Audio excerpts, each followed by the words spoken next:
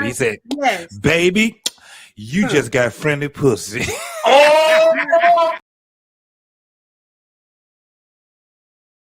At some point, we all gotta come together. No. Yeah. Everybody got opinions. Let's talk about it. Communication is key. Let's build around it. We do this for the people. The people founded it. Black love, stay strong. No way around it. We anti-genocide. We ride for the cause. Got love for our sisters and love for our dogs. Respect the young and elderly. You all been invited to be inspired. You come together. Better got violent. Gotta watch for the cops. Gotta watch for the ops. Gotta watch for the politicians that play with the eyes. If you know, then you know. Plant the seed and it grows. Welcome to the show. This is what we know. This is what we know. This is what we know. This is what we know. This is what we know. Yeah. This is what we know. We are in this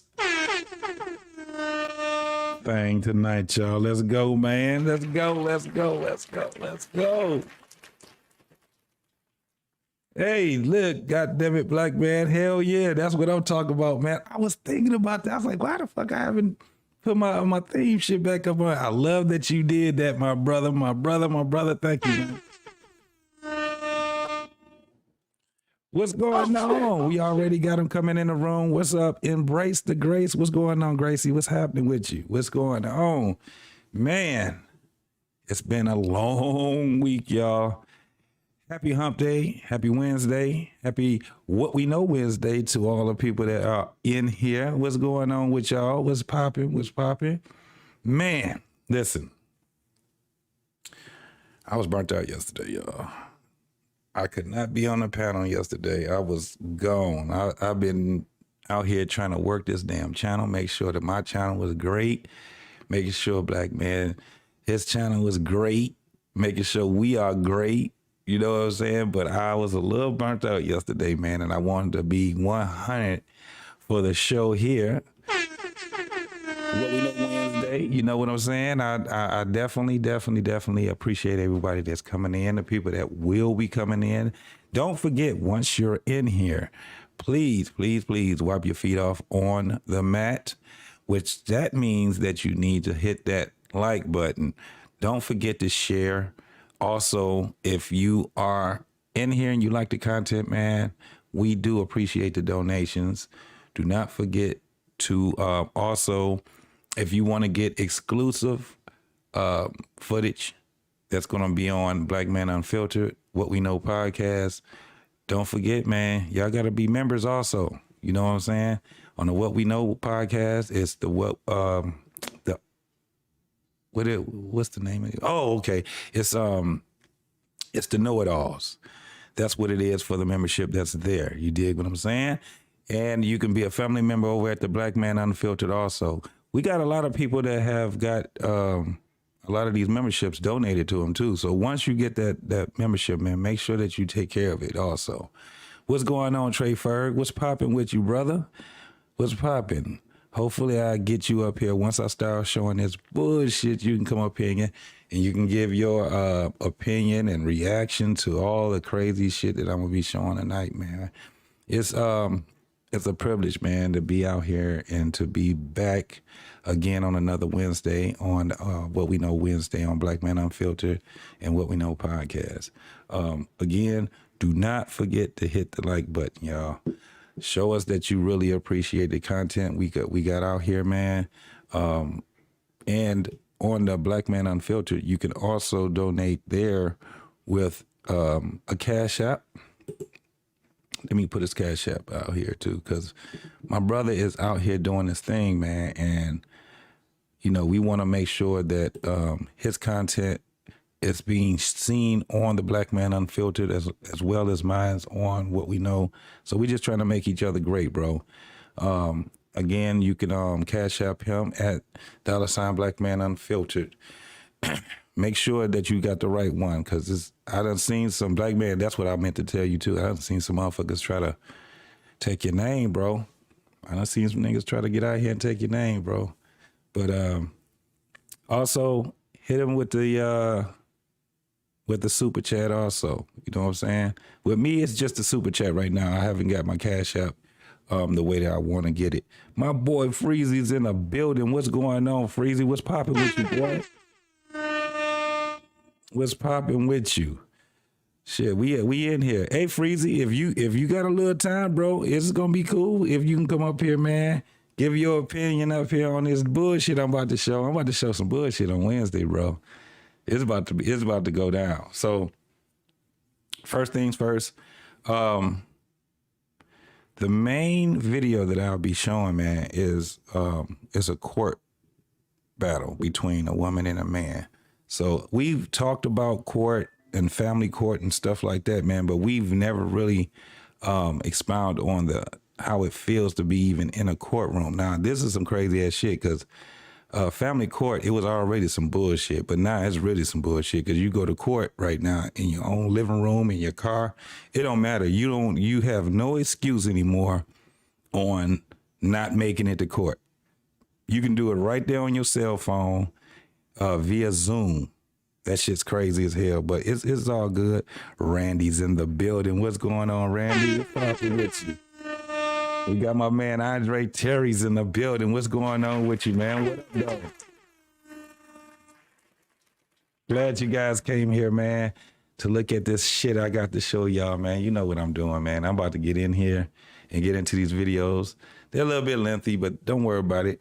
What we will be doing is having a panel up once I get midway into what's going on a lot of these videos, man. So I have another video also that the video is about a delusional woman that thinks that she want to be, I guess, baby mama number 9 for a famous rapper.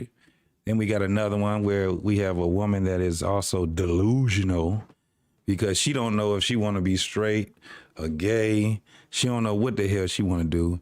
And all these goddamn women, they got multiple jobs.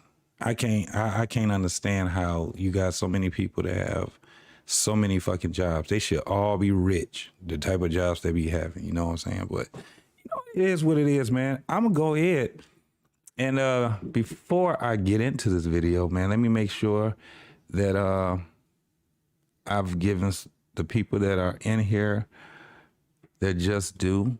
Yeah, I think I got everybody in here. My girl Embrace the Grace, Trey Ferg, my boy Freezy, Randy, my man Andre. Yeah, we in here right now, man.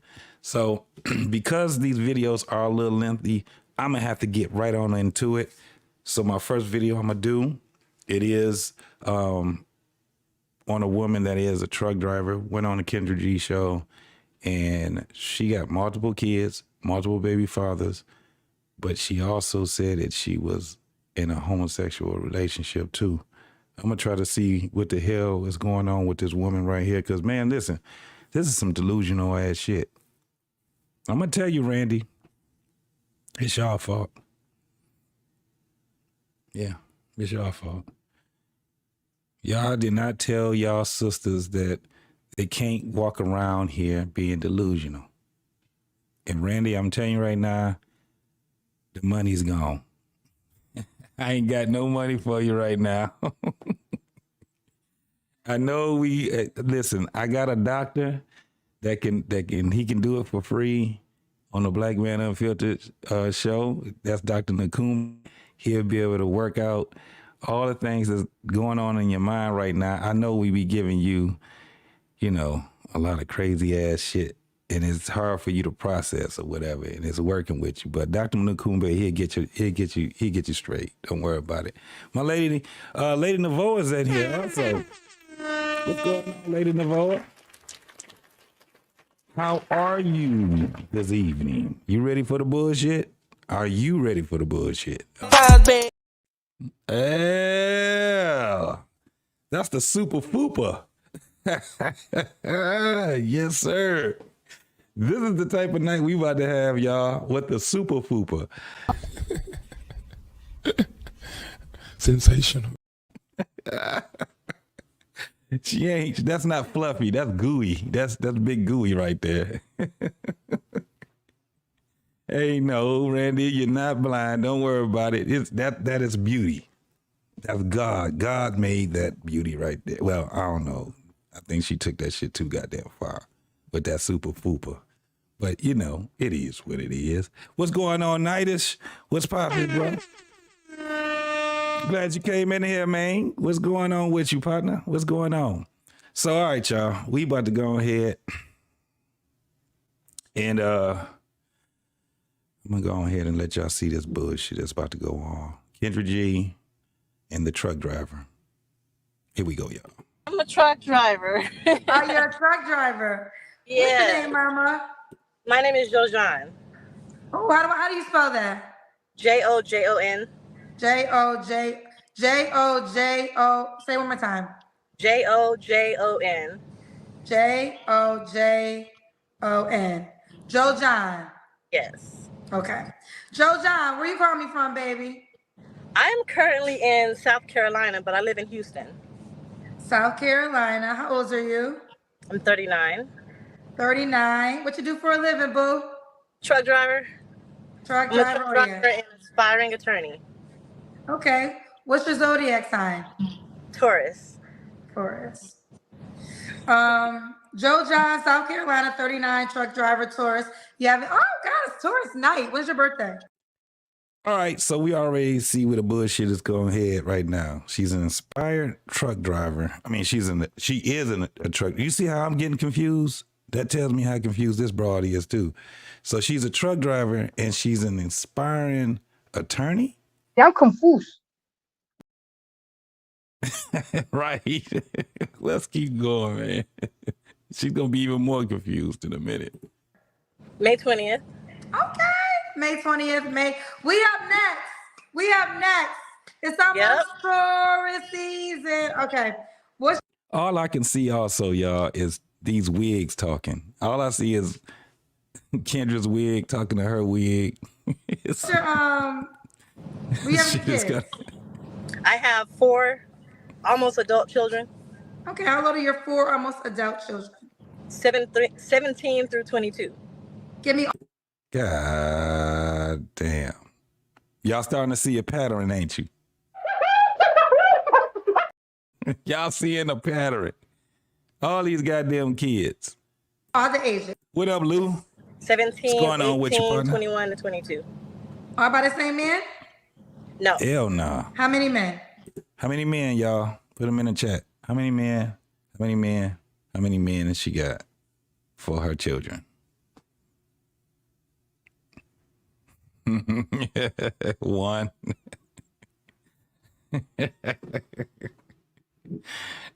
Lou, her eyes are large. They are large. 3. Randy, she can't have 9 men for her children. You could, come on now. Let's be practical now. 5. Dino, what's happening? Dino. All right, Lou said 2. All right. Here we go. I'm going to reveal it. 4. 4 for 4. Y'all starting to see a pattern. Oh, shit. I'm telling you, it's just going to get even worse, y'all. All right, let's keep going. 4. Have you ever been married? Has she ever been married, y'all? Has she ever been married? Mm-hmm. Yeah. 4 by 4. Yep. We starting to see a lot of them, Dino. We starting to see a lot of them. Lady Navour said no. Randy said mo, which I know she meant no. Let's go. I have been married to a woman, and it was like an arranged marriage. Wrong. She was imaginary married. That ain't no goddamn marriage. Let's go. So are you looking for a man or 4 kids, y'all. 4 kids. And she was married to a woman. You see how they use us? I'm tired of being used this way. They just use our utility and then they try to make a family with somebody. All right, y'all, let's go. woman tonight? A man. How did you have an arranged marriage to a woman? I wanted to go to the military, and I was a single mom, so I was like, I need to get married. And at that point, I was like dating women, so I was like, I need to get married to go to the military. And my friend was like, I'll marry you, and it was You a long have to time be married to go to the military? Well, so if you're single, you have to give up custody of your children to someone just in case you get deployed or something. So it'll be a parent or a spouse or something like that. Like you have to share joint custody. So I didn't have my parent to do so. So I was like, I need to have a spouse. No, you don't have to. You're going to do it because you're an adult going into the military. That was false. They ain't going to make you do no shit like that. Adults are going to make. You didn't have to get married to a woman to do that shit with your man. Oh, I never knew that. Okay. So you married a woman so you go to the military? Yep, but I didn't go and we divorced. And you didn't go, you're divorced. So are you bisexual? I am not. I used to be, but I'm trying to get closer to God, so I'm not on that path anymore. You're not on the path anymore. Okay. Okay. So we got Joe John, South Carolina, 39 truck driver, mom to 4 kids, by 4 men, was once married to a woman, but now here only for men. Ooh, child, I'm trying to keep up. You're going to have some more to talk about too. So the 4 dads, right? I'm going to just give a little quick rundown. The first one, I was being promiscuous. I was 16. The second one, I was engaged to be married, tried to do it the right way. He molested my daughter. God damn. And the third one, the second one is Adrian Trinity, and we were engaged to be married. Everything was going good, and then he ended up molesting my daughter, the first one. So we broke up.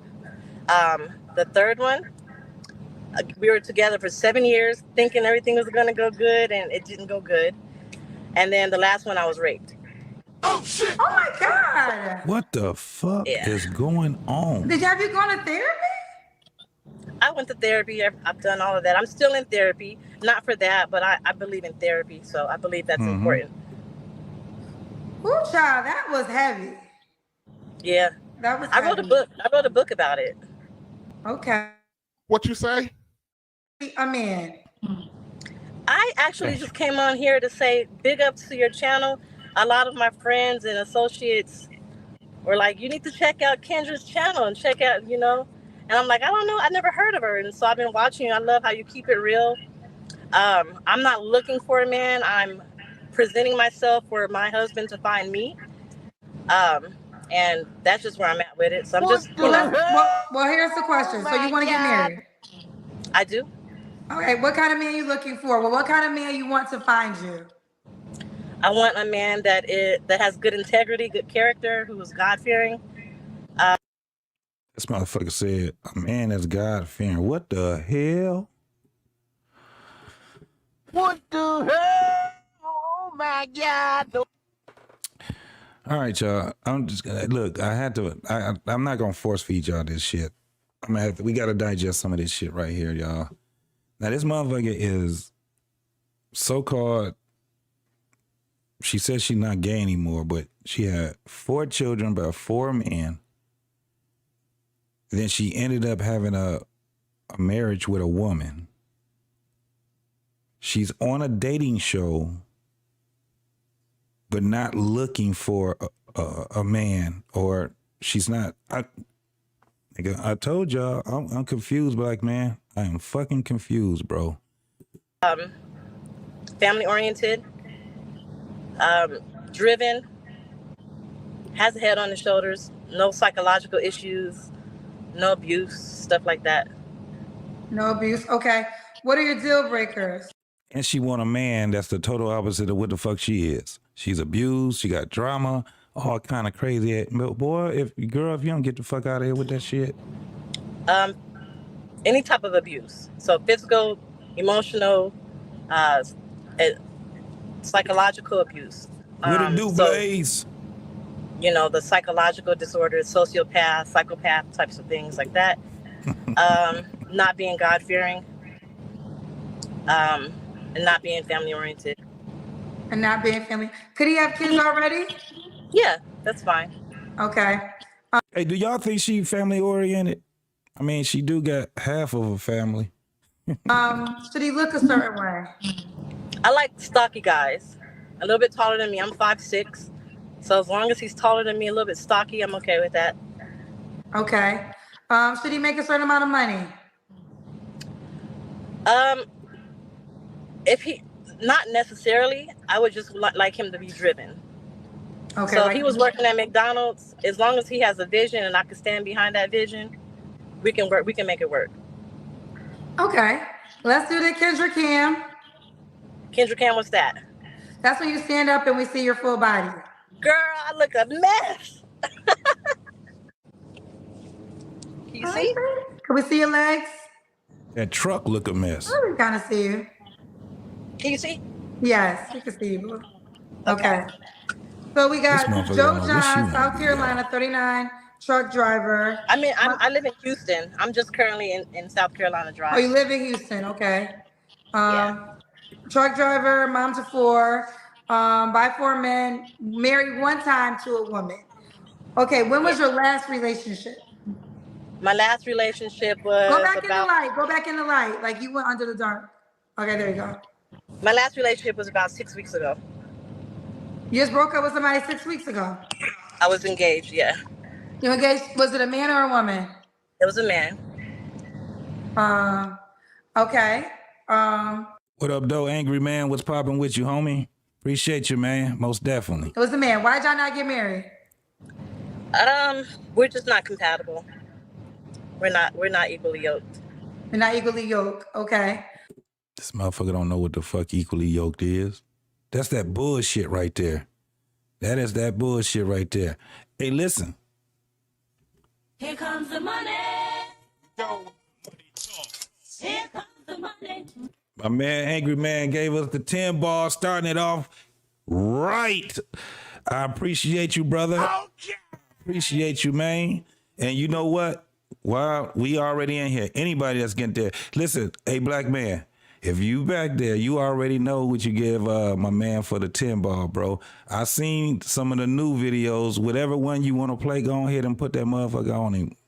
Tryna party all night, DJ play another song. Tryna party all night, DJ play another song. Tryna party all night, DJ play another song. Tryna party all night, DJ play another song. Tryna party all night, DJ play another song. Tryna party all night, DJ play another song. Tryna party all night, DJ play another song. Tryna party all night, DJ play another song. It's clever, baby. I'm in this bitch with AJ.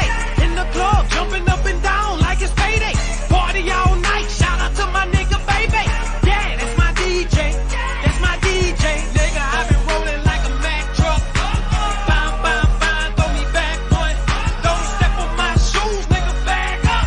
Fuck you, fuck around and get your bitch snatched up. Yeah, they done let me in, they done let me through, yeah. Nigga, it's whatever what you wanna do, yeah. Out of my head, chicken all night long. DJ, run this bitch, I'm tryna, yeah. Shout out to you, Angry Man, man. I appreciate you, brother. Appreciate you. So now we're going to go ahead and get back into this bullshit with this lying-ass broad with this goddamn hair hat on. Speaking of goddamn Kendra's hair hat. Let's go, y'all. What was your final deal breaker? On dishonesty. Honestly. Okay. I got a paid question for you. Okay. All right. Logical Faith said, on your channel, you have a video asking if your past defines you. Not necessarily, but the way you show yourself worthy for marriage is by preparing for it, AKA your past. Thanks for watching my channel. I know that's right. She said, thank you for watching my channel. And that's the answer. Okay, let's keep going. So 6 weeks ago, that was your last relationship? Yes. All right, you don't have to answer, but I'm gonna ask, when's the last time you was intimate with someone? Over a year ago. 3. You know what I noticed, y'all? You know what I fucking noticed? That a lot of these women can't do math. Y'all remember the one that I did with a woman had all the goddamn kids? and she didn't know the age of her sons. She had about, 6 of them motherfuckers? And she kept saying she was like 48 and her son was like 36 or some shit like that. Y'all remember that shit? I'm starting to see a big ass pattern. These motherfuckers, math is just not friendly to them at all. They don't even know regular arithmetic. This is some bullshit, y'all. This is some goddamn bullshit. But all right, man. Over a year ago, you broke up with somebody 6 weeks ago? That was my fiance. That was the last time I was intimate with him. So she was with a man and she said him. Now remember, 4 kids. She was married to a woman, 4 baby daddies. Then she had a fiance that she was in a relationship with for a year. And this heifer, the last time she had sex was, when she say again, let me bring that motherfucker back. Weeks ago. That was your last relationship? Yes. All right, you don't have to answer, but I'm gonna 6 weeks ago? Did she say 6 weeks ago? ask, when's the last time you They trolling. This bitch is trolling. was intimate They're lying now. These are with liars. someone? Over a year ago. Over a year Oh, over a year ago, she just ended a relationship 6 weeks ago. This bitch math is off. You get your lies straight, ago, lady. you broke up with somebody 6 weeks ago? That was my fiance. That was the last time I was intimate with him. Well, y'all broke up 6 weeks ago, but y'all didn't have sex until over a year ago? Now watch this goddamn lie she come up with, y'all. The last time we had sex was in February, on Valentine's Day last year. Why? Why? Sensational. What do y'all think the reason why they ain't had sex? What lie do you think this bitch is about to come up with, y'all? Somebody tell me something. What lie? I just want to see one person come up and see if they can hit the bingo. This motherfucker here, man.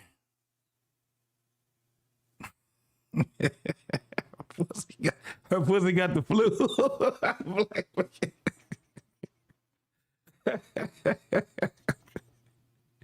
he went to prison. All right. All right, nobody hit the bingo yet, but watch this shit right here.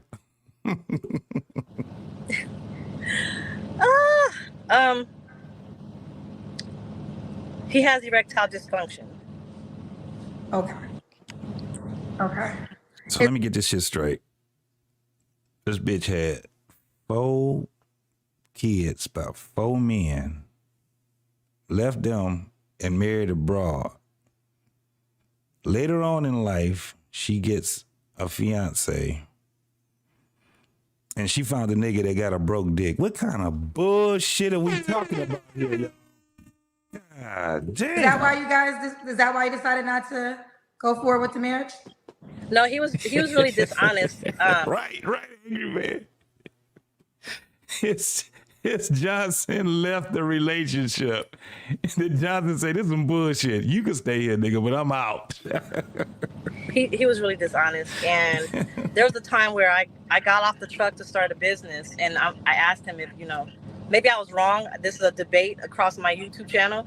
But we had a conversation. I'm like, I want to start this business. I ran through the business plan with him. And I'm like, can you hold down the mortgage and everything while I get it started? He was like, yeah, I got you. And he couldn't hold it down. And I almost lost my house. So I had to get back on the truck and drive. And he just stopped paying the bills. And then he lies about every little thing. I got into it too fast, too quick with him. So a lot of things that I learned about him that I should have learned before I got in a relationship with him. Okay. So at the end of the day, it's just a lot of stuff that just broke us up. Okay. So what was your final straw? What made you walk away? The dishonesty. Dishonesty. Okay. Lying ass heifer. Okay. Got you. Okay. Woo, child, Joe John, you did tell me. I might have to start drinking when I host this show. I wish I could drink right now. Why can't you sound like drive? you drunk? Mm-hmm. Okay. Well, what are 3 flaws you have to work on? I am insecure about my body. Okay.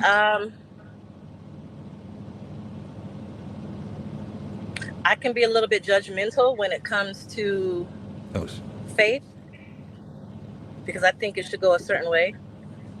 And I think I trust too easy. You trust too easy. Okay. Yeah. And why would a man be lucky to be with you? I'm driven. I have good character, good integrity. I'm smart, intelligent. nah, heifer, you driving. You ain't driven. You just driving. That's all that shit is. You don't know where the fuck you going. I am pursuing a legal degree. Why the fuck you lying? I have my own place, my own home. I've raised my children. I have no baby daddy drama. I am very strong in my faith, and I know how to pray. I would pray for my husband, and we would pray together, and we would build something great. Okay. All right, let's do it. Joe John Houston, 39 truck driver, mom to 4 kids, as a tourist, and you want to get married. This time you want to get married to a man. Yes. The woman was never a thing. Like, that was just a little blip in the past. Got you. What's the age range? Get out of here! Just get out of here! And F you, just get out of here!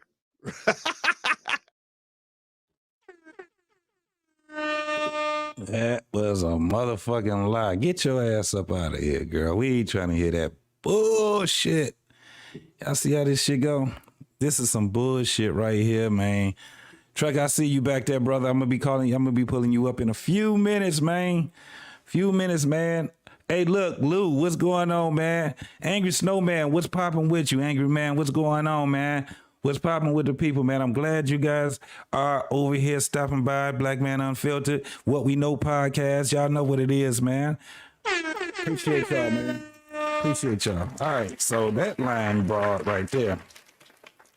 That line broad, man, that was something crazy right there. She didn't know what the hell she wanted to do, and she been doing this shit for 38, well, shit, you know, she been living for 38 years, but her adult years, man, that shit, she just didn't learn how to be a fucking adult. That's all that shit is. She a truck driver, an inspiring lawyer. When she gonna study? She always on the fucking road. I thought she was gonna say that she was somebody, rapper's goddamn manager or some shit like that, man. These broads be lying. But this next one I got, bro. Shit. This next one I got. This is some real delusional ass bullshit right there. This is some real delusional ass bullshit right there. Hey, before I even play this, man, listen, don't forget, if you are in here, hit that like button. Hit that like button. Share this shit, man. You know what I'm saying? Share this shit, man. We got this bullshit for you right now on Wednesdays, man. Black Man Unfiltered, What We Know podcast. Your boy JT. So this broad right here that's coming up. This bitch out here trying to be baby mama number 9. Baby mama number 9. And she got some friends to back her up too. This shit was crazy as fuck, man. So listen, we about to go ahead and get into it. I ain't gonna even trip. Let's go now. Are you at the mall? I'm in the casino. Oh, at the casino. Is it okay? You could go live at the casino? Yeah, but I'm stepping outside. Okay. What's your name, baby? My name is Jeanette, but I go by Nelly. Nelly. Want me to call you Nelly? Yeah, you can call me Nelly. Nelly, where you call me from, boo? Tampa, Florida. Tampa, Florida. Stop moving, honey. How old are you? I am 34. 34. What do you do for a living? I'm a claim specialist, and I also do real estate. Okay, again, stop moving, honey. Real estate. What's your zodiac sign? I'm a Libra. Nelly, can you hear me? Yes, I can hear you. I'm telling you to stop moving. Oh, I'm sorry. You're a Libra. Do you have any kids? I do have one son. How old's your son? 13. Can you hold that? Damn. These motherfuckers they are with child all the time. What up, Hot Sauce? What's going on with you, partner? What's poppin'? So she got one son, but man, she don't even need that one son. Y'all gonna see what the fuck I'm talking about once we get into this shit. All right. Let's do it. We got Nelly, Tampa, Florida, 34 Libra, acclaimed specialist, and also does real estate. Mom to a 13-year-old. What kind of man you looking for? I'm actually like reaching out to someone specific, Kendra. I messaged you. I'm not gonna tell the crowd who he is, but I actually reached out to a celebrity and like I mailed him, like had someone deliver him like edibles, and then like I seen him on stage and I gave him a gift. So I don't want to say who this celebrity is, but what does he do? He's a rapper. She's a professional Janelle? chair Nelly? sitter. Absolutely. We can't hear you. We can't hear you, baby. Is this guy trying to say? We cannot hear you, honey. We can't hear you. I need to hear the rest of the story. Oh my God. Nelly, you gotta call me back. Hell yeah. Because I need to hear the rest of the story on what rapper you sent edibles to. Who is this? So, Nelly, get your Wi-Fi together. Oh, wait. I think she's back. I'm back. Hello? Yes, I'm back. I'm sorry. Okay. Wait a minute. So, name one of the songs. I can't, because you're gonna know. I don't want people to like be in my like box, and I don't want to cause that type of attention. But okay, so do I know the guy because you said you do? I reached out to you. Here comes the money. Here comes the money.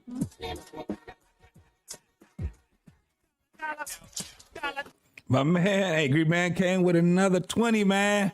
He said she's a professional chair sitter. Absolutely she is. That motherfucker is, look, a lot of these women, I don't think they have real jobs, Angry Man. I really don't think that they have real jobs. They just be starting these jobs and then they start bragging. They ain't even got 20 damn days in yet, and these bitches bragging that they found a fucking job. And then they come out here talking about they a goddamn entrepreneur or entre-broke nigga or entrepreneur, some shit like that. But I'm gonna tell you, bro, I appreciate you. I always appreciate anybody. We appreciate donations over here, folks. We really appreciate the motherfuckers over here. So with that being said, we're gonna rock the Reverend back out again.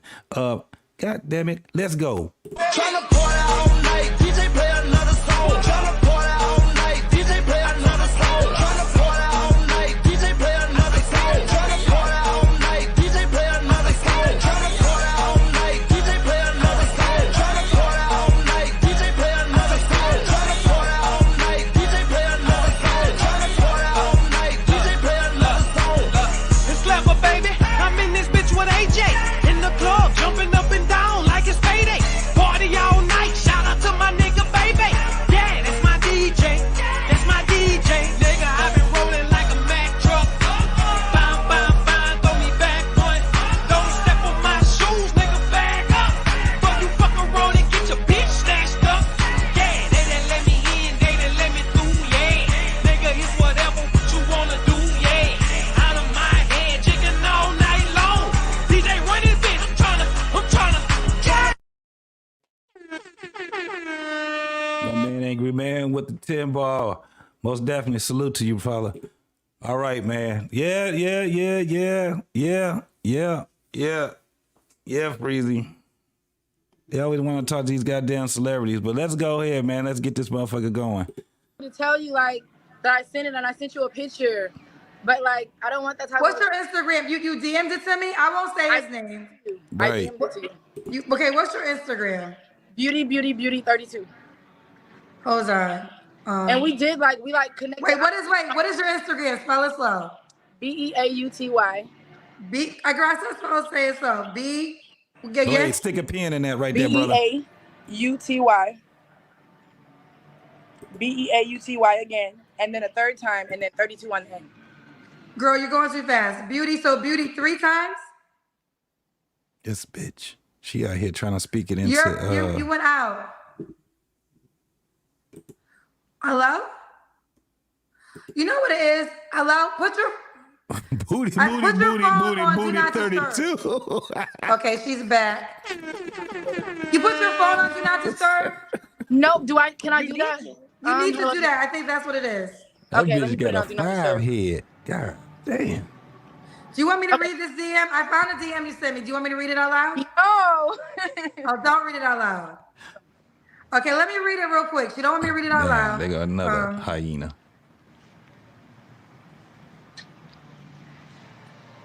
She's reading it. Let me show They already know who he is. You might as well just say who it is. Oh.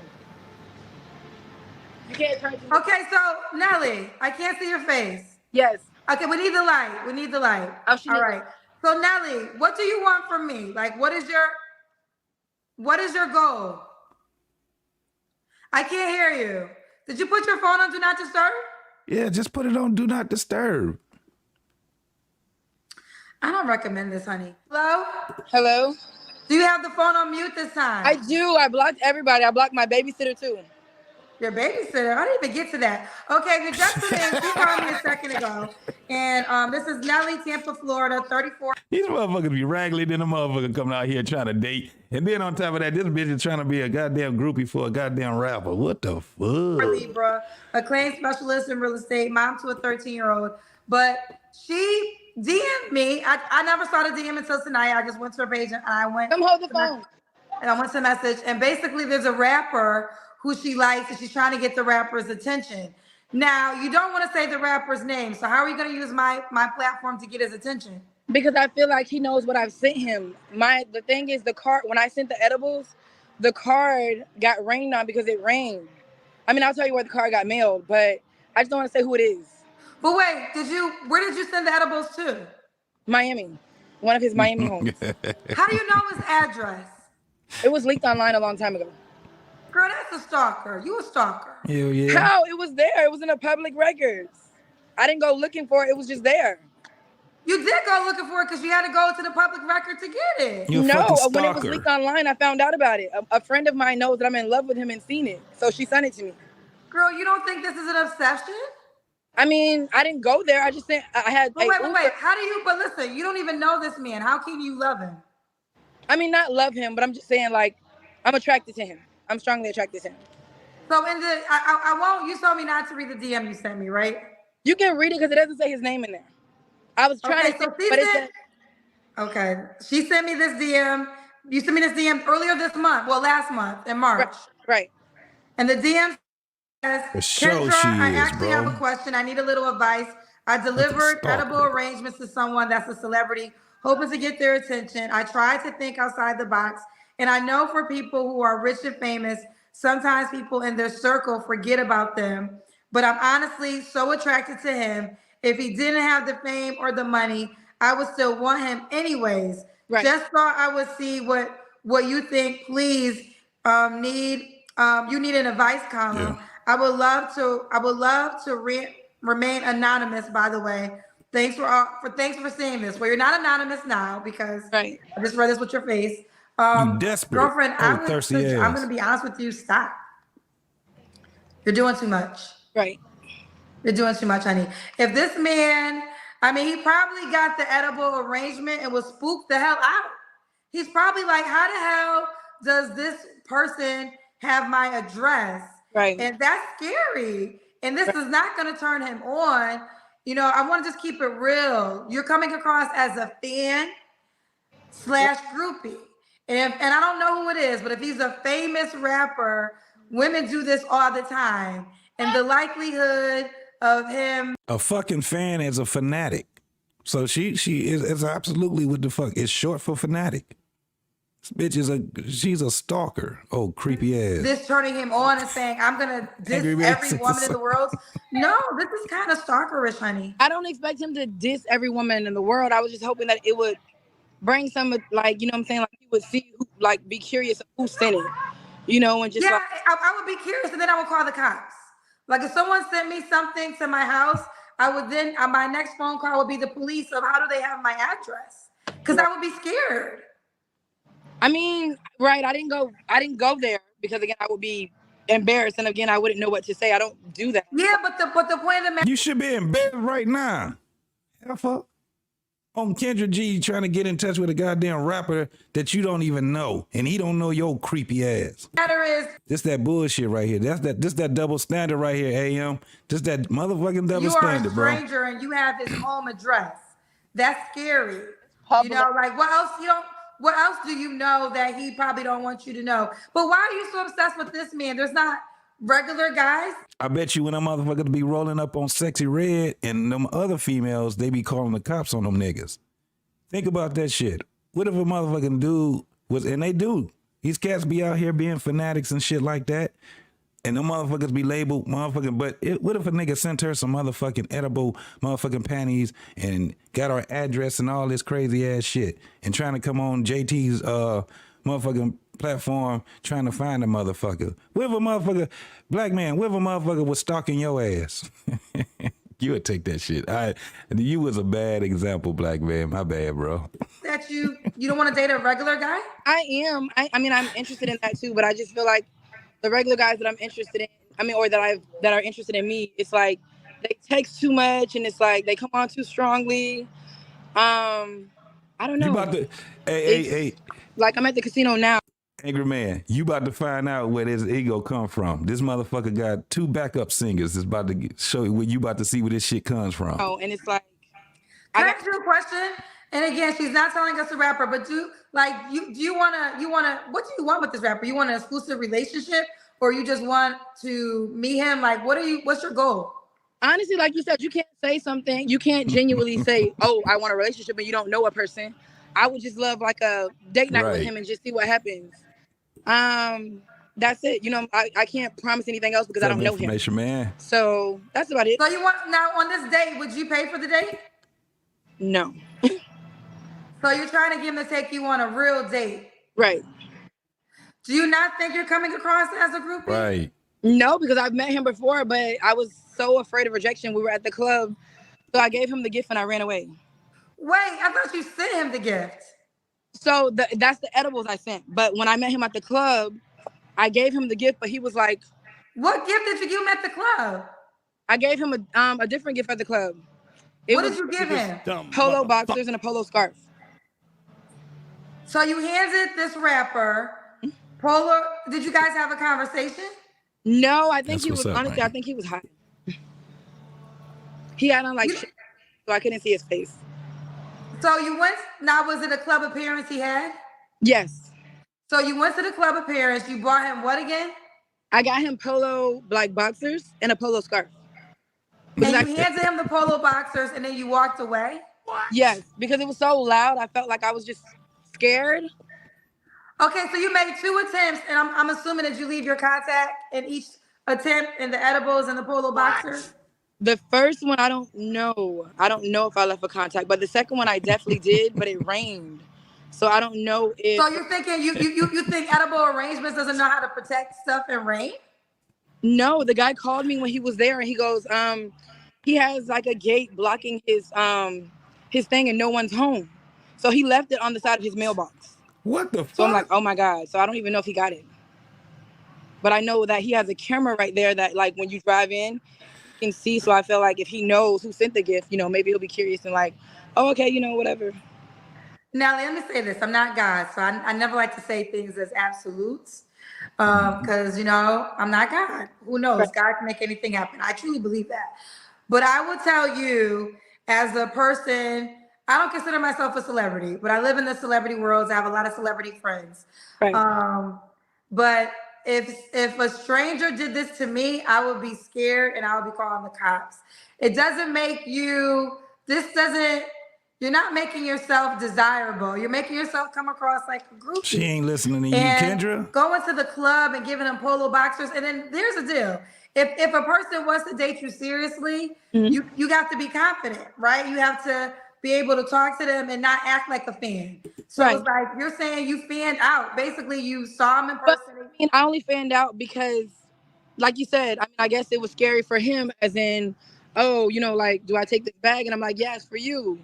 So, I mean, I guess I just got like weirded out. Like, I mean, he's either taking the gift, like you said, as a fan, but I mean, when I come off, I'm not trying to like, I don't want your autograph. I want, right. you know, to talk to you. So, I mean, I don't know. Well, are men that you've liked in the past, were you this aggressive? Did you buy them gifts and stuff in the beginning? No. So why are you? Oh my God, man! What the? Whoa! Here comes the money. Yo, money talk. Here comes the money.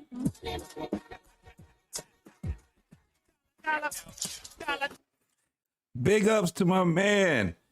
What is it? Rush Enterprise Starks. What's going on for the 5-ball, man? I appreciate you, brother. I really, really appreciate you, man. Hey, look here, man.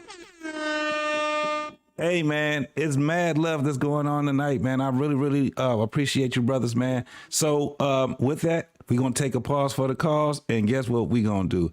Now, I was going to do the preach. I was going to do the preacher. But black man, because we are in some of this crazy ass shit, I'm going to give the people a treat. We about to go ahead and get Super Fupa up out here for my man rushing into. Yeah. My man Rush Enterprise, he says she need to spend quality time with her son and not chasing rappers. Facts. All fucking facts. You know what I'm saying? Oh, shit. This broad is on some bullshit, y'all. Let's keep going with it. Buying him gifts. I guess I just wanted to catch his attention, so I just felt like. Boy, it's gonna be a lot of motherfucking mamas gonna be getting cussed out when their kids get grown. I'm telling you right now, y'all are raggedy than a motherfucker out here. You know, maybe it'll catch his attention. I don't know. I haven't seen anyone at the concerts do it, and it was his birthday, so that's why I got the gift. When I went, okay, so what was your goal for coming on my show tonight? Are you trying to give him a message? I just wanted him to know that I was the one that got the gifts, so that if he is curious and like you said, we don't know who the guy is. We have to know his name. You about to find out. I can't say his name, Kendra. I feel like. Well, then how is this message gonna get across? We don't know if the guy is this not every rapper is watching my show. So you know you would have to say his name if you really want a message to get to him. What does rapper do? I mean, I feel like he watches your show, so I feel like he's gonna. How do you know he watches my show? He's my friend. He's not your friend, but I've seen like people that he knows watch your show, so I don't know. So how do you figure he watches my show? I don't know. I guess I just assume. So you're coming up here, you're not gonna say his name, and you're trying to get a message across to a rapper who you once you met on the club at his birthday. When'd you go to the club? Last year in November. So his birthday's in November. They about to figure it out what now. What city? Was it a club appearance? No, it was a club in Miami. Do you want to give any type of hints? No. She just gave a hint. Watch. Yes. I guess like you said, just coming this live, if he didn't, you know what I'm saying? If like you said, if it comes off stalkerish, I don't want to seem like that girl, like, oh my God, you know. Girl, that's too late. We way past that. But I mean, I don't think you don't think things out fully, because if you don't want to share his name, that's fine, I guess. But we don't know who this is, so there's no way that he can get this message.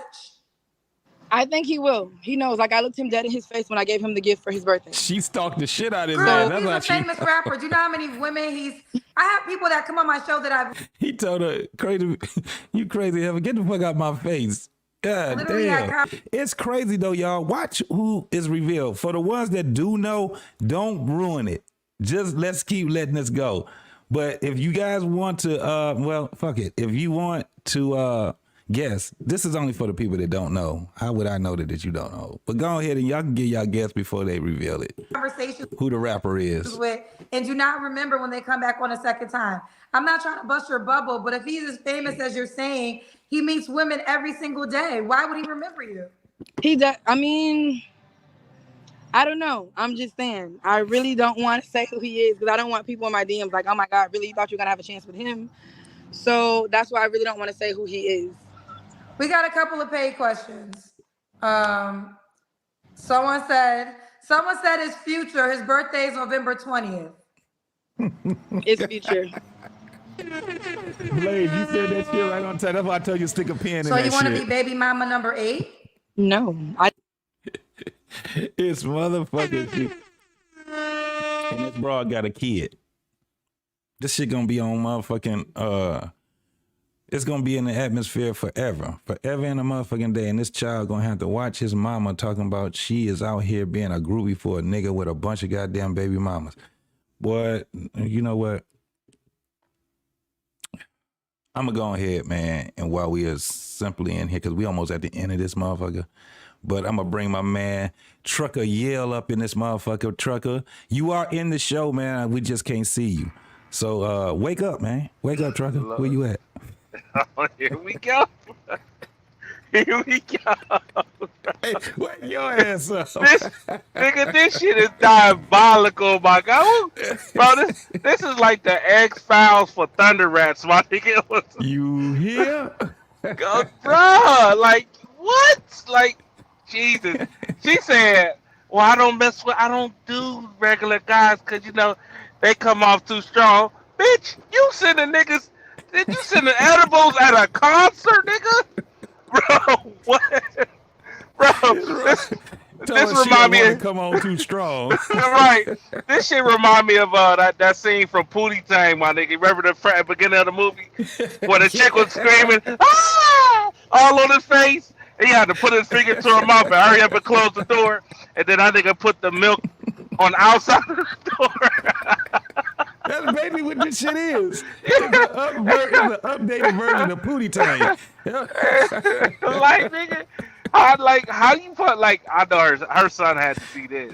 No, man, this is some bullshit. Bruh, I'm baffled right now. I'm just sitting there like, wait, hold on, Trucker. You think this is it? No, it gets worse. No. This shit get. Let's keep bro, it. we're doomed, man, bro. Let's keep the party going. Jesus Here we go. Christ. I didn't say I was looking for a baby. So you want to date a man that has 8 baby mamas? I mean, I would want to date him. I mean, I think judging someone and not knowing the full story, I mean, I would opt out of that. But I'm not. But this is what they call it. Like, we don't have to call it ignorance anymore. We just gonna call it ignore, right? Because that's the root word of ignorance. This bitch just said you don't judge nobody based off of what the girl. I'ma judge your ass. And right, Eda, man, she got that strong ass forehead. Bruh, Jesus Christ, that motherfucker out there. But the fact, this is what I be saying, like, we know y'all be knowing who y'all really fucking with. It's ain't no y'all running into a brick wall by accident. No, y'all doing 120 miles per hour in a Tesla. You know what I'm saying? Crashing into the wall on purpose because you know this man got 10 baby mamas, my nigga. 2 million motherfucker, right? But then he's a rapper. What the fuck? Like, yo, you sending? Bro, I've never. Nigga, she bought polo boxers, nigga. And brought a toy to the club, nigga. I can't. I gotta give Future his props, nigga. You got hoes doing that, nigga. Hey, shit. I just can't. God damn. Man. That's man. That thing's huge. What's going on, Angry Snowman, man? How you doing? What's going on, Angry Snowman? That forehead she got is something else, dude. Her hairline is trying to get away before she ends up catching a case. Nigga, that ain't a forehead. That's a fist head. You would knock everybody out with that. Yeah, that's God trying to pull her away from being baby mama number 9. Like, shit. I don't know how many clear signs you gonna get. No, that's her hairline saying, I got an alibi. I had nothing to do with this bitch stalking somebody. Right. She said, well, I'm not a fan. But I'm like, yo, this is past stalker. This is an obsession, bro. This is an obsession. Yep. It's about to get worse. What turns you on about Future? Because have you seen him treat women in a way you want to be treated? I did. I can say Des Dior. I didn't see him treat her in no type of way. Lori Harvey the same. So. Lauren Harvey. Really? What is it about Future that you like, honey? I love the way he dresses. I love how nice he is. I like 9 baby mamas. I mean, again, like I said, I've met him before, and he was genuinely nice. That's why I said I don't want to judge that because I haven't been in that seat before, so it's unfair for me to judge that. So you want you want one of the most popular rappers in the world to take you out on a date, of course, that he would have to pay for, and to take you seriously as a dating option. I mean, I would think that anyone that wants to date with someone, they would hope that someone takes them seriously, of course. How she But I'm not expect them to looking to take her get married serious when her tomorrow. So hairline it's don't like take her serious? it goes by what you're looking for as well. And I'm not asking for marriage from him. I'm not asking to be anyone's baby mom. I have a son already. So it's like it also goes by that as well. Girlfriend. This bitch said, I'm not looking to be his baby's mom. I have a son already. If you giving that monkey up and your ass is still fertile and you fucking future, bitch, you gonna have a baby. The only reason why you won't have one is if he don't want to have one with you. With your ugly ass. I ain't talking about the way she look in the face. I'm talking about everything about her. This is unattractive. There's no way you coming on to a motherfucking dating show being a fucking stalker. That's the craziest part about it. It's like they don't use common sense, man. Not Dog, at all. you keep forgetting, dog. You got professional women on Kendra G show asking for a kidney. Yeah, It's a fucked up reality. And Like that's why I'm saying that you it's guys sad, seeing dog. this pattern and yeah, okay. The most not even the most enrolled. Fuck that. Jesus Christ, bro. Motherfuckers Like, ain't smart at all, man. If I was future, I'd get a restraining order put on this bitch. He probably do. he probably saw this did. shit and did. He The probably fuck? did. Real. I'm Shit, pretty- I was Celebrity, man. 1,500 feet of me. Yeah. He a Bruh. celebrity. He ain't about to deal with this bullshit. The fact that she even knew he had a camera and all of that, yeah, we that's went back. wild. That was like, ooh. I was like, oh, wild. wait a minute now. She gonna Hold slip up. and fall in front of him and end up pregnant. Hell yeah. God, shit. I would. Oh man. That's My wild. man. Our pain in the building, bro. What's going on with you? He done already gifted 5. Is it 5? Yes, it is. Mr. 5. Arpain? Yes. 5 memberships, man. He has gifted 5 memberships, man. So anybody that get those 5 memberships, to get the memberships from Arpain, man, please take care of them. Arpain, I really, really, really appreciate your brother for that. Here comes the money. Here comes the money. That's Tryna party all night, DJ play another song. Tryna party all night, DJ play another song. Tryna party all night, DJ play another song. Tryna party all night, DJ play another song. Tryna party all night, DJ play another song. Tryna party all night, DJ play another song. Tryna party all night, DJ play another song. Tryna party all night, DJ play another song. It's Slapper, baby. I'm in this bitch with AJ. In the club, jumping up and down like it's payday. Party all night. Shout out to my nigga, baby. Yeah, that's my DJ. That's my DJ. Nigga, I been rolling like a Mack truck. Bam, bam, bam, throw me back one. Don't step on my shoes, nigga, back up. But you fuck around and get your bitch snatched up. Yeah, they done let me in, they done let me through, yeah. Nigga, it's whatever you wanna do, yeah. Out of my head, chicken all night long. DJ, run this bitch, I'm tryna, yeah. Here comes the money. Oh, we got another one rolling in. Ain't good, man.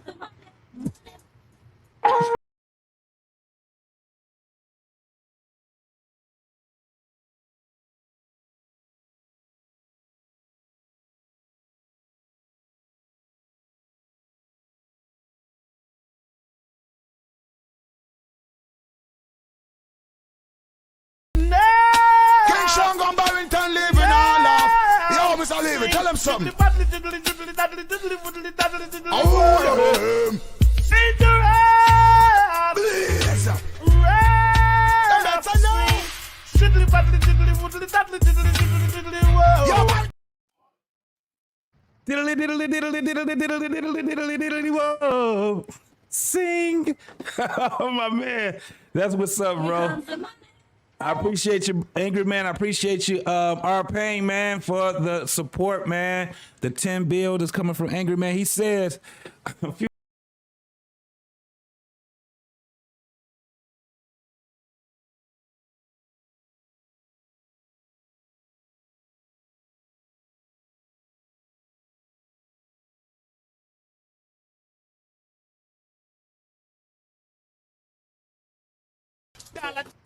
And our pain comes back with the $5, man. Over there with the $5 contribution. Black man, what you want to give him, bro? What you want to give him?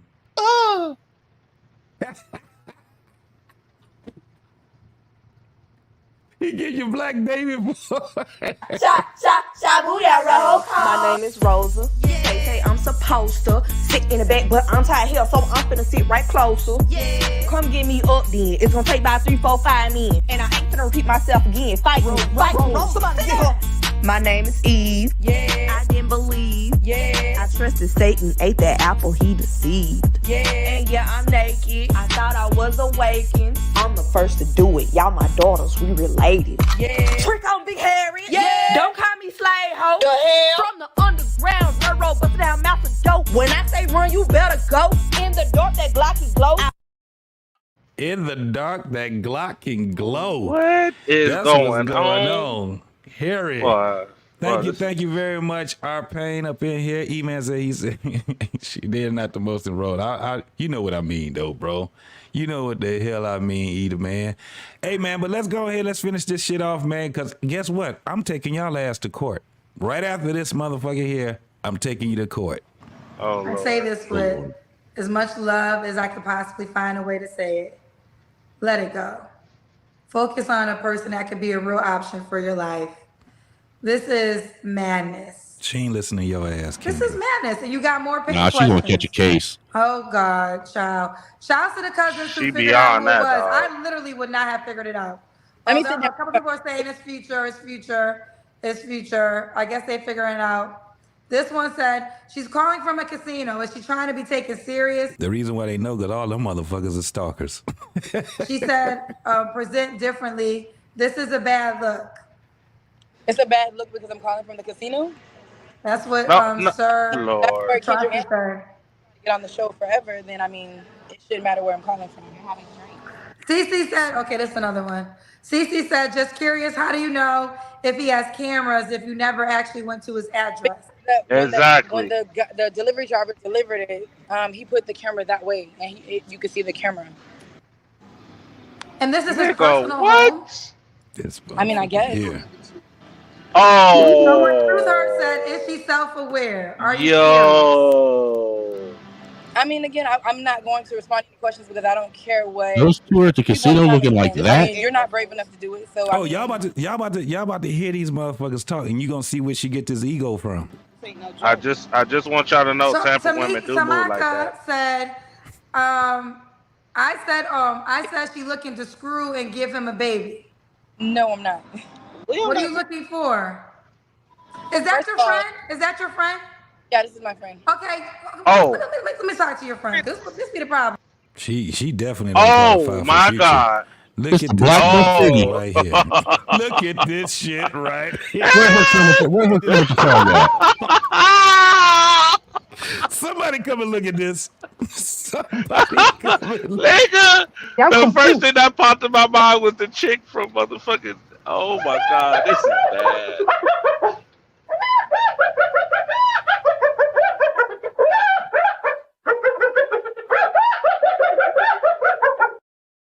She don't eat pork because it be cannibalism. They travel in motherfucking packs, y'all. Damn.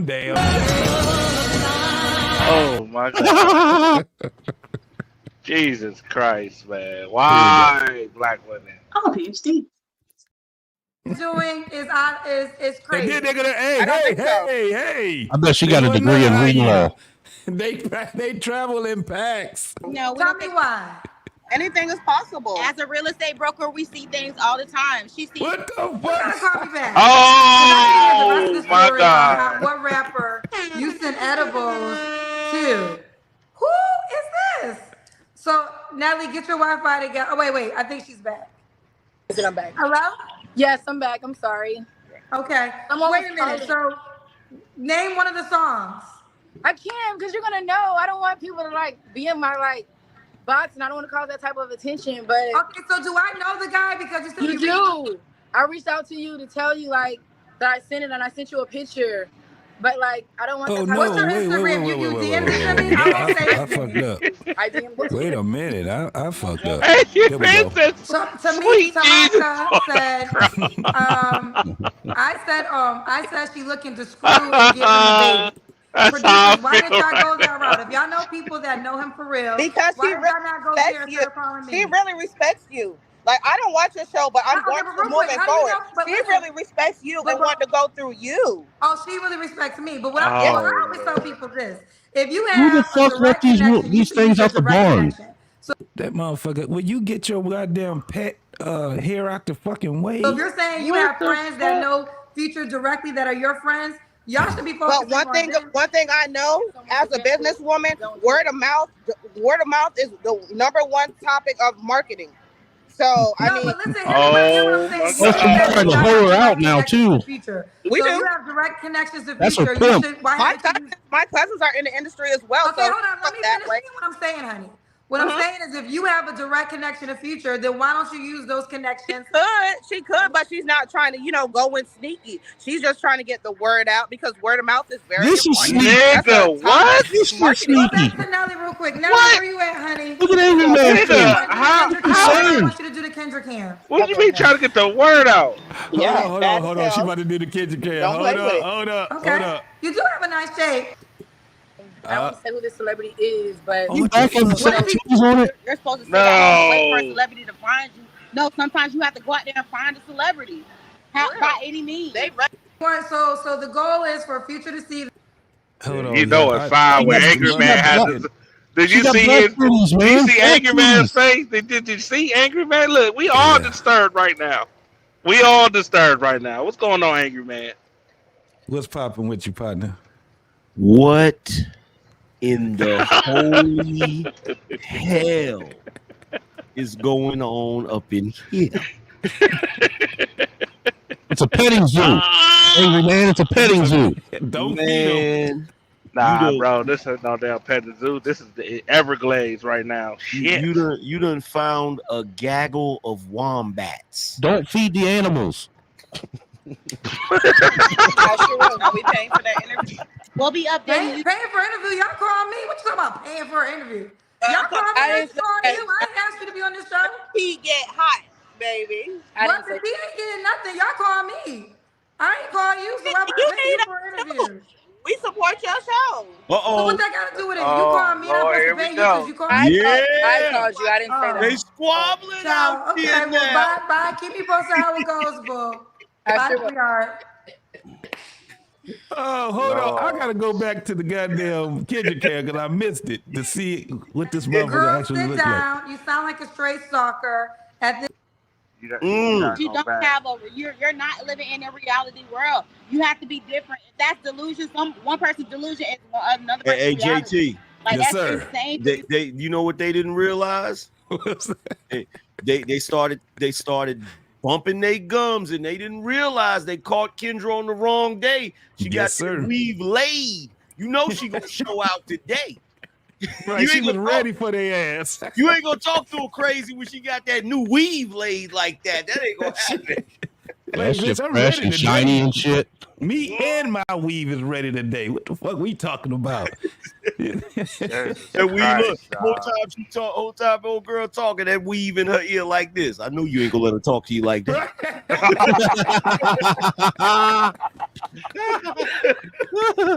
It's time for you to let loose on these hoes so we can go ahead and Yeah.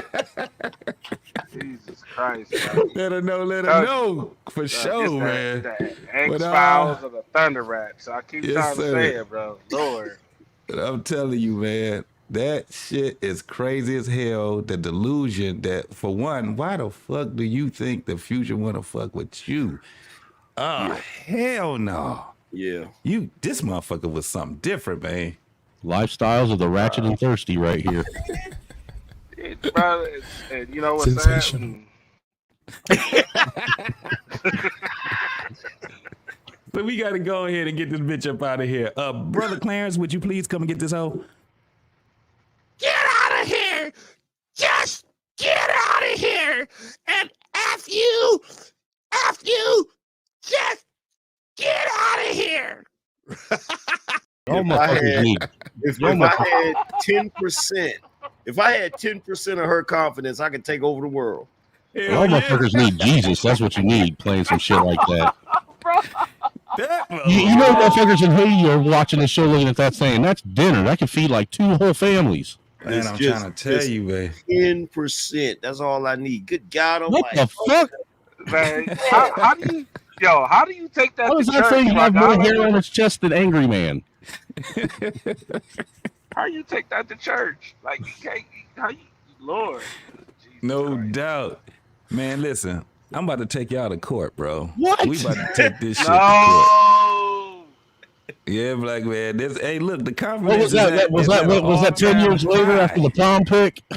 Listen, bro, the confidence is at an all-time high in 2024, bro. These motherfuckers, you can't do nothing but go back down. These motherfuckers done took confidence so goddamn high. This shit, you gonna have to go back down now. Shit. Yeah, damn, you can't tell these bras nothing. Yo, not a goddamn thing. There used to be a time when that chick, the chick that wanted to holler at Future, her and her homegirls, there used to be a time where all 3 of them would have been married. Yep. But you know the reason why? Because they would have knew the type of dude they can get. Yep. And they would have got with him, and they would have been thankful to have him. That's for real. They would have been like, God, I'm glad that you sent me a man. Yep. I love you. And they've been still going to church and all that. No, these motherfuckers think they tens. They think they bad bitches for real. It is what it is. And it's put them all together, maybe. Yeah. I had all their numbers up. I can even tell you the names of the dudes they would have married. They would have married Otis, Ray, Cleavon, and Theotis. That's what it was.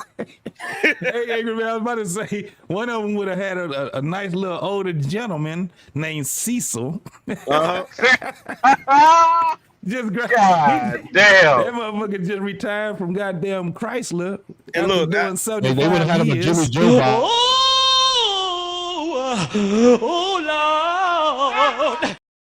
They would have had him a Jimmy Joe Bob on the back end too, waiting. They would have had they would have had a good life, man. Go get some lemonade, take it out there to them while they out there pitching horseshoes. Word. Right. But you know what's crazy, Angry Man? I still pitch horseshoes. Like Damn it. you see how far our black women is just lost. Like you just said it, like just picture that. Them 3 women would have been married and would have been happy and went on with their life. And now it's like yeah, they was on. It's like a challenge, bro. First of all, it's like a great challenge of who's gonna be the best baby mama of 2024. First of all, trucker. First of all, you gotta fix your language. Lost is an understatement, bro. They are in the phantom zone right now, bro. They are in a place where you can't even tell what direction north and south is right now, bro. Like for real, they're in the Bermuda Triangle. Like even if they had a compass, it would be spinning right now, bro. They you talking about the level of Lost in Space type shit? I'm talking about the level of Lost where you remember the show Lost after every episode. Yeah. You was like, what the hell is going on? That level of Lost. That level of Lost, bro. Yeah, man. I'm like, God damn. Sure. Now, this next one I got, man, this shit right here, because a lot of people, let me tell you something, Angry Man, a lot of these niggas know nothing about court. They don't know how difficult it is being in a fucking courtroom and you dealing with family shit. They don't. Now, this is not your typical court. This is that 2020, 2022 bullshit. All this goddamn shit over the motherfucking internet and shit, them internets. But it still is court. Mm-hmm. And this Just next that one Zoom right court here. shit. Huh? Just that Zoom court shit. Yeah, this Zoom, that bullshit that you can be in. You know, these motherfuckers done lost. They done relaxed everything in the world. This shit is crazy as fuck. You know it's bad when the courts are relaxed so much with a motherfucker. They just be having the kids there. They don't give a fuck who's around. Motherfucker be smoking joints and shit. They just don't give a fuck. Yo, I was watching one the other day where this dude, I shit you not, got cussed out by the judge because he was kicked back in his bed. Yeah. On Zoom call. Niggas be door dashing and shit. She's like, what are you doing in your bed? They put the judge on hold and shit. Hold on, I gotta go ahead and deliver this right quick. Let me go. Drink. You like, God damn. Drinking. It's too relaxed, man. Drinking liquor and shit. Talking about some, you can't drink in court. Nigga, I'm at home. Drinking lean and making crack and shit. Talking about what you need, Judge. That's wild, dog. Bullshit. But yeah, man, I'm gonna go ahead and show it, man. We just gonna go ahead and give our reaction on this crazy ass bullshit, bro. 2018. What is recent? Are they threatening messages, and what is recent? Because this video that I Let me saw. make sure. What is? Here we go. Tell me what. So February 1st, I arrived at Mr. Harrison's residence. Hold on. Time out a minute. To Time out. pick up our son, Preston. Time out. Why the hell does that judge look like she go by certain pronouns? Yeah. Oh, yeah, she's you know all it. of them. Why does the judge got faded blue hair? Why? How are we supposed to take her serious? I mean, for real. Man, listen, I can guarantee you this. You look like she a member of Antifa, dude. This judge is from Atlanta. Is from Georgia for sure. Guaranteed. Guaranteed this judge is from Atlanta. They said big bag bitch get to the bag. They said big bag bitch you want a snack. Well this big bag bitch she got the stack. So put big bag bitch clothes on the rack. Ooh, on the macaroni. Move and shake it for me. Ooh, we shaking it quick and the brands are phony. Ooh, the brands are phony. Ooh, they need a Tony. They need an Emmy, Oscar, Grammy, cause the shit's baloney. The way they be faking like they're making all the sizes. If you ain't got at least a 4X, you ain't trying. Ooh, so give it to us, baby. Give us a got. Give it to us when we step on the spot. Ooh, Yo, she'll give Nicki Minaj a run for her money, bro. Hell yeah. Yo, I've never heard, dude. I've never heard anybody rap about food and natural when they walk, making cause of natural disasters ever before in my life. Hey, bro, it's at an all-time high. I'm telling you, it's at an all-time high. But let's get back to this right here with this horrible ass Judge Antifa up there.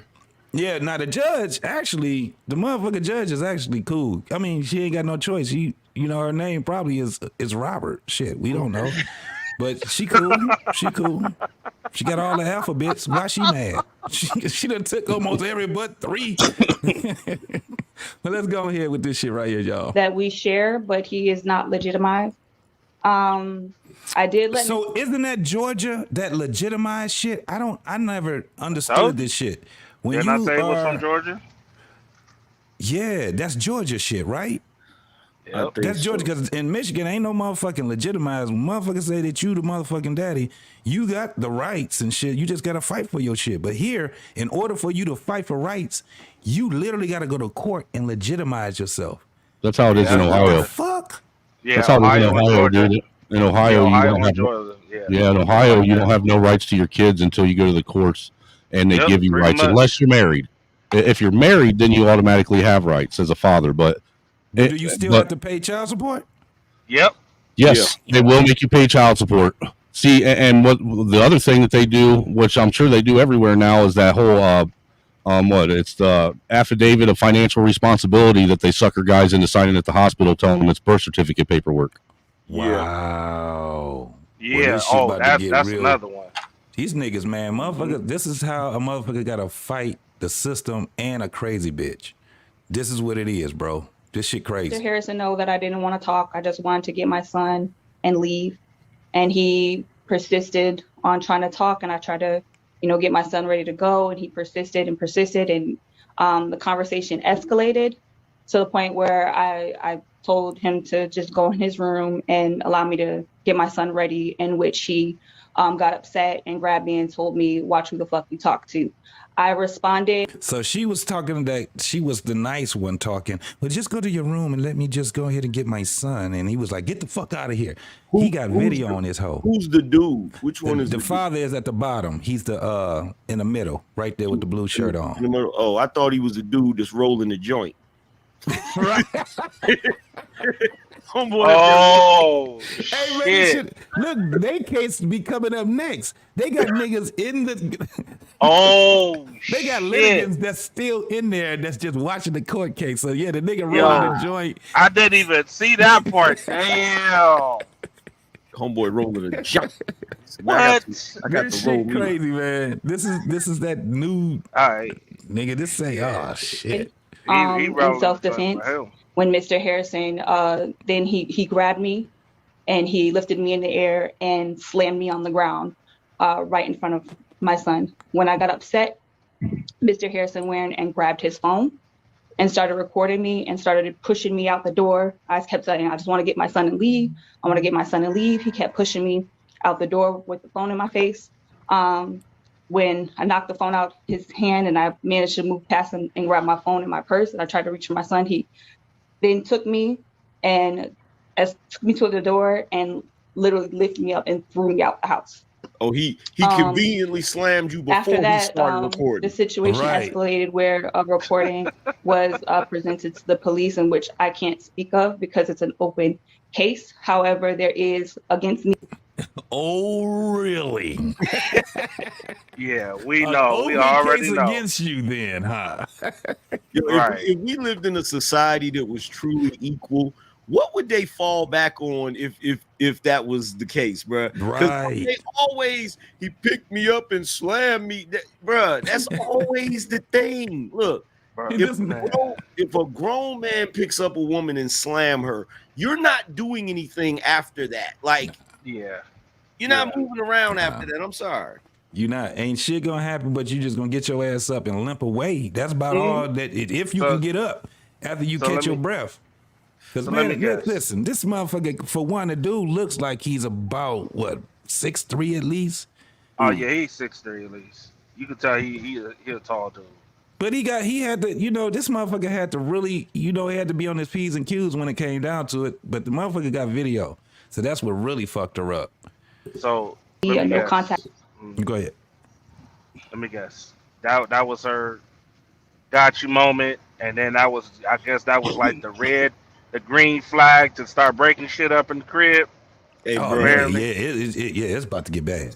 See, with my video skills, the court, the freaking Zoom court shit, I would have been fucking heads up with that shit. I'd have been like, Your Honor, I have the video, and as you can see here, Exhibit A. Yeah. All right, this is where she went haywire. Right. Order in which I've been honoring, and I have not contacted Mr. Harrison at all since the incident. And since we share a son that has not been legitimized, I had removed him on the pickup list for the son because we do not have a parental agreement. On February the 6th, I received a phone call from the school because Mr. Harrison arrived at the school causing a commotion because he's trying to pick up our son, Preston. The school then, distraught because they didn't know what to do. They're not used to situations like this and they don't understand the Georgia law. Doesn't matter about that. Move along. So Mr. Harrison, they relieved Mr. Harrison. They released my son to Mr. Harrison, in which, because we have a no contact order, I had to request the police escort. The officer didn't. Yes. No contact order because he was arrested. No, it was a no contact order because I was arrested. Oh, I knew it. I knew it. Protection order against herself. I knew it. Oh. Look, my man say that was my guess. Wow. And you're right, Angry Snowman. She's definitely crazy. She's a light-skinned woman that doesn't blink. Yeah. At all. Because of the footage on the video. So we share a son together, which he isn't legitimized. He took my son from the school, and I had to contact the police to receive a police escort to obtain my son. The detective had contacted Mr. Harrison. I do not have a police report because Officer Edie did not write a report, but I obtained a copy of the phone call the detective made to Mr. Harrison, in which the call he acknowledges that my son had not been legitimized, acknowledged that there was a no contact order, and in the end, so what? He was advised to get my son legitimized. And he was also defiant against the detective when asked to return my son. He said, well, what if I don't return him? Bitch, you sound like you're defiant against Which life. gives me cause to believe that this may happen again. Mr. Harrison has, I've not received any information about Mr. Harrison attempting to legitimize my son, but he has emailed me numerous times about contacting me numerous times to pick up my son. And he has also had friends reach out to me. And when I went to the office, get your lies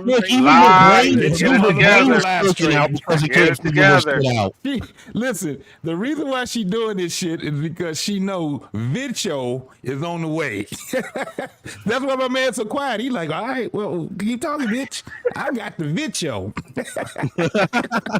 the police station to inquire on how I can protect myself from him contacting me with this, because I feel like I'm being baited to contact him and avoid him going to my son's school and picking him up. He suggested that I get the CPO. There has also been situation. Is there a pending legitimation case? So yeah. What my man had put on here, that was, he said, I wanted to see what proof she has for him being violent, seeing it was her and not him that was arrested. She know video was on the way. She already understand. That's why her ass can't figure out. She was trying to, damn, this lie. She out here trying to edit the lie while she out there putting the lie out. This motherfucker is all fucked up right now. She like, damn. Notice she said, look, here's the funny thing. Notice she said, because he went to the school and got my son. Notice in that situation, it's her son. But if this was child support, she'd be like, he hasn't sent any money to his son. His son, like, right. Absolutely. She said, you're trying to bait me to call you, get my kid. Is? Like, what? Okay. Right.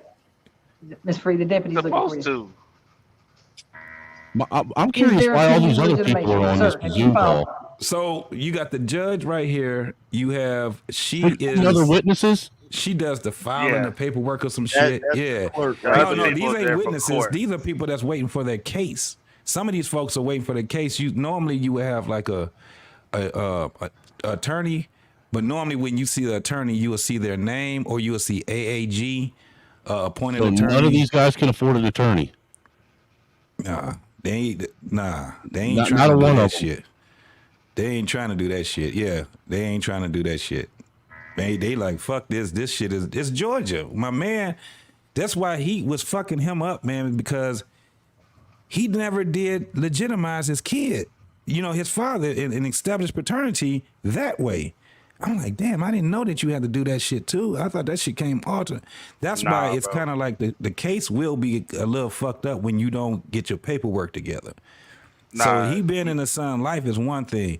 But you still got to be in this court, man. You got to understand how this shit work in these court systems, bro, because they gonna still end up fucking you up. You know what I'm saying? So, listen, like in Ohio and Georgia, even if you sign a birth certificate, your name's not on the birth certificate.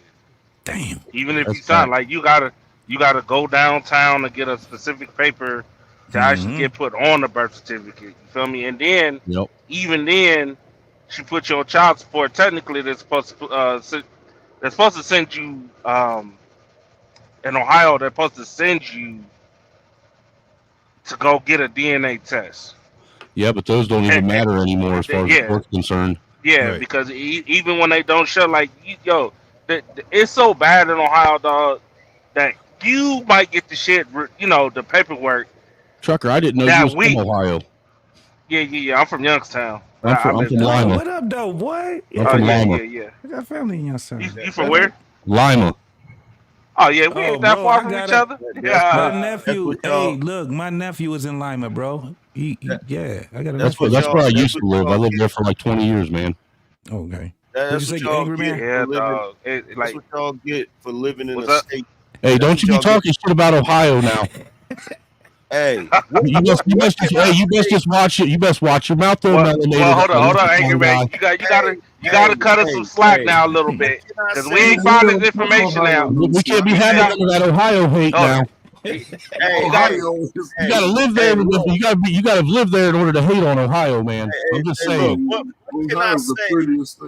what can I say about Ohio that hasn't already been said about Afghanistan? I'm just saying.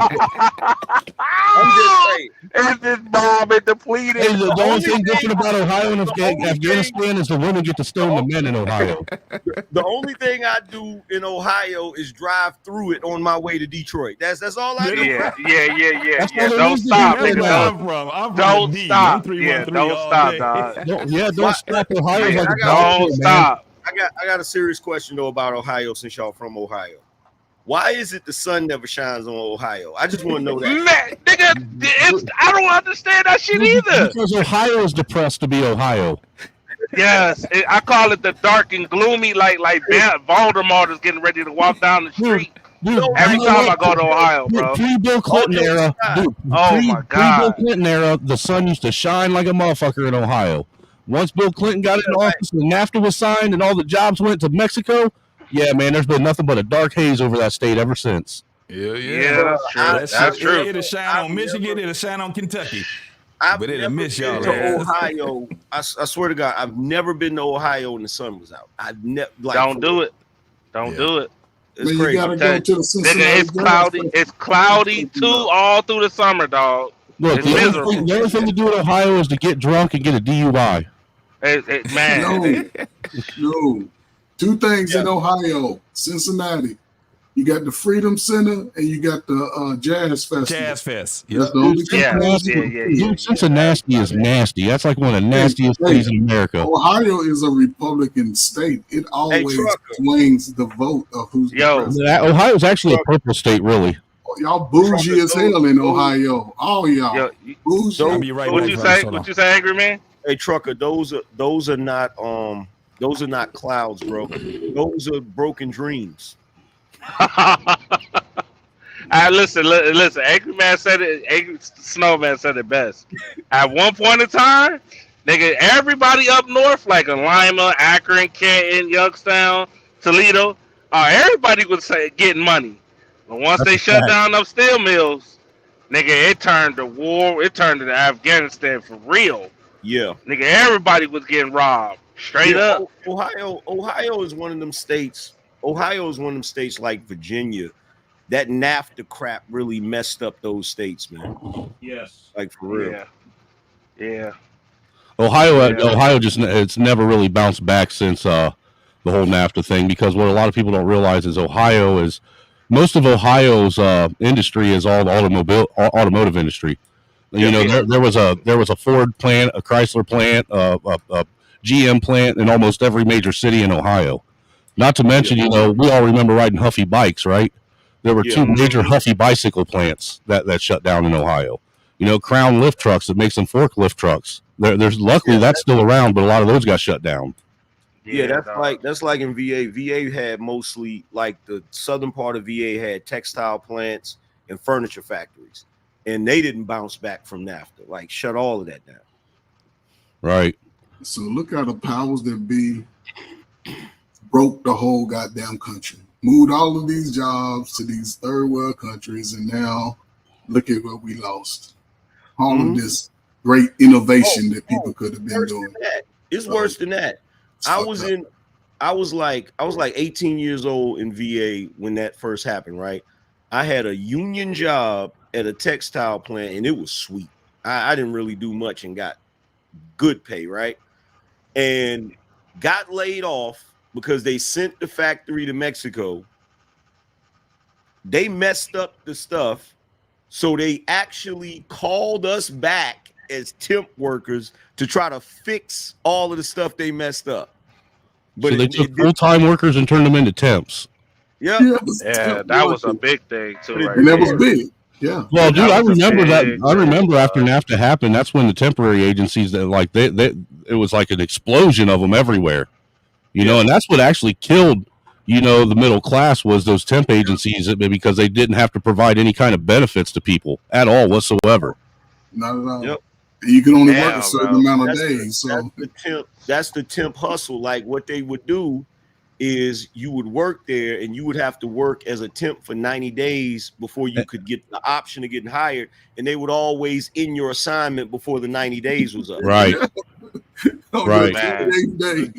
Now, look, if you was a young cat that liked to bounce around from job to job, the temp service was a perfect place for you. Like me, when I was 18, right out of high school, man, and was just trying to figure out my work ethic, dude, it was perfect for me to try and find a job I wanted. Yes. But then when I wanted to get settled down somewhere, dude, now that wasn't a thing. I mean, hell, they still have in Ohio, I think, like 5 Honda plants. I worked that one. There's 2 engine plants. There's what is it? The 2 transmission plants and an assembly plant in Ohio. Yeah, the assembly plant is in Columbus. That's the one I worked at. That's the glasses and. Did you have to work? Did you have to work as a temp for 2 years before they would hire you in? It wasn't no 2 years. It was 1 year. After that 1 year mark, if they ain't signed you on, you gone. Well, see, where I was at, the engine plant over in Anna, Ohio, they made you work for 2 years as a temp, and then there was no guarantee that you would get hired on because the way they hired people was through a lottery system. Yeah. Yeah, that's true. During that temp era, during that temp era, I took so many drug tests. You would have thought I was on probation. For real, dude, you would have thought the temp agent was a fucking PO. Yeah, dog. Like, I need you to drop some urine. Didn't I just do that 2 weeks ago? Yeah, dog. Yeah, they be even then. Y'all was at the bar. They found out the crew went out. Oh, y'all went out. Oh, everybody that went to the bar has lined up. Oh, you know what? We got somebody here for y'all. You know what's funny? What's funny is you would have guys in there waiting to take the drug test, right? And every once in a while, it'll be a company. They'll come out and be like, "Yeah, we need a hair sample." Everybody would get up and walk out of the tent. Hey, dude, I'll be honest with you. There was one place that I worked. It was the St. Mary's Foundry, man. I got drug tests so much there that I just started telling them, "Look, there's no sense in wasting your money. I'm a fail." Yeah, dog. I think they got rid of the actual drug testing. They do the hair follicles now. Yeah, niggas start getting smart. Niggas start buying it in advance. Hey, dude, I always there for a while. I'd always keep a bottle of synthetic on me. That's what I'm saying. Like, y'all wild as hell. Yeah, it's bad. Y'all Gen Xers are wild as hell. It's bad. Bro, like Snowman said it best. In the 90s, nigga, the skies was clear. You could see the stars. It was nice and high. It was, dude, man. After NAFTA happened, all it rained was tears of sorrow all over the state of Ohio, man. Like, nobody had anything to do except shoot up heroin, drink beer, get DUIs, and end up on probation. 2000. I left Youngstown. I moved to Columbus in 2000. Shout out to Kings Island. Seabus is actually a pretty decent city, man. When I tell you, shout out to Kings Island. I ain't been there. Shout out to Kings Island, man. Kings Island is the ghetto fucking Cedar Point. What are you talking about? Back in the 80s, that shit was the bomb. Dude, it still didn't top Cedar Point. Cedar Point was the mecca. It was the bomb. Yeah. Kings Island was where you took your family you didn't like. To the nigga named Banana Split, a monster named Banana. That's all I wanted was Banana Split. Hey, to all the Gen Xers up here, y'all, I'm gonna tell y'all why we lucky, right? We're lucky because back in our day, they didn't have 4K video. Yeah. If they had, oh, dude, man, we'd be so fucked. If they had 4K video. And the people today could see how awesome the 90s was, they would hate our fucking guts, bro. They would, dude. We'd all be hanging from a rope tree. We be looking at this shit now. We be like, this goofy ass shit. It's always something, nigga. Like, yo, like everything is boring. Like, they got now. Man, it's boring as shit. Dude, not only would they hate us, but be glad that there weren't cell phones and camera phones like there are now, because there's no proof of anything that we did. Yeah. The only proof we have is our memory. It's right here. Story. It's all you wanted. I remember when, right? Hey, You dig? I seen a guy that was explaining to this young dude how awesome the 90s was. He was like, Greatest era ever. He was like, when was you born? And he was the dude he was talking to was literally born right after 9/11. So he was like, yes. So you don't know. He was like, this is what I want you to do. He said, picture a day when you were getting ready to go on a trip or something and you were really excited about it. He said, imagine it being like that all the time. Every day. Every day of your life. Every day. I said, that is the best explanation of the 90s I've ever heard, bro. Yeah, I mean, but it's true. Dude, you just going to your grandma's and your car breaking down was an adventure. Yo, you used to see the old folks.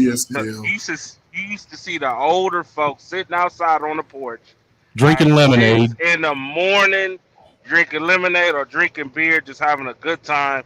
And kids is getting up at 6 a.m, nigga, to go play some football all day long. And it used to get cold in goddamn Michigan, in Detroit. It used to be colder than a motherfucker. We didn't care. The snow used to be up, man. You be snowed in. If they got a snow day, you mean to tell me there was a time when brothers would go out and play in the snow? Outside. Yeah.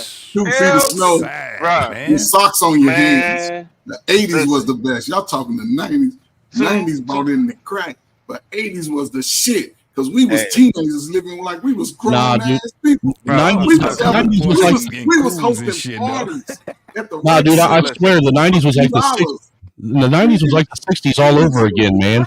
Yeah. Because the 80s looked 2 pair of socks, in the 80s, a starter jacket, a nice low hat. What are you talking about? In the 80s, motherfuckers used to drink 40s, right? And then them goddamn 40s. The 40s and Mad Dog 2020. 40s in the 90s too, man. Look, weed used to smell like weed. Everyone grew up on a diet of Quicksilver. Let's keep it real. Weed smelled like weed. It all smelled the same. And This shit smell like incense. The motherfucker smell like depression. Incense and bad decisions. Smell like bad decisions. It's just not good. It's Dude, I remember I remember in the 90s weed had two smells. There was weed and then there was skunk weed. And that was skunk. You had regular weed and then you had skunk weed. And everybody knew when you had skunk weed because no matter how many baggies you put around that shit, you'd still smell it. My father was a motherfucking, they got weed heads. My father wasn't a weed head. He was a weed connoisseur. He did not smoke regular shit. Acapulco Gold and shit like that. He took pride in the weed that he smoked. Yeah, because back then, nigga, the weed. I think the weed might have been stronger back then. Nah, man, it's way stronger now. That's because they mixing a bunch of shit with it though. They mixing a whole lot of shit. Today's strains that they're making are way stronger than what they were back then, dude. Way stronger. No, absolutely, sir. Absolutely. Oh, wait a minute. They fucked the game up when they went hydro. Once they start going hydro, would you say, Angry Man? The weed today is stronger. Yes, but it's not better. Right. Well, it depends on what strain you're getting. No, listen, weed today. Look, I've smoked some strains that make me fucking look. I've taken dab hits that caused me to fucking forget what the fuck I was doing before I did that dab hit. Moon rock and shit, y'all. They had like I was literally in the middle of playing a video game, dude, and took that dab hit and completely forgot what I was doing, didn't know what I wanted to do, and didn't know what I should do. Why you must have smoked that cookies and cream. That's what it was. Niggas get high now. They be wondering, why did I get this high? I just don't. Look, you go to sleep, you wake up, you still fucking high. Yes, I've had that happen, dude. You can't shake it. Fuck that. I don't want that type of a high. That's too much for me. The best part about the 90s for real is where you had to actually talk to the women. Oh yeah, dude. You had to have some real game. Not just talk to women. Actually, you had to get out there and really, you know what I'm saying, put in some work for real. Well, it wasn't given to you. You had to face your living troll too, man. You're bully, man, and that made men. To be honest with you, in my opinion. Yeah, that's right there. No, that confrontation and competition that we used to have as men back when we were kids in the 80s and 90s is gone now. Yeah. I've had Good to punch times, a nigga in the head because he kept thinking he can talk to me any kind of way, and at the end of the day, had to punch him in the mouth. Fuck it, we about to fight now, and then humbled the fuck out his ass. We still friends to this day. Dude, that's how a lot of us made friends back then. Yeah, that's how you made friends. That's how you met your homeboys. If that nigga wasn't willing to fight, then fuck then we can't get down, man. Because I need someone that's going to have my back when shit go down. Yes, sir. And you took your L with pride too. I got something for any young folks that's watching. If you want an accurate depiction of how awesome the 90s was, watch the movie The Sandlot. Yeah, there you go. Ooh, yes. Now, not the remake, the original one. The original one. Yeah. That's the closest depiction. Who remembers playing stickball with a pop can and a stick? Oh, it used to be in the morning, dog. You be gone all fucking day. Dude, I used to play basketball. Dude, I used to play basketball. The basketball with the crates on the pole. Dude, yeah, with the crates on the pole. I made a full court. If you can shoot a basketball into a crate, you can shoot it into a circle. Yeah. Nowadays, motherfuckers would get on a console, right? They'd get on a game console and they would play all fucking day. We didn't really get on our console until after we was playing outside. Or we went over a friend's house. Now we'll play all fucking night, but in the daytime, nigga, we out there. That's because during the day, you came in the house, you was made to do shit. No, you couldn't because first of all, you couldn't play the console in the house because the moment you start playing, they'd be like, "Go outside and play." Like, Yep. If you gonna stay your ass inside, I got chores for you to do. Exactly. That's what it's supposed to be about. Think that's the about whole it. reason Yeah, why. dangerous to stay in the house. Dude, and look, some of us like if I even made a mistake of staying home when I was outside, my mom would put me to work outside, so I had to leave. My mom was so fucking crazy. She'd make me go outside to try and sweep the dirt out of the front yard. Angry Snowman. No, these kids today do not know the struggle until they understand what it's like to be sitting, eating some cereal, watching Teenage Mutant Ninja Turtles on a Saturday, and your uncle busts up in the door and say, "Come out here and help me build this deck." Oh yeah, dude, and you ain't got no choice but to get up and do it. Exactly. There ain't no. There ain't no. I'm watching my shows. You either get up or do it, and your whole fucking weekend's ruined. It's all done. It's a Look, done deal. look, I got a whole list. Look at this. Help me build this deck. Help me put these roofing shingles on. Help me change this oil. Help me pull this pump. Have you ever had to pull a pump? Yes. From the well? Like dude, a sump pump? Yes. The motherfuckers did all this shit. Now motherfuckers make money hand over fist now because motherfuckers can't do none of this shit no more. Hold on, Tom, I'm not gonna make my baby do no work. I'm not gonna make my baby do no work. Yeah, he could be on the motherfucking game till he's 19 years old. Hey, look, man, shit. Niggas learned the skill on accident. That statement of you got one more time to come in the house, or you gonna stay in the house? Niggas is outside until 9 o'clock at night because we. Dude, you got one more time. My parents locked the fucking doors as soon as we went out. Man, you know what's worse? You know what's worse is when you went to your friend. You got on your bike to go to your friend's house because you wanted to meet up with him and play, and you pull up and realize his dad got him working. You like, oh shit, dude, you gotta hurry up and bounce before his dad puts you to work. Come on over here come over here and grab this right here. Like, that was me. Yep. My daddy used to do that. He was like, I'm glad you done came over here, boy. Come over here right now. I had a couple of friends that were just like that, dude. And anytime I saw that, I had to make a quick dash before their dad saw me because if I didn't, his ass was put. Nah, I'm trying to go fishing. That's the only reason why I came over here is I wanted to see if you want to go to the fishing hole. And look, I can appreciate it today, knowing that work ethic. But no child should know what a catalytic converter is. We shouldn't know that. We should know that. Angry man, this the Not only difference do now. you know it, but you know exactly what you got to take off to get that Yo, motherfucker off. niggas, we was putting bunk beds up when we was motherfucking 8 years old. Didn't need no assistance. Because we had Like that's what like we had to learn. Like it was like yo, Dude, what are you talking about? Putting bunk beds up? My bunk beds were made out of 2x4s and 2x6s. yeah, like we had to build them motherfuckers. Like listen. Niggas was goddamn carpenters by 9 years old. We had to fabricate them shits. Niggas, you gonna build this shit together. Dude, I swear to God, the bunk beds me and my sister had more structural integrity than the entire house put together. That was the strongest shit in the house. That was Dude, it was like I said, it was 2x4s, 2x6s, and fucking 3/4 inch OSB. Man, that's wild, dog. Now look at it now. Nick, man, listen.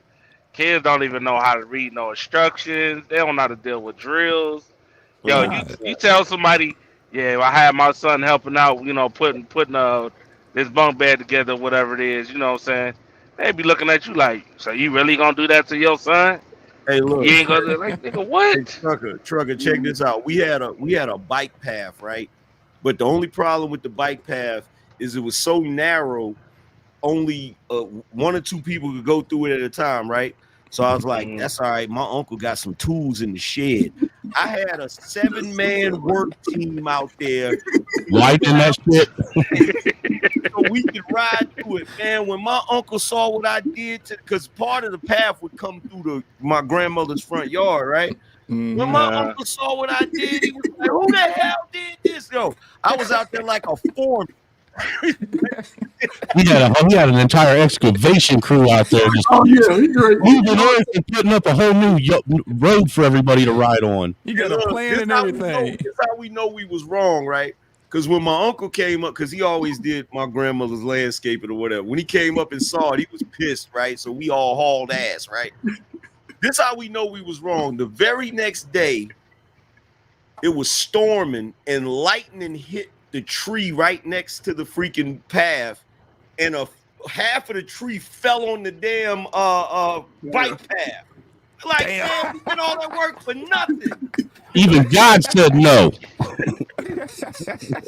God damn. It almost sounds like you grew up in Ohio. Right. I was in VA around that time. I was in VA. And then another thing, nigga, grandma didn't play back in them times either. No, dude, my grandma was a sweet old lady until you pissed her off. Great grandma did not joke, dog. I remember my grandma, dude. My grandma had she knew code. She had that, you know, that she'll cuss you out, but to get on the phone, that was some real shit, and start talking proper to your ass. If she don't know who it is, hello. That was some real shit. I be hearing them comedians say that. I say, shit, them motherfuckers, they used to know how to code switch. That was just what it was. Yeah. Dude, all the old people code switched back then. It didn't matter if you were white or black, man. Look, for real. And dude, like my mom, I don't know about you guys, but my mom, she babysit a lot. You know what I'm saying? And my mom hated her own kids, but loved everybody else's. Yeah, that ain't the motherfucking truest shit right there. Y'all look like your daddy. She didn't like y'all. I can't stand you motherfuckers. Y'all mama ain't the best mama. Shit, you ain't got to deal with her. Soon as y'all leave, she gonna smack my ass. Your mom's so nice. The fuck she is. You ain't got to deal with that bitch every day. That's how look. That's how it was. Like if you went over to your friend's house, his mom would be nice to you. You feel what I'm saying? Yep. But be talking shit to him. Yep. Dude, my mom was like a little 5-foot tall ninja too, man. She'd be hiding, like she'd be hiding behind shit, waiting for you to walk through the door, jump on your back like a fucking spider monkey and shit, and beat the shit out of you. Just sitting there, come inside. Can you grab that trash bag, angry man? Thank you. You such a good child. JT, take your bitch ass upstairs. And I told you before you left that you're supposed to have them dishes washed. Since you didn't, guess what? Now you're on punishment. Yeah, but the adults in your life back then, they talked to you like you was a young adult. They didn't make excuses for your bullshit. They called you out immediately on that bullshit. Yeah, they wasn't held you accountable. Yo, that's back in the day when you would get a whooping, and the other adults would laugh at you. Right. That was the day when the cops would pick you up past curfew and take you home instead of to jail because they would sit there and watch your mom beat the fuck out of you. Yeah, you be wishing that you went to jail. Shit, you be like, and no. Look, after the adult laughed at you when you got your butt whooped, they'd be like, get your shit together. Look, there was only one time my mom didn't beat my ass. That was because I came home so fucking drunk. She waited until I woke up the next morning with a hangover, and then beat my ass when I had a hangover. Oh yeah. God damn. Oh yeah. Don't make me call your mama. Your mama just whooped your ass just the other day. Dude, I called my mom a bitch one time when I was a kid and never did it again. Yeah. Hey, look, Angry Snowman was that kid where us black folks be like, I wonder if I try that shit at home. Yeah. See what I'm saying? He was over there. Dude, anyway, big and say, I bet your mom was small too, wasn't she? She was, man, but she was fucking mean. Yeah. She was mean as hell, dude. I mean, for real, dude. That's why, dude. That's why it kills me. A lot of these dudes up here in this space that they like the white mom stereotype. My mom was basically a black woman. Yeah, for real. That was that tough love, though. That was we called that tough love in the 90s. Now it's called abuse. I mean, my mom would sit there while she's sitting there swinging, beating your ass, crying, talking about, I can't believe you're making me do this. I love you. Hey, look, this is what we would do. We would go in the room, right, and close the door and be like, I fucking hate it here. And they'd be like, what'd you say? Yeah, talking all under your breath. I hear you running your mouth under your breath. I still don't understand, nigga. You be saying that shit, you be 3 miles away, you can hear that shit. What you say? They say what you say. No, what's worse is when you get a whooping that wasn't intended for you. Mm-hmm. You feel me? Like, oh, you mean when you had to take responsibility for something one of your dumbass siblings did? No, I'm not talking about that. That's different. That's a whole other thing. That's right. That's still an unintended whooping. That shit wasn't for me. That was for them. That's not an unintended whooping, because if you get in trouble, if anybody get in trouble and you with them, you gonna get your ass whooped too. That's normal, right? Y'all a gang. No, what I'm talking about is like me and my cousin that went out, and we was grown. We was 18. We went out somewhere, and apparently his pops had told him don't come back in his house after a certain time, right? Mm-hmm. So I'm with him. We going in the door, and we open the door, and we couldn't get the door open. Like, why the door won't open all the way, right? So we sliding in the door and close the door. His pops is behind the door. He jumps out, started beating like he had a belt, and I'm catching shrapnel like, You were catching shrapnel. That was intended for you too, dummy. That was indirect fire. That's exactly what that was. He was hoping he would get some collateral damage on your ass. That was I don't give a fuck who you. I told you. That was the difference, bro. That was the parents did not care. It's you got your ass whooped at the grocery store. You got your ass whooped at church. Everybody at church had your ass screaming in the damn bathroom, getting your ass whooped. No, it's and everybody chuckling. Hey, bro, you get your ass whooped by every fucking person going home after you fucked up. But when you was in public and you was young, you and your mama got the welling on you for the dumb shit you was doing. The last thing you did was screamed out loud. You held that shit in like, Don't you dare make it sound like I seem like I'm in here beating you. No, because back then when you got whooped in public, everybody, including God, would look the other way, like right. That was embarrassing. Now they look at you when you start beating your kids. Back then, they all pretended like they didn't see it, hear it, or nothing. He needed that ass whoop. I knew that ass whoop. I knew he was gonna get that life-changing ass whooping. And look, dude, they do it in the grocery store with a baby in one arm, smoking a cigarette, hanging out their lip and shit, and pulling the fucking belt out, beating you to death. Right down on aisle 5. Ain't that crazy how shit is now, where everything is so motherfucking just everybody's so sensitive and shit. Everybody's soft as hell. I remember a time there was no such thing as a baby seat. I remember when there was no such thing as feelings. That's there was a no bar such right thing there. as a fucking baby seat. It was hey, get your ass in there, they put you in that seat belt, and that was it. I remember when this was the seat belt.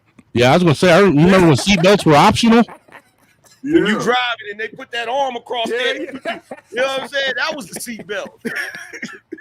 That's when the front seat, it was just one big front seat. You feel what I'm saying? Won't no middle console. You feel me? Yeah, well, they would condition us for the bar because both of them be chain smoking up front in the middle of the fucking winter with the windows rolled up. That's why our generation is the generation that don't wear seatbelts. We'll sit on them. Remember how they used to try to make it where you had no choice but to put the seatbelt on? They had the motherfucker to come and you close the door. The motherfucker come and go around you and shit. Motherfuckers pull that motherfucker Put that around shit behind you. The funniest shit in the world. The funniest shit in the world. We was kids. We had got a little bit old. I think we was like preteens. We in the car with my uncle, and my uncle always smoked cigarettes, right? So he's sitting in the car. He smoked Salem's, right? So he's sitting in the car smoking a cigarette. And my cousin, his daughter, his oldest daughter, had the nerve to say, "Hey, Dad, you know secondhand smoke is dangerous." He said, "Not as dangerous as this secondhand ass whooping you gonna get if you don't shut the hell up." I said, "God dang." The smoke with us, man, with the windows. You like, what the fuck? Hey, angry man, I got a question. This is one thing that I used to see. Was the nigga driving it and was still looking back at her, saying that shit dead in her eyes while he was Yes. Hey, and let's not even get. Look, my uncle had a Cadillac Seville, right? He be smoking a cigarette, driving the car, right? And I've seen my cousins used to cut up. That's why I hated going with them, because if they got in trouble, I know I was gonna get in trouble, right? So he smoking a cigarette, she back there doing something. He kept looking back. Hey, and you best not hope that they can't do it while they're driving, because if they have to pull the motherfucking car over and beat your ass, they will. Because how many times did we drive down the road as kids and see a car pulled over off the side of the road with the kids getting beat? Hell yeah, You see I done seen that shit. You just see that belt whacking. And they're like, yeah, you fuck up, so go ahead and fuck up. I'm gonna fuck your ass up just like that, nigga. Oh, everybody in the car is silent. Check this out. You couldn't even, like I said, you couldn't even escape it once you got like 18, 19. If you were still living at home, you couldn't escape it, right? So me and my cousin, we had a job at a furniture factory, right? Hold on, before you go any farther, how much of your money did your mom take from you and tell you she was going to put in a savings account that you never got? Oh no, I was good on that. I was at grandma's house, so I was good on that, right? Oh yeah, blessings for that. He riding with me. I got me a little car, whatever. We going to work or whatever. First day of work, right? So I'm trying to do the job. It's a hard ass job. They got him sweeping. Every time he passed by, he's saying something negative about the job, right? So I'm like, shit, man, I'm tired of this job. So we decide we not gonna go back, right? So he spent the night at my grandmother's house. So upstairs there was 2 rooms, right? So I got my room and then there's like an extra room. So he's sleeping in the other room, right? Early that morning, I woke up to a bunch of noise, right? Now the rooms are right across from each other. I look in the other room, his mama in there tearing his ass up. I told you to get your ass up and go to work. You thought you were gonna stay up here and won't go, right? So apparently she done came up there. My grandmother done let her in the house. Ain't nobody warned nobody or nothing. She up there tearing his ass up. I said, bruh.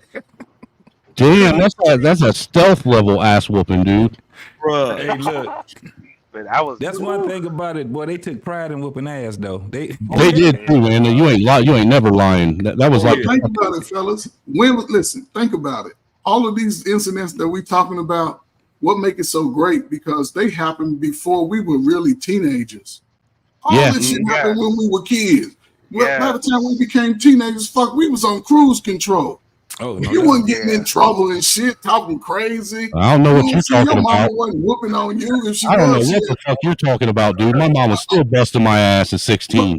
But you had a slick mouth though, so she was gonna respond to that slick ass mouth. Yeah, parents, they dealt with your slick ass mouth. That's the last thing. Yeah, you call your mama a bitch, a black woman. I only did that one time, man, and I paid for it. And you lived. You got lucky. I did live, dude. But listen, Angry Snowman was that nigga that I saw when he was a kid. That's the one I saw. Hey, look, shit to his mama. Hey, look, the taking pride in the ass whooping, that's an understatement. Because if you remember, they all had weapons of choice. Yeah, they took pride in the weapon they created. So it was a belt, switch, a 2x4. Don't forget about the wooden spoon, nigga. The wooden spoon. No, the Hot Wheels track. Yeah. The clothes hanger. Yeah. That was the one. And I'm not talking about them goofy.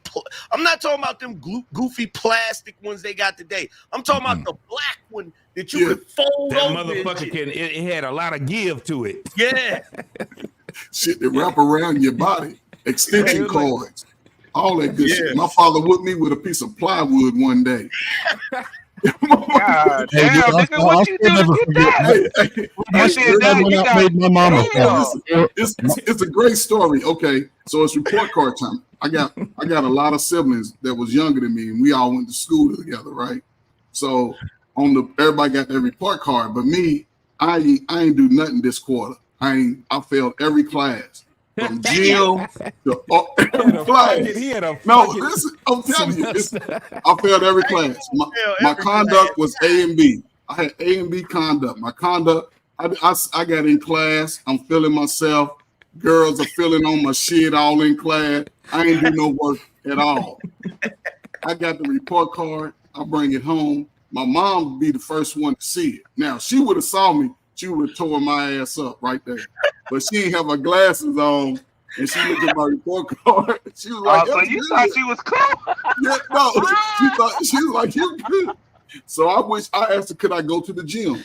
I go to the gym. I know my father get off about 4:30, he be at home.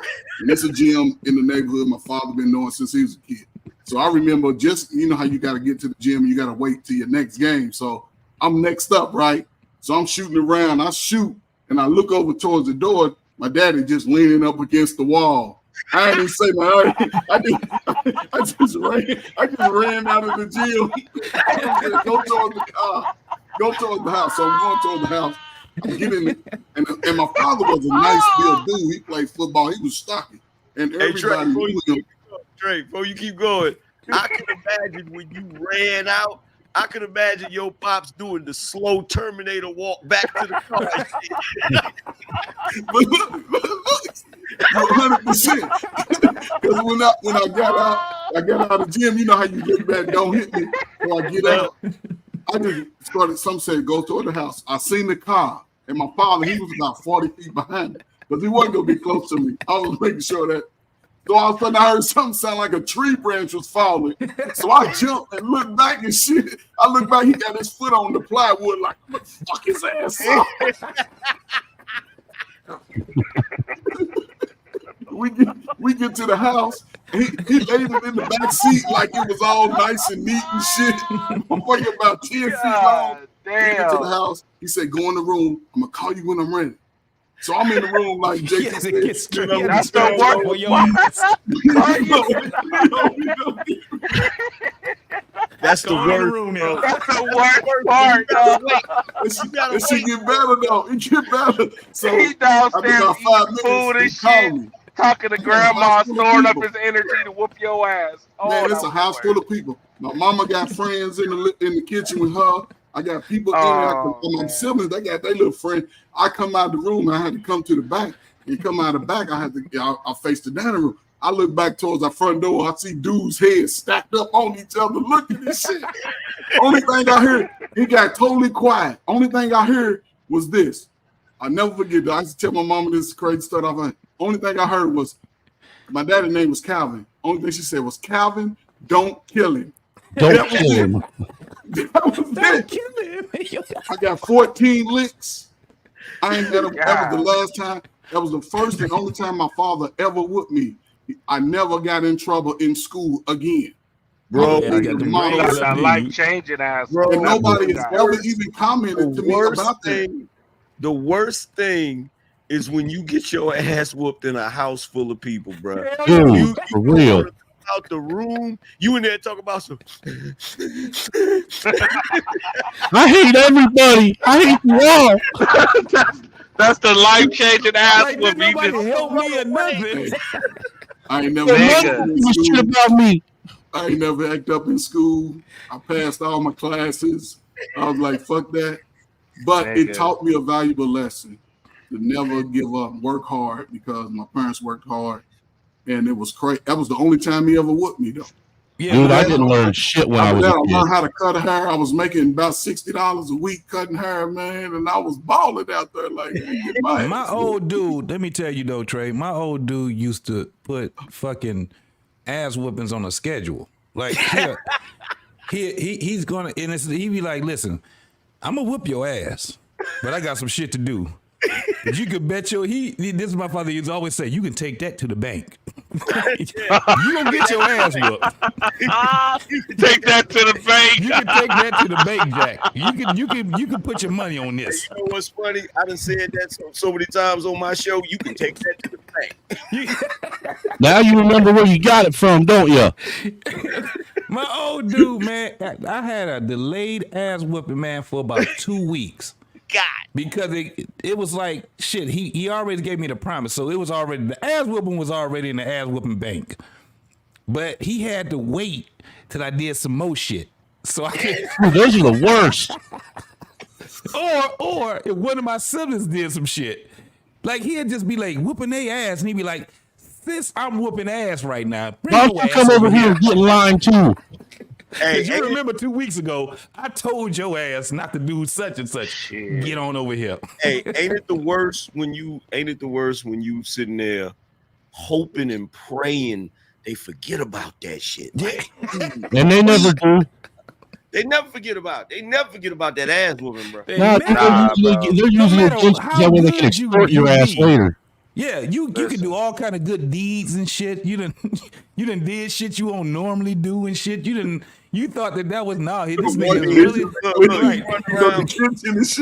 You run around the house. Look, you think they done forgot about it, so you run around the house being extra nice and helpful and shit, and you know, and they talking to you like it's normal and shit. You know what I'm saying? And then the worst is when you think you finally in the clear. You get in the bed and you about ready to go to sleep, and you think you made it home. You home free, baby. And they come in that door. Get your ass up. Get your ass up. Turn the lights on. All right. They used to be psychological, bro. That shit is crazy.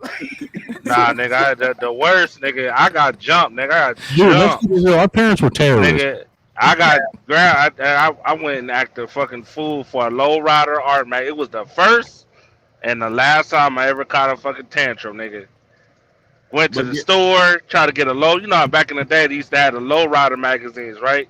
Yeah, they put them right next to the porn magazines. Yeah, you used to be able to draw them joints, right? So I'm like, all right, cool, grandma, I want this. She's like, nah, baby, it's like $5. You know, $5 was a lot back then. Yeah. Mm-hmm. So I went, yeah. She was like, okay, I got you. So I thought I'm sitting down watching the tube TV. I ain't gonna say television, but I'm watching the tube TV. I thought so I saw my grandmama's friend come out. Hey, Miss Rosalind. I see my grandmama, right? Then out of nowhere, nigga, they sat there for about, just chopping it up. Out of nowhere, nigga, my mom came out, motherfucker, whoop out, nigga, stop whooping my ass, nigga. And then my dad came out of the good, you gonna act like whoop my ass. I couldn't go nowhere, nigga. I was spinning around. Shit. Bro, I was spinning around. They whooped my ass out of my clothes. They whooped my ass out of my shorts, nigga. I got dick everywhere. Rolling around, Miss Rosalind looking at me, shit, laughing and shit. Nigga, that was the first time and last time I decided to do that shit, dog. My father was such a force on me because I used to lose shit all the fucking time. And I be losing shit like my key. So I was one of those kids that had his fucking key on a shoestring on his neck. I still lost the fucking key. So now mind you, I'm only 8 years old. And I'm coming home because they worked a lot. So I was like, well, shit, I don't know what to do. And I don't want to let him know that I lost my key. Guess what the fuck I do? I breaks in the house. That's dumb. I go right because I thought I would be able to do it right. You can't. That was dumb. I try to go through the window, so I break the motherfucking the screen, And then when That was mistake number one. Now this is what I said. This is God working. I goes through the fucking window because I'm short, so I end up climbing, and then I falls in the window. I falls in the window. My motherfucking foot, it goes back like this. I bust the fucking window. Oh damn! And now it gets, you know, it just, the plot thickens. I'm not telling nobody shit. I closed the fucking window. I tried to fix the screen. The screen was all fucked up. You ain't say nothing? Nothing. Oh, so shit. It was kind of like it was kind of like the end of the summer. So they didn't know anything about that shit until fall comes. So about November, October, November. Also, when they had to put the storm windows on, that's when they found out. Well, you waited until it started getting cold and the bill was rising. Like, why the fuck is this air coming through? But they're panicking. They're panicking because they like somebody try to break in the goddamn house. So they out here going on and on. And you didn't say shit. You let them think that, didn't you? I didn't say a motherfucking thing. I don't blame you. I wouldn't have either, so man. The neighbor behind us, your ass, told my father. I didn't know that he knew them. He told my father, I seen somebody climbing in your window. And I think it was your son. Now, mind you, at this time, my brother wasn't even born at this time. I'm 8 years older than my brother, so he wasn't even born at this time. So it wasn't nobody to blame it on or nothing. It was me. My father sat back. He said, "You want to tell me about this window?" I was like, you know how you get to looking like, huh? How hell you know what the fuck I said? Do you want to tell me about this window? Look, I'm gonna be real. There's only How one. the fuck do he know? I'm like, somebody had to tell him. This is when they start asking you questions where you know they really fucking with you. Because my father said, "You must think I'm a goddamn fool, don't you?" Yes. I didn't say anything. He said, "Answer me." I said, "No." He said, "Evidently you do." Oh, and I'll be like, "No, I didn't." So what happened? You know how you, as a kid, man, you just don't know how to get it. And he was like, "All you hear me, I'm out here trying to explain, but this is him." And he's walking. He wasn't hearing anything you said. He wasn't listening to shit. He was going to get his belt. That belt, man, I hated that much. He was formulating his alibi after he killed you. Hey, my father passed away last bro. week. My father passed away. Last year. My father, it's almost been a year. I still seen that same belt he had. That was the first thing I wanted to throw the fuck away. I bet. Because I never seen him wear it. I was just there to beat you with. That was man, and that motherfucker, when you hit a ding, ling, ling, ling, you know you about to get your ass whooped. That was one of the ones with the big fucking buckles on it, wasn't it? Yes, it had the huge belt, the buckle on it, and the motherfucker had goddamn stencil shit on it and shit, like some goddamn Indian stencil or some shit. I don't know. Let me ask you a question. You was in Detroit when you broke that window, right? Hell yeah. Now look, and I was in the hood. The worst thing you can do is break a window in Detroit. Ask me how I know. You broke a window in Detroit, didn't you? Because I broke a goddamn window in Detroit. That's how I know. I was a little kid too. And we were staying in my uncle's house, right? And my uncle, you know, he had the basement or whatever. And you know how the basement got that window, that little small window and shit. So in that room, you could stand on the bed to where the window was at. And my father had this little dog, you know what I'm saying? This little dog that I just loved to death. And the dog was tied up right outside the window. And so I used to get up there and tap on the window to get his attention. And I fucked around and broke that motherfucking window, bro. You can't break it with it because when it get cold, bro, they gonna know. When it get cold in Detroit, it get cold. It get cold. Yeah. It's the same way in Ohio, nigga. Once it get cold up north, nigga, it is cold. Everybody walking like this, nigga. Even if you go into the car, everybody got their shoulders up like this. Yep. Yeah, it's instant. Why the fuck is all this air in the house, yo? I got the heat on 80. What the fuck is going on, yo? I just had this shit insulated. Based on what everybody just described about their life of that time and how you can laugh and appreciate it, today we were abused. We were. Yeah. Today, that's not shit. They, But you know, man, I made some motherfucking decisions. Dude, we all I'm grew glad up I on a made. steady dose of abuse and neglect. Shit, No, nigga, your I parents still never make my neglected you. kids. The fuck they didn't. They I'd rather neglect have you. abuse than neglect. I still make my sons. Oh, you fuck up. We in the store. You want to act the fool? All right, 6 inches. Chinese squats. Yep, stand right No, there. dude, I I'll be tell my right son back. all the time, I ain't afraid to go to jail because he rapped my ass out. He better hope he finds somewhere to live because when I get out of jail, when his mom bails me out, I'm gonna beat him even that much harder. See what I'm saying? You know what? You know what's crazy? The two things when we lived in Detroit, the two things I got in trouble for the worst was when I broke that window, and the other time I was in school. I was like 7 years old, and I'm in school and shit, right? And my father used to always take me and drop me off to school and pick me up. Lucky you. Yeah. Yeah. Well, it wasn't because of it's because of that snow shit. You feel what I'm saying? Like, yep. But I still but have to here's walk on that snow shit. But here's the thing, though. The school wasn't close to home, right? So one day he was late picking me up. Uh-oh. But I was always a perceptive kid. So I was like, I know my way home. Yo. And I walked my ass home. That was a mistake. Bruh. That was a 7 big years mistake. And I made it home too. I made it home too, bro. Yeah. But How many guess cops what? showed up at the door when you got home?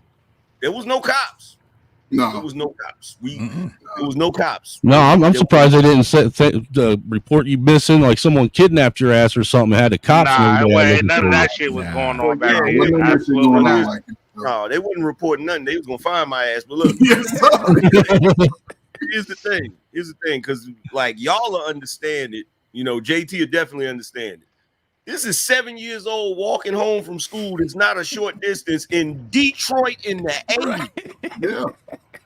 Yeah. We talking about 85. You feel what I'm get a saying? chance to see a Damn, lot you're of lucky shit, you don't you? survived.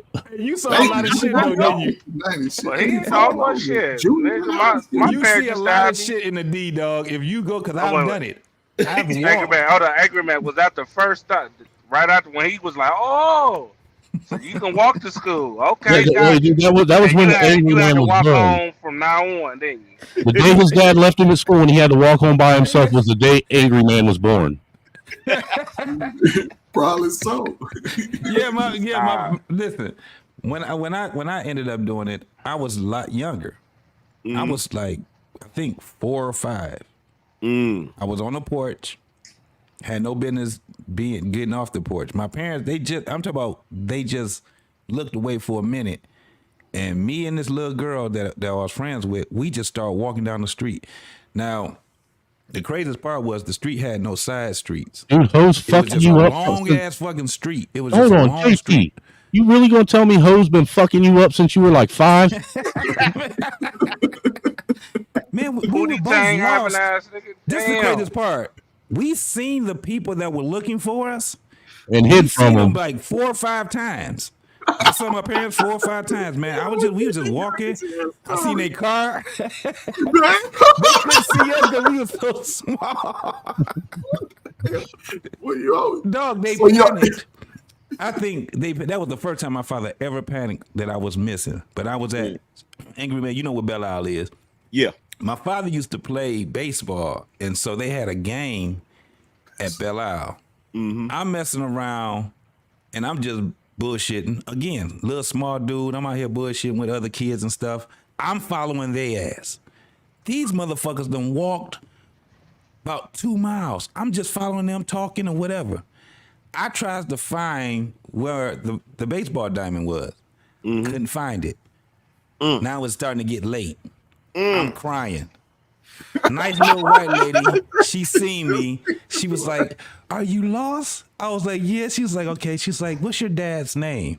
I said, "Daddy." Yeah, cause you could, Yeah. You could. Yeah, that's another thing right now, dog. Yeah. That's like the first time I forged my mom's signature on a test, man. You know how I signed my mom's name on my first test I forged? I signed it Mom. I was in 2nd grade. I wrote Mom on the test. Look, the worst thing is when you a kid and you go somewhere you ain't got no business and you get lost. That brief moment of panic that you get, like I fucked up, like I'm gonna get my ass beat, bro. Get fucked up, nigga. You what? Yo, I had a moment where nigga, my mom went to whoop my ass one day. I got sick of that shit. Nigga, I Barry Sanders her ass and jumped through the screen door. Nigga ran 3 blocks to my grandmother's house, right? I'm knocking on the door. I'm knocking on the motherfucking door like, Grandma. Oh, Grandma ain't here. Shit, she had bingo. I'm thinking she... Nigga, my dad like, can you? I was like, I turned around, get ready to run. I was just like, oh, man, fuck it. But fuck see, it. But see, JT, you know what's funny, bro? Like in Brooklyn, I knew I couldn't go off of the stoop, right? I had a little vicinity where I could chill or whatever, right? Right. But when we got to Detroit, I felt like them rules didn't apply to Detroit. You feel what I'm saying? And Detroit to a little kid looked like a whole adventure. I'm sorry. There's so many things like, bruh. You get a chance to see all kinds of shit. It's crazy. It's crazy being in Detroit because I've fucked around. Even being a little bit older, man, I was like, well, shit, before I started driving, I caught the bus every fucking where. Word. And so that's how I pretty much knew how everything was in the deep. But man, it's an adventure. You go around, you be in the hood, it be some nice hoods and shit, ain't nothing going on. And 3 goddamn blocks later, your ass is fucked around in a motherfucking hood where you be like, I can't believe they do this type of shit here. Yeah. It's just, you be like, God damn. But parents, they already understand it and they get scared about that shit. Yeah. But I wanted to speak on what Angry Man was just saying, forging your parents. I tried that shit, right? Yeah. Motherfucker. But see, the craziest part was that I don't know why these fucking teachers thought they were smarter than us. A teacher has stapled a letter to my fucking shirt. I couldn't stand the bitch. I was like, y'all, I could not believe she did that shit. She was like, get this to your mama. And she gave it to me. And then she said, no, you gonna lose it. And she took a stapler and stapled that bitch to my shirt. I was like, what? You couldn't find a safety pin or nothing, huh? This nigga, I opened that motherfucker up. It took me forever. I had to draw my mother's. I had to get some shit with her signature, and I'm drawing her signature. I wasn't thinking, man. I was thinking like a fucking kid, but I had the a shit Kevin out of that. Hart moment, bro. The Kevin Hart moment we was talking about. My mama said to tell you, I did that shit. I did that shit for real. Nigga, I told Miss White, motherfucking bitch. Yeah. My mama said if you, bitch. Yeah, hey, dude, I started out forging mom's signature MOM. All right, in 2nd grade. But by the time I was in middle school, I had her actual signature down to a fucking art form, dude. Like I forged me, my sisters, all our report cards, all our demerit slips, all our detention slips, everything. My mom, never. Look, we never. Wonder why bro. There was a reason why you was getting your ass whooped at 16 years old. The fuck, nigga, you was a damn con man before you even. Damn, you was a con man. But that's the difference between the younger generation of old and today. We were smart as hell. We figured that shit out on the fly. Yo, trying to give us the answer. We come up with that shit and fix that shit. We was Trey, what you're saying, when he was telling that story about that window, the story that came to my mind, me and my sister were 18 months apart, so we were like 2 brothers, basically. I used to beat the shit out of her. She's the first person ever. She's the first person to ever give me a black eye, too. You know what I'm saying? But look, we were in high school. We were in high school, all right? And by this time, my parents had just finally got a brand new set of furniture. You know, it'd been the first set of furniture they'd had for probably a decade, so we weren't even allowed to sit on the shit yet. You know, we had to sit on the floor. You know, one morning, me and my sister get into a fight, And I take my sister and I shoved her so fucking hard she went and hit the back of the fucking brand new sofa and it broke the leg on the bottom of it, dude. So we're sitting there all like this, and I was like, "Oh fuck, dude!" Like instantly, the fight was over. Me and her made up, and we're both sitting there like, she's like, "What the fuck are we going to do? We're in trouble." Because mom was at work, you know, our stepdad was at work. I was like, I got this. So I go out in the garage, I grab some sawdust off the table and some wood glue, and I take that fucking leg, because all it did is it broke it to where it pushed the back of it out. So I took and jammed some sawdust and put a bunch of wood glue up in there, and then I put that leg back up in there and set it down on the floor, and I said, now don't touch this motherfucker, and don't sit on it, don't nothing. All right? Look, like a week and a half went by. Me or her we didn't touch that fucking thing, didn't go nowhere near that thing. And then get this, one day my parents had this fucking really fat obese friend. His name was Greg, dude. All right? Greg just sounds like a fat dude. I mean, you know what I'm saying? He just sounds obese. But anyhow, he come over and he went to sit down on that fucking brand new sofa, and as soon as he hit that, the back of that motherfucker was like, "Tink!" It hit the fucking floor, dude. That's the only time we ever got away with anything, because they swore up and down that motherfucker broke their brand new sofa, and me and her didn't say shit. We just silently laughed at each other. Man, it was like, yes, we got one over. You done schemed on your parents for 4 years, man. What the hell? All right, man.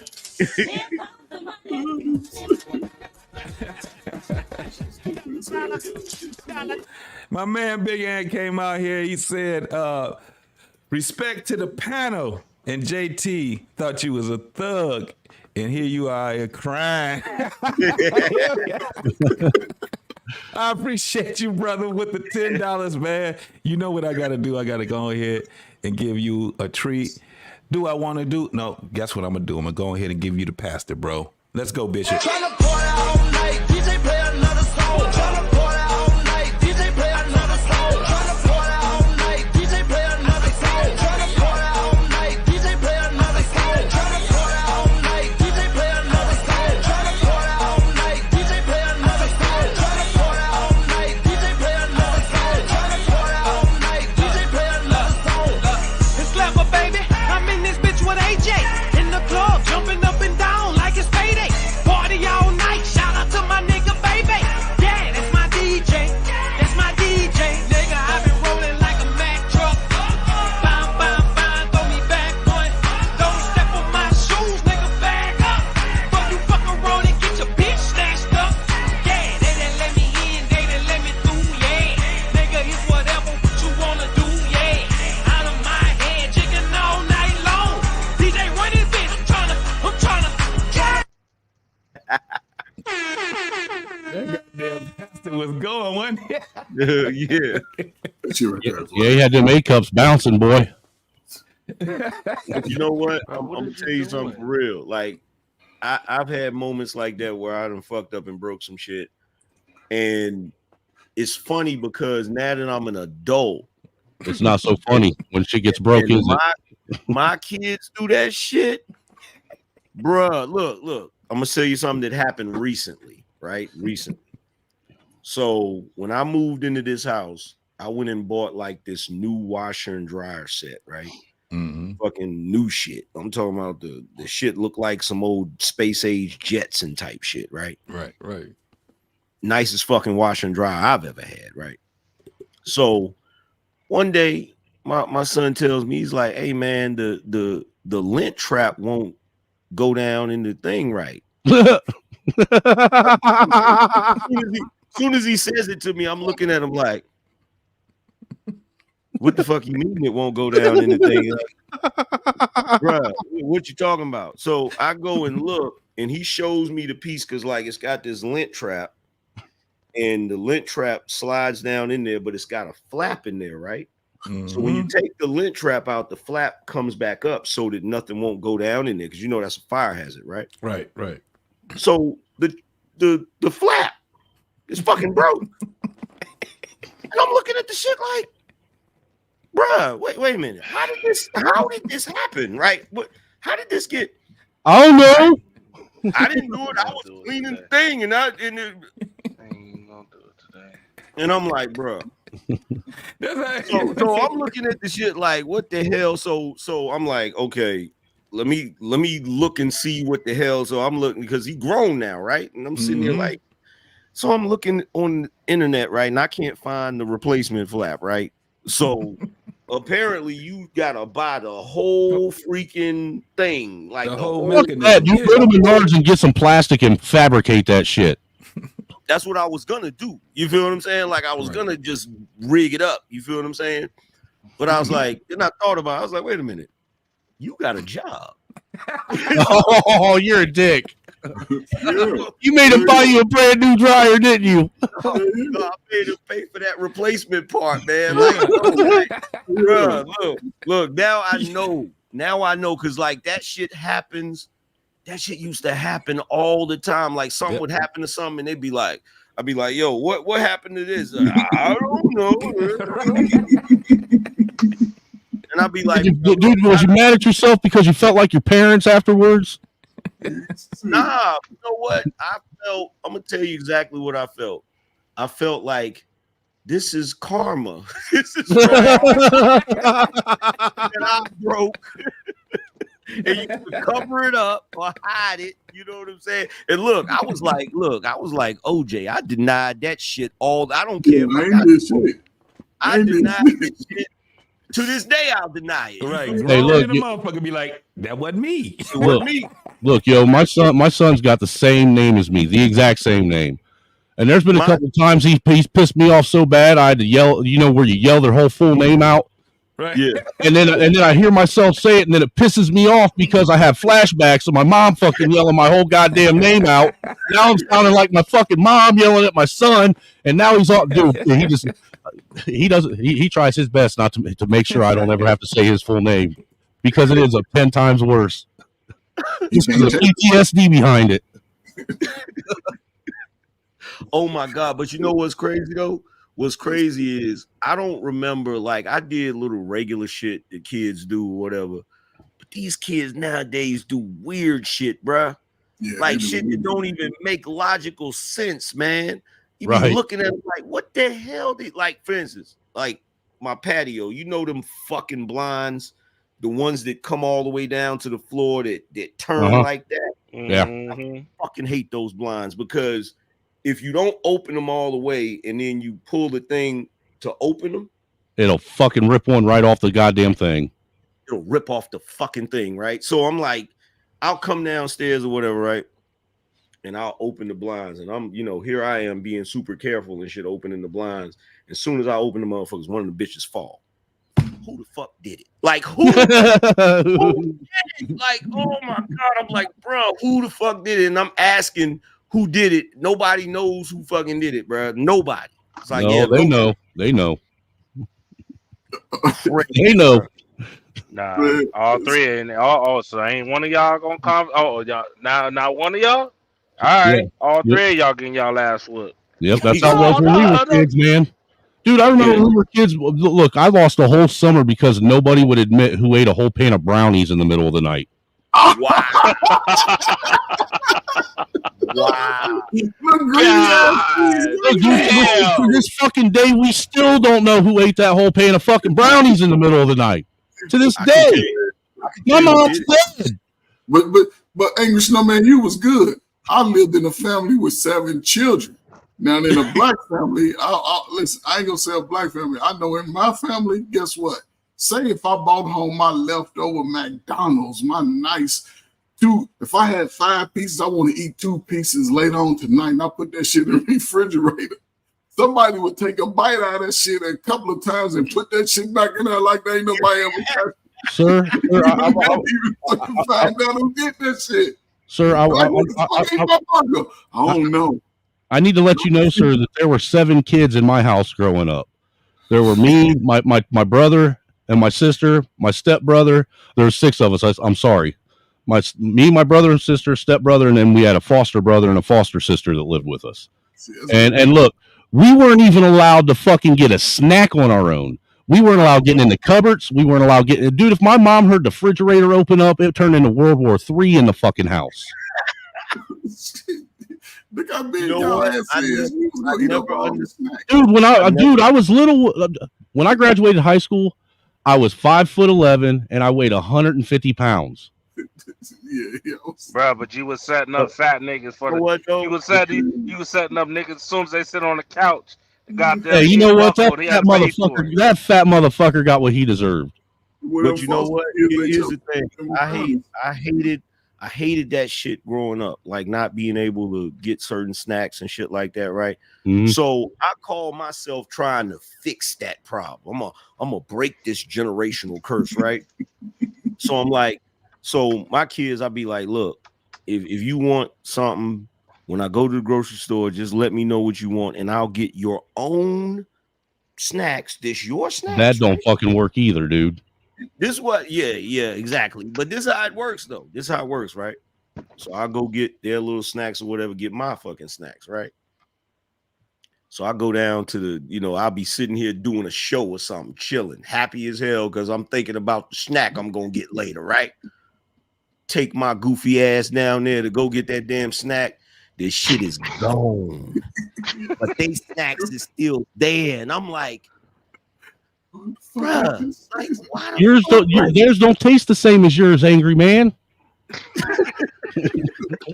that shit ain't cool, bro. Theirs don't taste as good as yours do, man. Yours got that extra special goodness on it. You know the fucked up part about that is that they be having the same goddamn candy as you. Yeah. They eat your But shit. it don't taste the same. It don't taste the same. So whose gene does the kid have? Does it have yours or their mama's? Fucked up, man. Man, bro. Look, my thing is this. This is the weirdest shit to me, right? So I'm like, the one thing that I can't understand about the situation, right?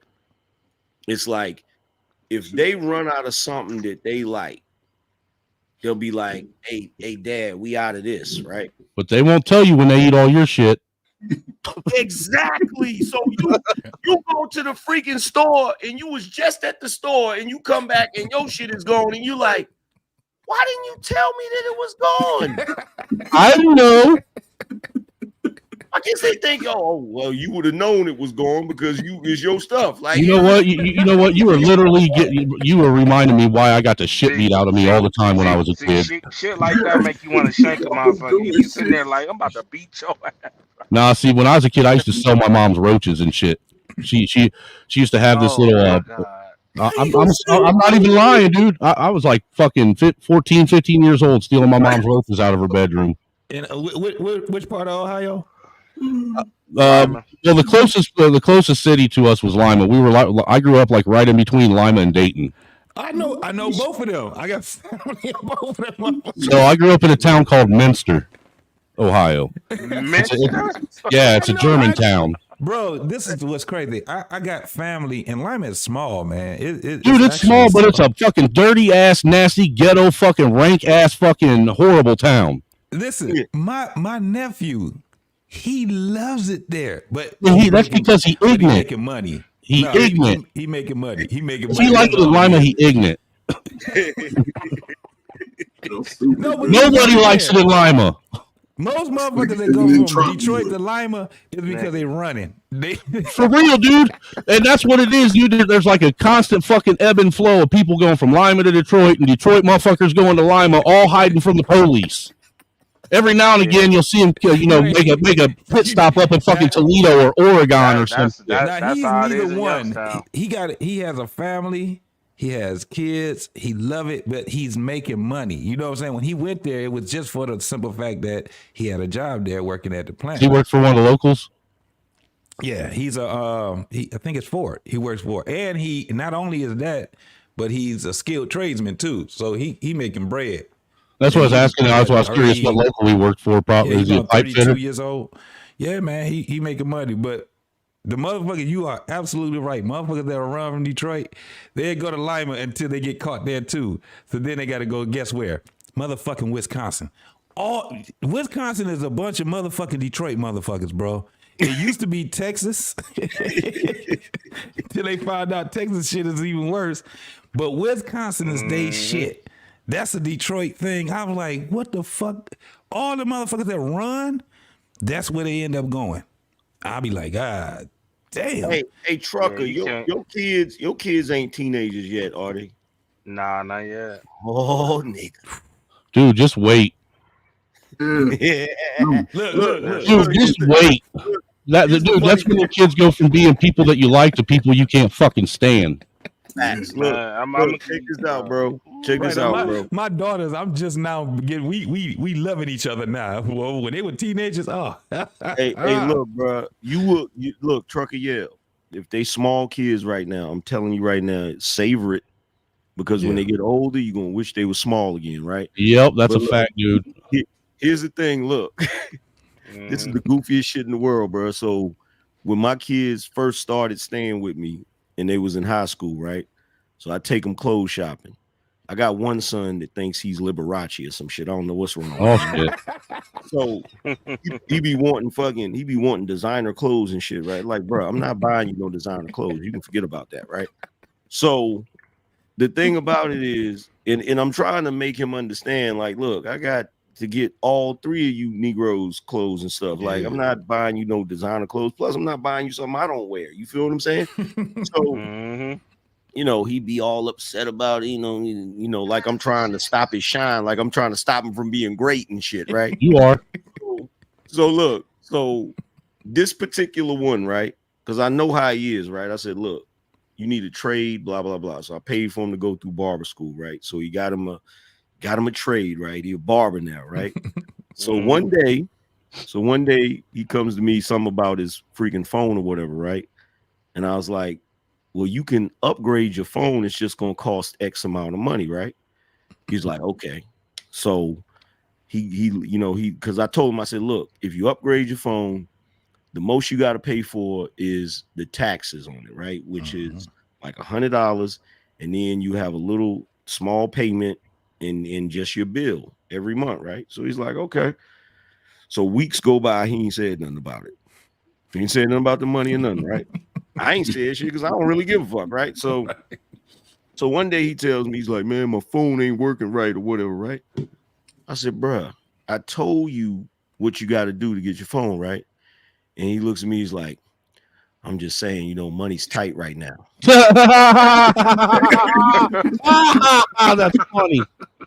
That's funny shit. Not for Liberace. Like, what are you talking about, bro?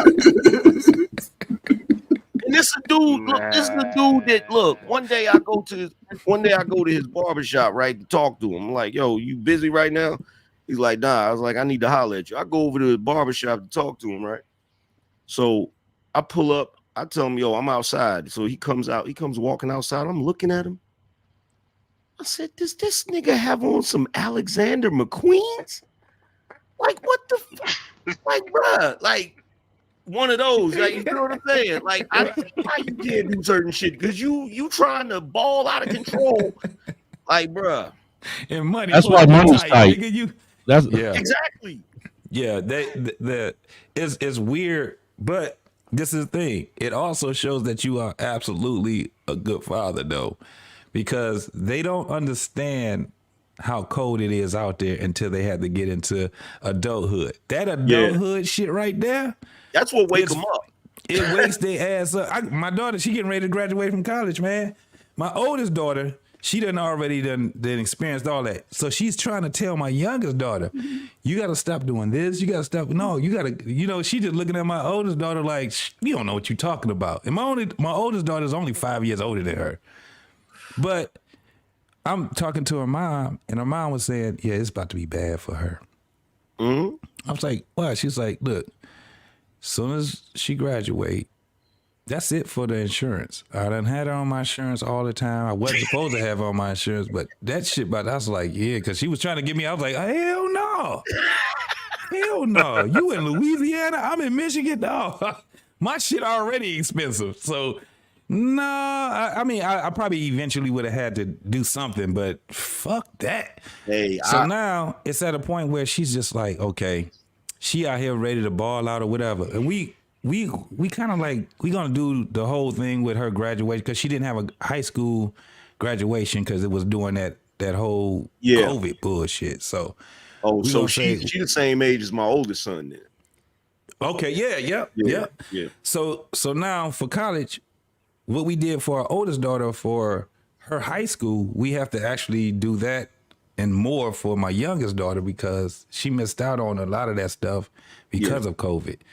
I tell her that I wouldn't do none. I tell her to deal with it. Ain't your fault the world got fucked up. It's cool because it's her last. She don't realize what this party is about. This the last meal, goddammit. It's the last supper. You better enjoy it. You better party this motherfucker the fuck out because after this day, it's about business and you gonna have to deal because she like I must live here. All right, I'm a travel here. I'm gonna do all right. Because my other daughter, she stay in Tennessee, so she like, I'm gonna do this, but they just two different people, man. So when your kids, let me tell you something. You got how old is your oldest one, Trucker? She's 13. Ooh, your life's about to get shitty. Hold up. I ain't your life's about to get really sucky, dude. I'm telling you. No, it's gonna get real shitty for the mama because mama giving me problems. So I'm just waiting for that. I'm waiting for that wait phone till call. the first time she come home with a period. Wait. Hold on, wait. Let me ask a question. Let me ask you a question, Trucker. So the 13-year-old, she stayed with her mama? Yep. Oh, that's about to change. Go get her. Oh yeah, because her and mama are gonna be fighting like cats and dogs. You don't understand. That's about to change, bro. Yeah.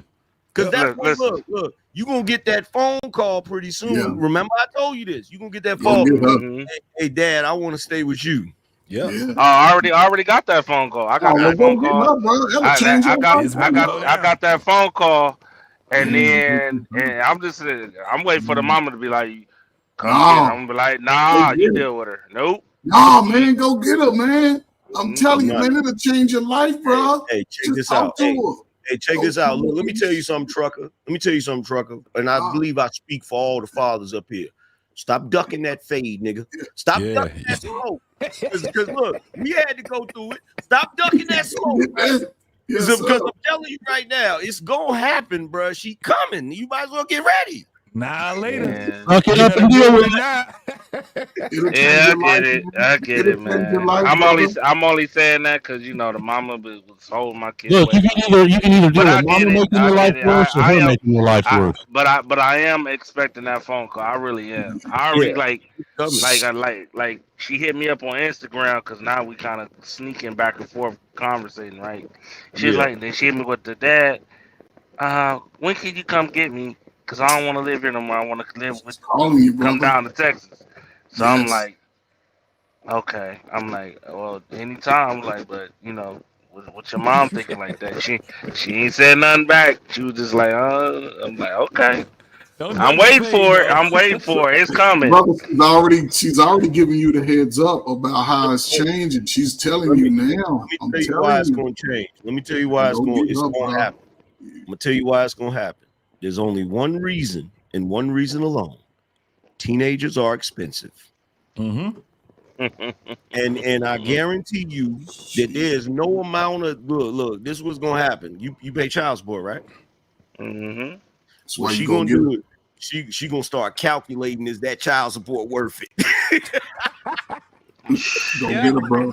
That shit the conclusion she gonna come to is no, it ain't worth it. It ain't worth it. The headache ain't worth it. That's the difference between a white baby mama and a black baby mama. Because a white baby mama, she's gonna milk your ass for every penny she can until that kid turns 24.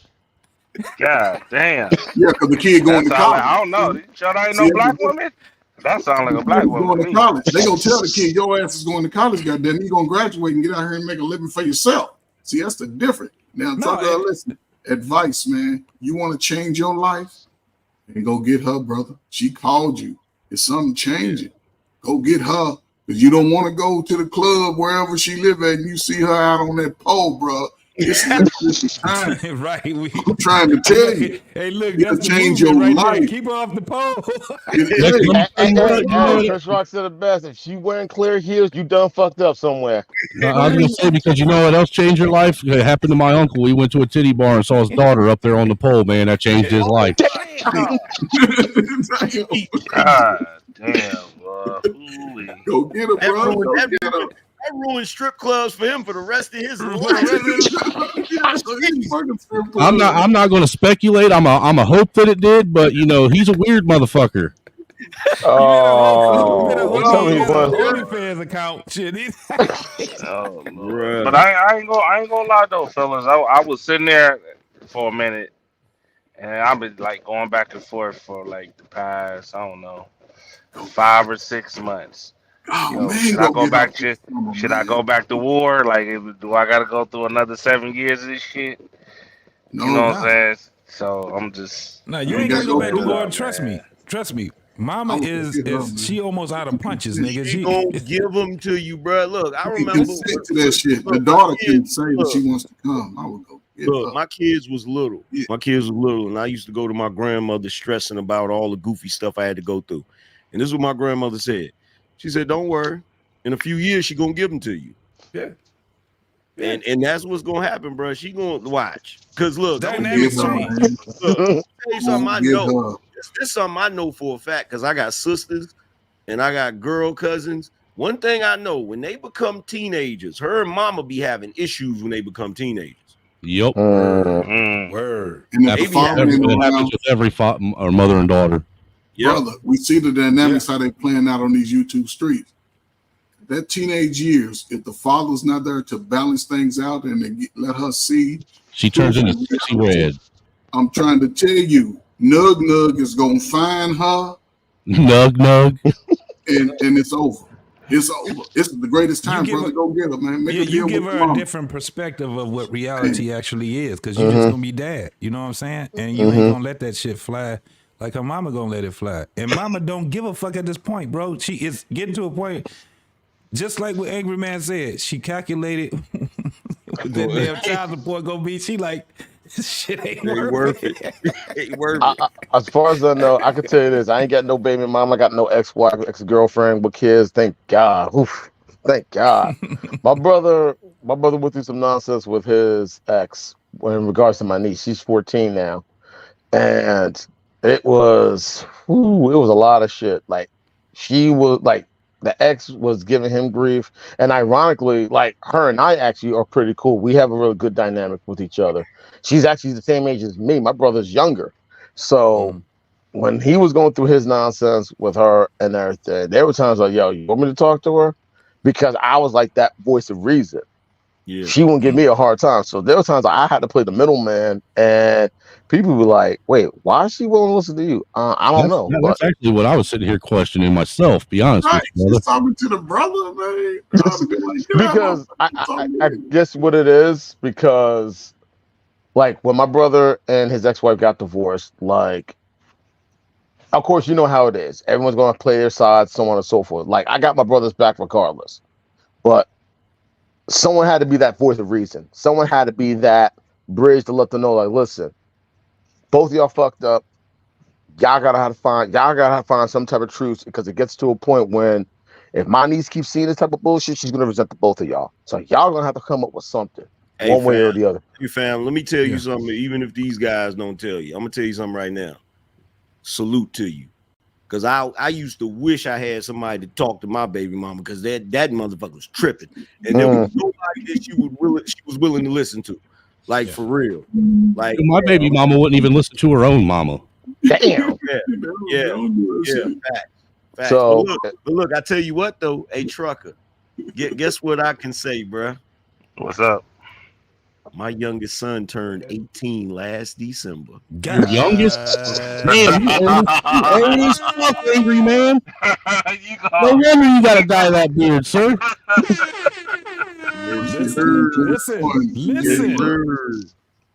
Hey man, talk to him, dog. Yes, sir. That's a whole different ball game when you talk about it, man. Oh man, hold up, Get your fellas. ass Just give out me a the minute. water.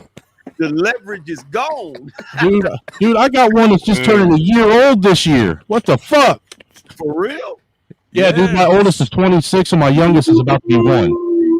Look at you. That's the thing. See, now hold on, Angus, though, man. My oldest ain't nowhere near no 26 now. Mm-hmm. See, I had mine back to back. My oldest too. Okay, yeah. My oldest daughter, I was still in high school when I had her. Look at you, hot ass shit. No wonder your mama beat your ass. You hot Dude, as I told, dude, you see it says Reform Pookie right underneath my name. It says Reform Pookie right there, right underneath Angry Snowman. Reform Pookie in the white box. Yeah, I did like this. Look, 20 right now, 21, 20, and 18. You feel me? Yep. And that was it for me. I was done. You feel me? My oldest just turned 26 this year. I got a 26-year-old, a 22-year-old. That's my oldest daughter, my oldest son. Then I got an 18-year-old. My middle daughter is turning 18 this year. She's a senior in high school. Her brother turns, I think, 14 or 15. He's the one that isn't mine biologically, but I've been taking care of him his whole life because his dad's a douchebag. And then I got the 3 kids I have with my wife. You know, my son that I have with my wife is 9, and then we have my daughter's going to be 4 this year, and then the 1-year-old will be, well, she's 7 months right now. She'll be 1 in July. She's born. I got. And ain't no way. Damn, Angry. Wait, hold on, Angry man. How many goddamn kids you got? I got 7, motherfucker, 7. Man, I got. no way. I got 4. I got 4. My wife and I. Hey, put it like this. My wife and I, we got 4. We have a 9-year-old, a 4-year-old, 9-year-old girl, 4-year-old boy, 1-year-old girl. We have that together, and our eldest is 19. She'll be 20 on the 20th. We fostered her. We fostered to adopt her. Well, technically, we didn't legally adopt her. We fostered her and everything else for a good period of time, even though nothing was official. But she still calls us mom and dad and everything else. So she comes to us when she needs anything. And my wife's the oldest of 10, and they used to butt heads at times, you know. But she'll come to me. She still calls me like she needs anything. She's like, "Hey, Dad, this, that. Hey, Dad, can we talk this, that, and the other?" And when we were going through the process of fostering her, I told her, "Listen, I know I'm not your father, but give me a chance to be your dad." And because of some of the stuff, sadly, that happened to her when she was young, I was that first guy that gave a fuck. I was the first guy that came into her life that gave her that validation, and she just held on to that. And I remember an incident that happened where I had to say something to one of her friends, and I basically was letting him know, like, "Yo, listen, my wife is the shepherd, but I'm the sheepdog." And I had to let him know from the jump, like, "Yo, listen, she's now part of my flock. You got to understand, this is not how we roll." And I remember when I was talking to him, I'm giving him the knife hand, and Trey, JT, you know the significance of the knife hand. So I was giving him that, and she's like, "Antoine," I'm like, "Zeta, give me a minute." I'm saying what I have to say to him. She says my name the second time. I'm still saying what I have to say to her. Third time, "Dad, stop. That's enough." And then after that, it just went from there. And then when we came home, she's talking to my niece, and I call her my little sis. I mean, she's my wife's sister, but I call her my little sis because my wife and I have been together for so long. So I helped her raise her brothers and sisters after my mother-in-law died. So basically, I've been in for a lot of her siblings, half their lives to majority of their lives to there from day one. So when my daughter told them what went on, my sister and my niece laughed at her, like, "Now you're officially part of the family." And she was like, what do you mean? My niece told her, "Listen, if he's like that, that means he loves you. He cares about you. He's going to do whatever it takes to protect you. He's going to make sure that you're safe. He's like that with all us girls. He's very protective of us. He does care about the boys and make sure that they're okay, but he's very protective of us girls."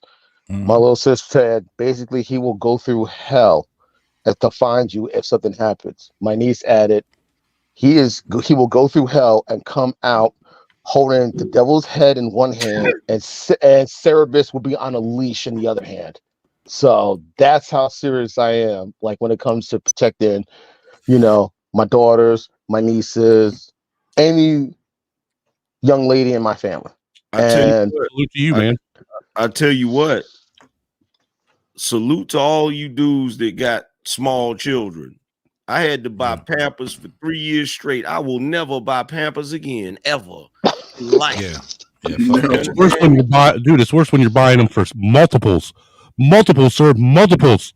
I'm buying pull-up and Pampers right now because because the one in pull-ups refuses. That little bitch refuses. The fuck I learned how My to son's potty the same way. train. My son is Refuse it. trying. My son's trying to potty. I mean, he's going through the potty train. He's trying, so I give him credit for that. The other diapers I'm buying is for a 1-year-old, Nah, so dude, I'm she ain't good. even trying. She ain't even trying, man.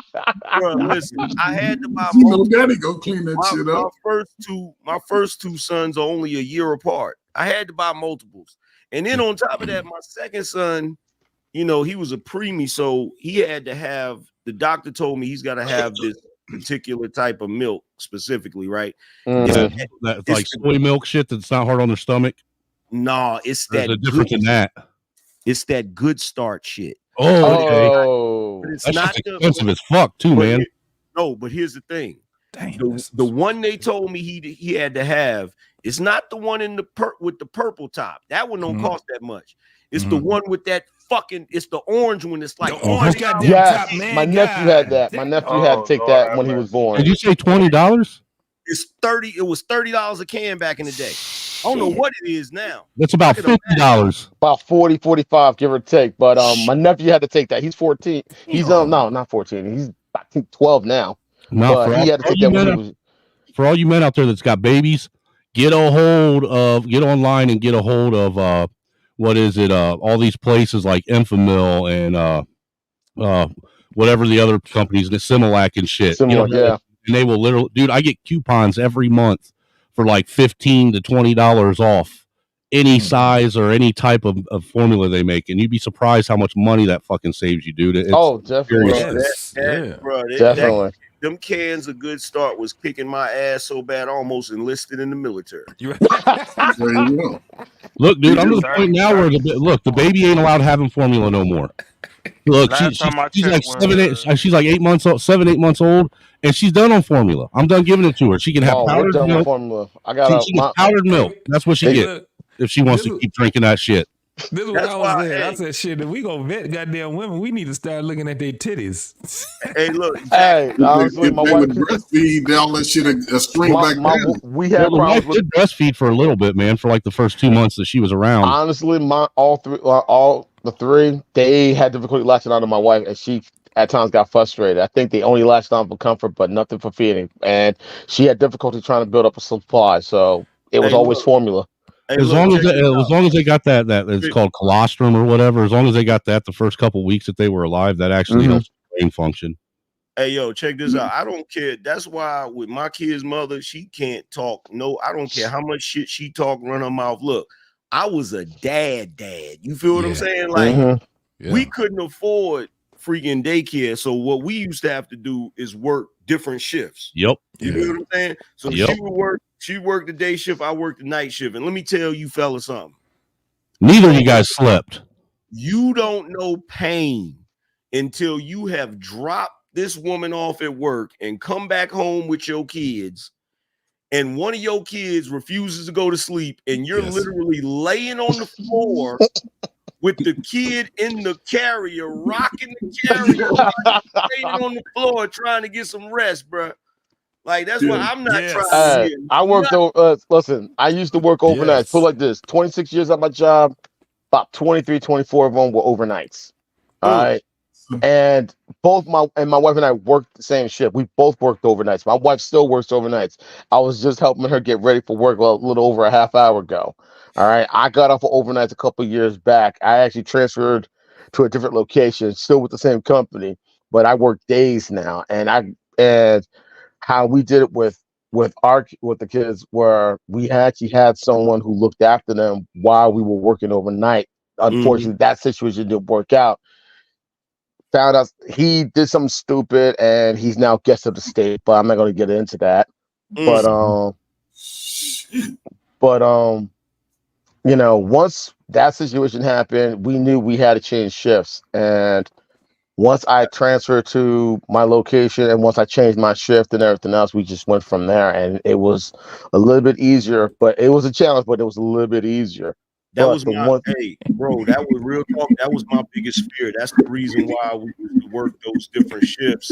I didn't want nobody watching my kids. You know what I'm saying? I lost a lot of rest doing it, but hey, look, bro, it's worth it, dog. But one thing I can say I did, one thing that definitely helped The little ones all had to spend time in the NICU.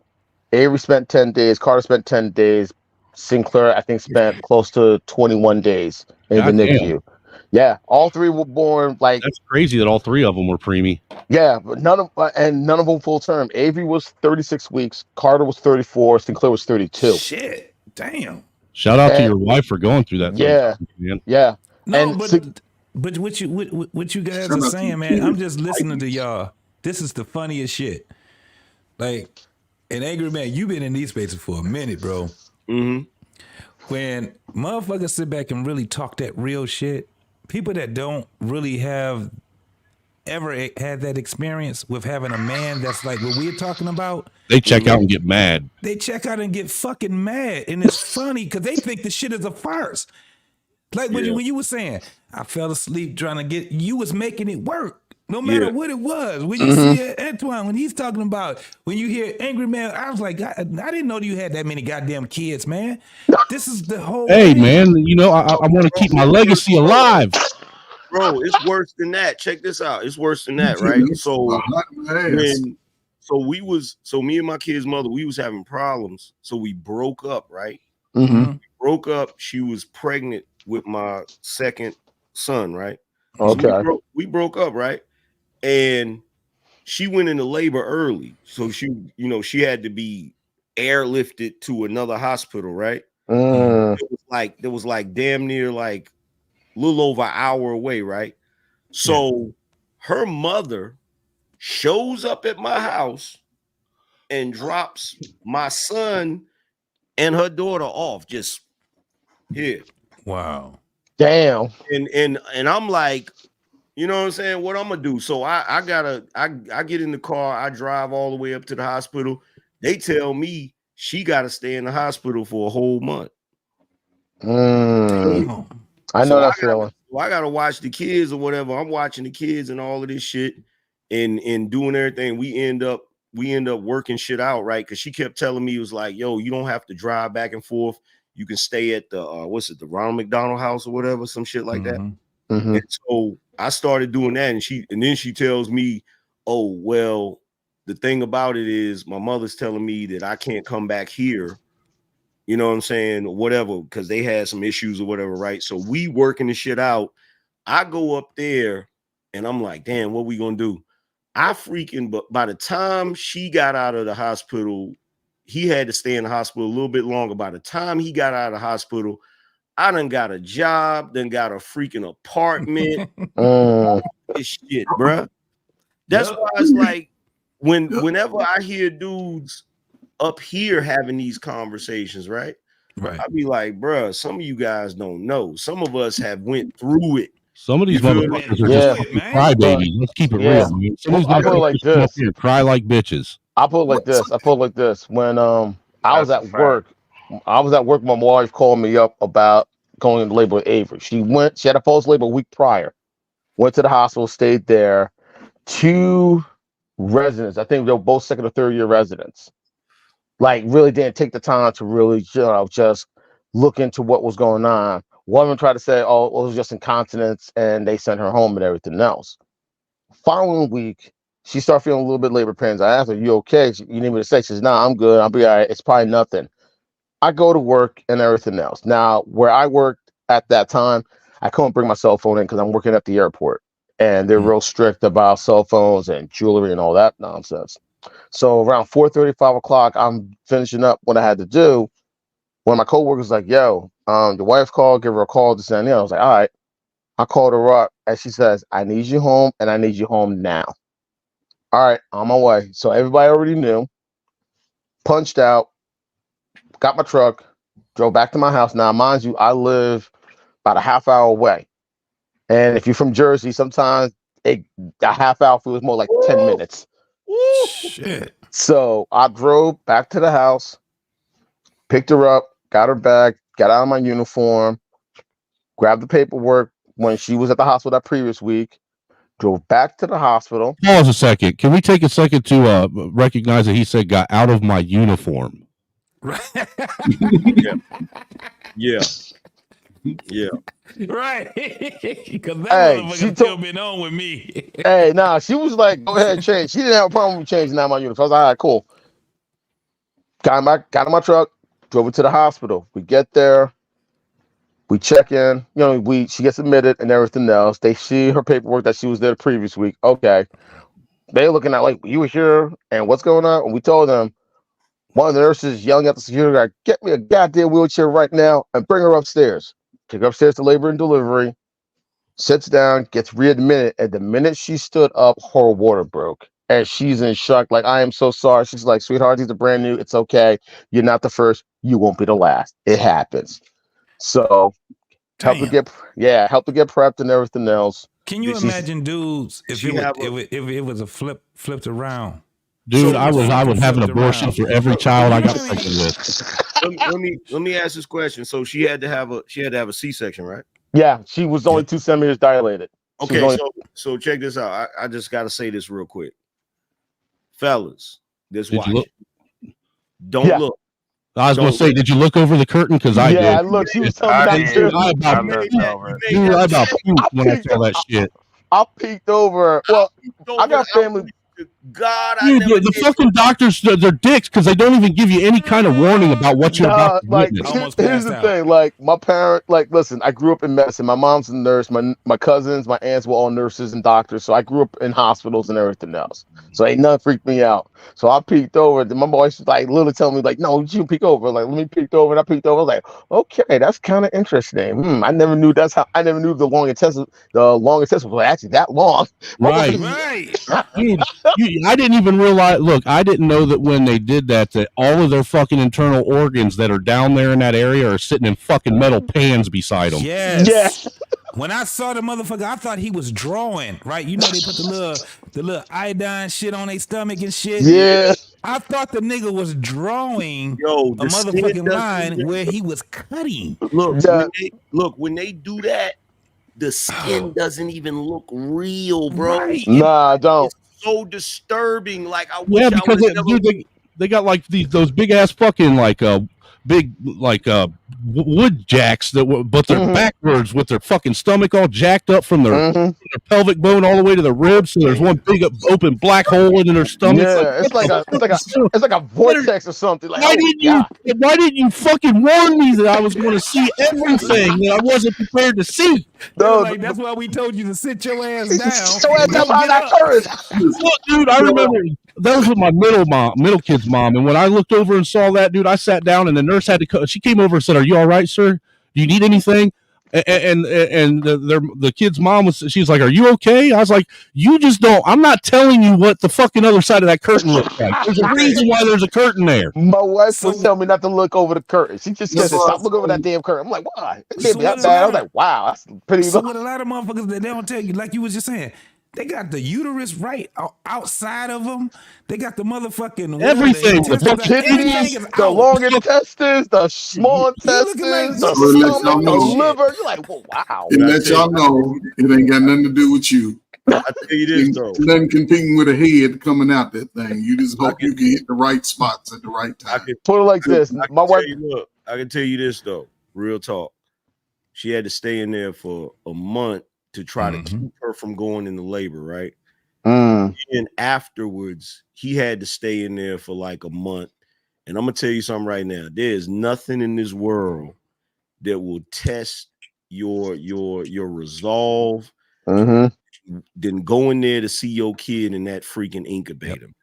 I've never had to go through that. My sister did. Her daughter was born, I think 2.5 months early, man. I remember when they brought that baby home, when they brought her home, because she was in the NICU for almost 2 months. And when they brought that little girl home, I wouldn't even hold her because she fit in the palm of her fucking dad's hand. That's how big she was. I mean, he could literally carry her around in his shirt pocket if he wanted to. The only good thing about my kids being in the NICU, being the parent, you got 24/7 access. So after Avery was born, like my wife got left the hospital a couple of days later, but Avery had to stay. I was, excited, but it was tough. One of the problems that was happening was the feeding. And I remember one time my wife and I came home around 9:30, 10 o'clock, went to sleep. I got up at 2 a.m. drove back to the hospital to be there for the 3 o'clock feeding. Stayed there for the 6 o'clock feeding. Came back. Got my wife up and everything else. Did everything again. I did that for a couple of days. I think one time when I went up there for the 3 o'clock feeding, it was around 3:30. She called me up, and she's like, "Where are you?" I was like, "I'm at the hospital." And she says, "Why are you there?" Well, one of the nurses told me that she wasn't feeding just because she had a feeding tube. She wasn't taking the feeding. So maybe if one of us were up here, maybe we'll see what happens. And I was one of the few dads. The hospital that Avery was born at, I was like one of the few dads that was like that active. And they were just like, all the nurses was just like, "Yo, we need more dads like you." Yeah. But you know what? You know what's crazy? What's crazy about it is that was my second son, right? And today, he is one of the strongest, most stubborn motherfuckers on planet Earth. Oh, is he a Taurus? He's just like his dad. Dude is like 6'3", cut the fuck up and shit. And I'm like, it's crazy because he was a preemie. You know what I'm saying? Because I still have the image of him being in that incubator, fighting for his life. And a lot of people say that. A lot of people say the premature babies, like they end up being strong as fuck. Yes, sir. Strong, hell yeah. You know and what, they're a little more calm and reserved too. I've never had anything, and that was the thing. I was born, I wasn't a preemie, but I had a hole in my stomach, I had a hole in my heart. I was in the hospital for a couple of years just like that. Do you know I've never spent anywhere near 5 hours in a hospital? Me neither. Really? I've never been sick enough where I've ever, and I said, damn, because I'm getting older now. I'm like, I don't know if that shit ever have to come. I don't know if I could be able to take that type of shit right there. Because I've just never been in and I work in a hospital. Never ever even spent. I never spent 21 hours. I was 24 hours or anything, bro. I had pneumonia 1 week as a baby. Bro, they told me when I was a baby, right? I got real sick, right? They took me to the hospital and shit. They said one side of my face was fucking green or some crazy shit. Wow. But like they had to take me to the hospital. I was in the hospital or whatever. And you were turning into the Grinch. I don't know what the fuck it was, but whatever it was, they was really concerned and shit, right? You're an asshole. But I pulled through. You really hate these hoes. Look, I pulled through, but here's the thing, just like JT said, ever since then, I haven't had so much as a broken bone. Oh, I never had a broken bone either. Hold up, knock on wait. Knock on wood. Well, look, when I was born, my mom actually I was born in a military hospital in the 70s. All right, I was born in Fort Campbell, Kentucky. Oh, okay. Your dad was a flying chicken. Yeah, he was in the 101st. Oh, yeah. Hey, Angry Snowman. I was born in Nellis. Okay. Yeah. Well, my mom, she couldn't have natural birth because she had a fucking a tilted uterus. Ooh. And what was crazy is back then they didn't know about that shit apparently like they do now, and they actually forced my mom to carry me for 28 days past the due date. Wow. So I was supposed to be born in early February and was actually born in the middle of March. Wow. So I was born early. So what's crazy is I almost died just being in my mom's womb for too long, and then me and my mom both almost died when she gave birth to me. Like both of us. It's crazy that I'm even here. How much did you weigh when you were born? Me, dude, I was. My mom said I was over 10 pounds when I came out. Damn, you was a big ass baby. Hell yeah. Don't tell me you came out naturally. Please don't tell me you came out naturally. No, it was a C-section because my mom was in labor, like hard labor with me, and my dad got tired of it, basically, and went in there and told him, "Look, you're not gonna do this no more. She's supposed to have had this baby fucking 3 weeks ago, and like they were trying to force her to go into labor naturally, and she wouldn't. Oh wow! Like she wouldn't dilate at all. Oh, my wife what's crazy? What's crazy is with the illness, I had a real hard time from the time I was about 5 years old until I was about 16 with asthma. Like I remember when I was a young kid, and my asthma was it was sports and weather it related. If it was cold out and I was like roughhousing or playing real hard, and it would get to where, look, dude, like I'd have asthma attacks. It would basically put me down to where I'd be at home bedridden for a week or two at a time. Should have been in the hospital. You know, so I spent like the good first portion of my young life fighting every year. Like I remember, dude, like my biggest fear is to suffocate now because of it. All right. But look, after it's weird. After 16, something happened to where I had one real bad asthma attack, and then I never had one ever again. All right. And then on top of it, I never caught a cold ever again. Oh, wow. You know, it's wild. Like as far as like actual like health, I'm as healthy as an ox. I don't ever get sick or anything like that. That's you know, good. but the first part of my life, that's all I was sickly. Yeah. You know, and look, my mom, I would have asthma attacks, and my mom would sit and put a humidifier in my room and like fucking lather fucking Vicks on my chest, not realizing that what she was doing was making the shit worse. Yeah, making it worse. You just hadn't absorbed enough yellow sun yet, Angry That's Snowman. all.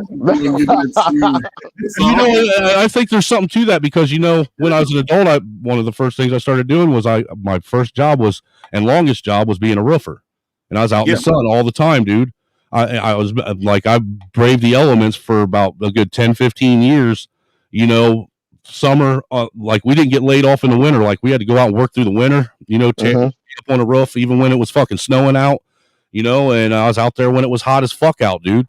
And I really do believe there's something to what you said, being out in the sun and having that vitamin D, that natural vitamin D all the time. Because, dude, I was one of them white guys that in the summertime I look like a black dude. That's how much I tan. Oh shit! And I was a black dude that looked like a black dude in the summertime too. So. Right, I bet, dude. I bet. I was good in the summer. But that's the difference of the young of old. We were outside 10, 12 hours a day. Exactly. Going home was a punishment. So you could weather the elements. You didn't go home in the rain. You found a fucking shelter and you waited the rain out. Go home when you fucking damn near dislocated your whole left side. You waited that shit out. You didn't let. But that's the difference, though. It's like, you know, and I always, and you see how we talk about that time, man. You didn't get sheltered by your parents, right?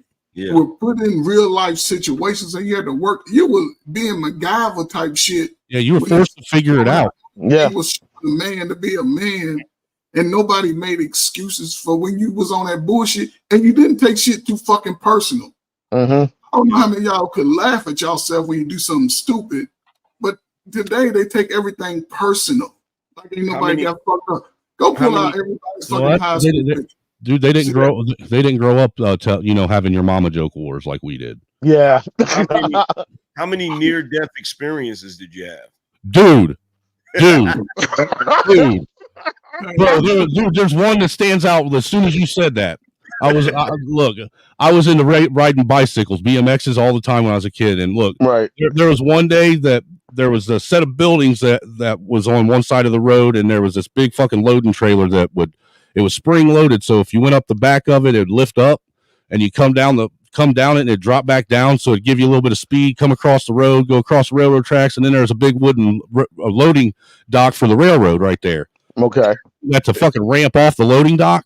Well, we always had somebody watching guard for the road because, you know, you couldn't see the traffic coming. All right. Well, one day, dude, I almost got smoked by a fucking 18-wheeler at fucking 11 years old. I come flying down that motherfucker, dude. And I remember my buddy that was living with us, you know, he's like, there's a fucking truck coming. Stop. And dude, I was too late. I couldn't stop, man. This motherfucker come running as fast as he could and jumped in the air and clotheslined me. And now my fucking bike, dude, and we just watched my bike roll right underneath that fucking semi. Damn. Hey, look, check this out. I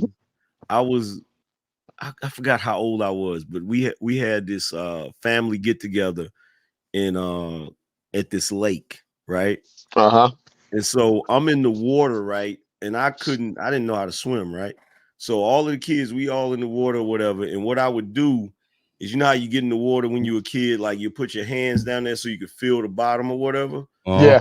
So I'm in the water, and I stood up and I'm walking around and I'm not paying attention. And I went to put my hands down and there was nothing right there. And so I went under, like bloop, like went under. Nobody saw me go under. And I didn't know how to swim, but I learned how to swim in that brief moment. I bet you did. Bro, my whole life flashed before my eyes, bro. Like I was like, oh hell no. I can't go out like this. I remember two situations when my life flashed before my eyes. One time I got invited to my parents were invited to a cookout and they had a pool. And it was ironically, it was an indoor pool. And I remember jumping in the pool and I jumped a little too far and I jumped right into the deep end. That was one. And I didn't know how to swim at that time. Another time I had a near-death experience. I'm gonna say the two words that you probably won't know what these words mean, but if you're from Jersey, you know what these two words mean. Action Park. Wow. And and they had the tidal wave pool. And my mother was able to get passes all the time to Action Park because one of her co-workers at the hospital she used to work at, her late husband was one of the engineers that helped design Action Park. So we always had passes to get in whenever. And I remember going to the tidal wave pool. Man, that's some privilege right there, buddy. Now, mind you, here's the thing. Action Park is about maybe not that far from where I live now in Jersey. It's about way North Jersey, about maybe a good hour and a half or so from New York.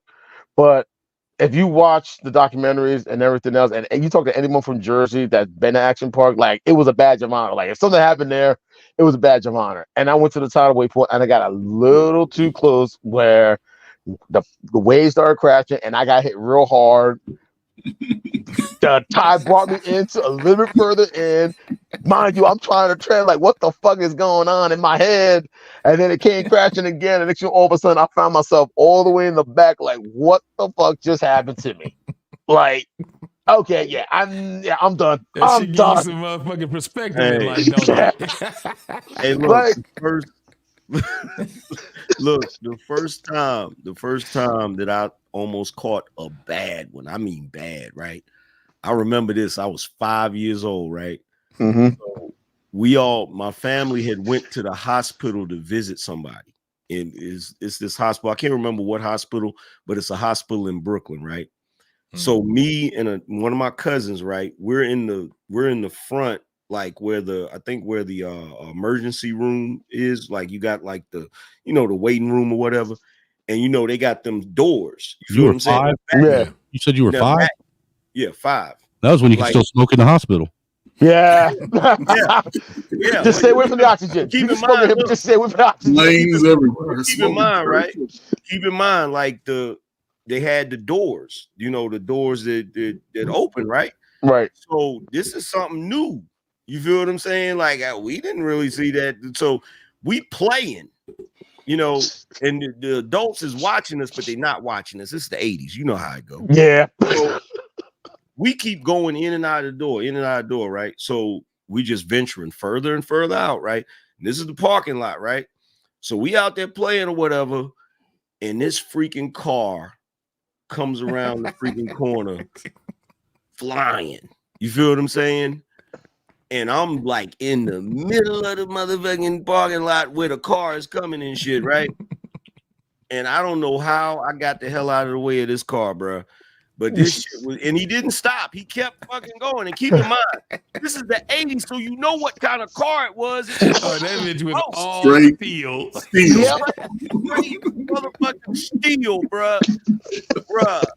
When I tell you I was able to get the hell out of the way of that car, man, I was so scared, bro. And look, me and my cousin ain't tell nobody nothing because I ain't want to get an ass whooping on. Hell yeah. You know what I'm saying?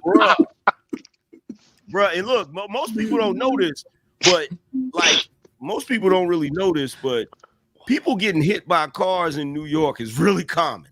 It's very common. Yeah, Very Especially common. people on bikes. Oh yeah, the Shit, the I bike almost got messengers, hit the by. the Almost bike got. messengers. Man, I almost got hit by a car on my bike, on my sister's bike. The way it was across the street, and I was You was coming on down the a you was on a street. white and pink bike, were you? No. With the basket in the front. Had a banana was stand with a basket in the bell. it was maroon. It was a maroon. They even bike. had the they had the 3-foot sissy bar on the back of the banana seat and everything. Too, with the flag and all that. No, we ain't get bikes like that in our Had the With the playing tassel card, on the had the handlebars. playing card, we had the playing card in the wheel with the fucking clothes they were holding on. My parents was buying us 10 speeds when we was all 8 and 9, so we was big time, bro, with our 10 speed.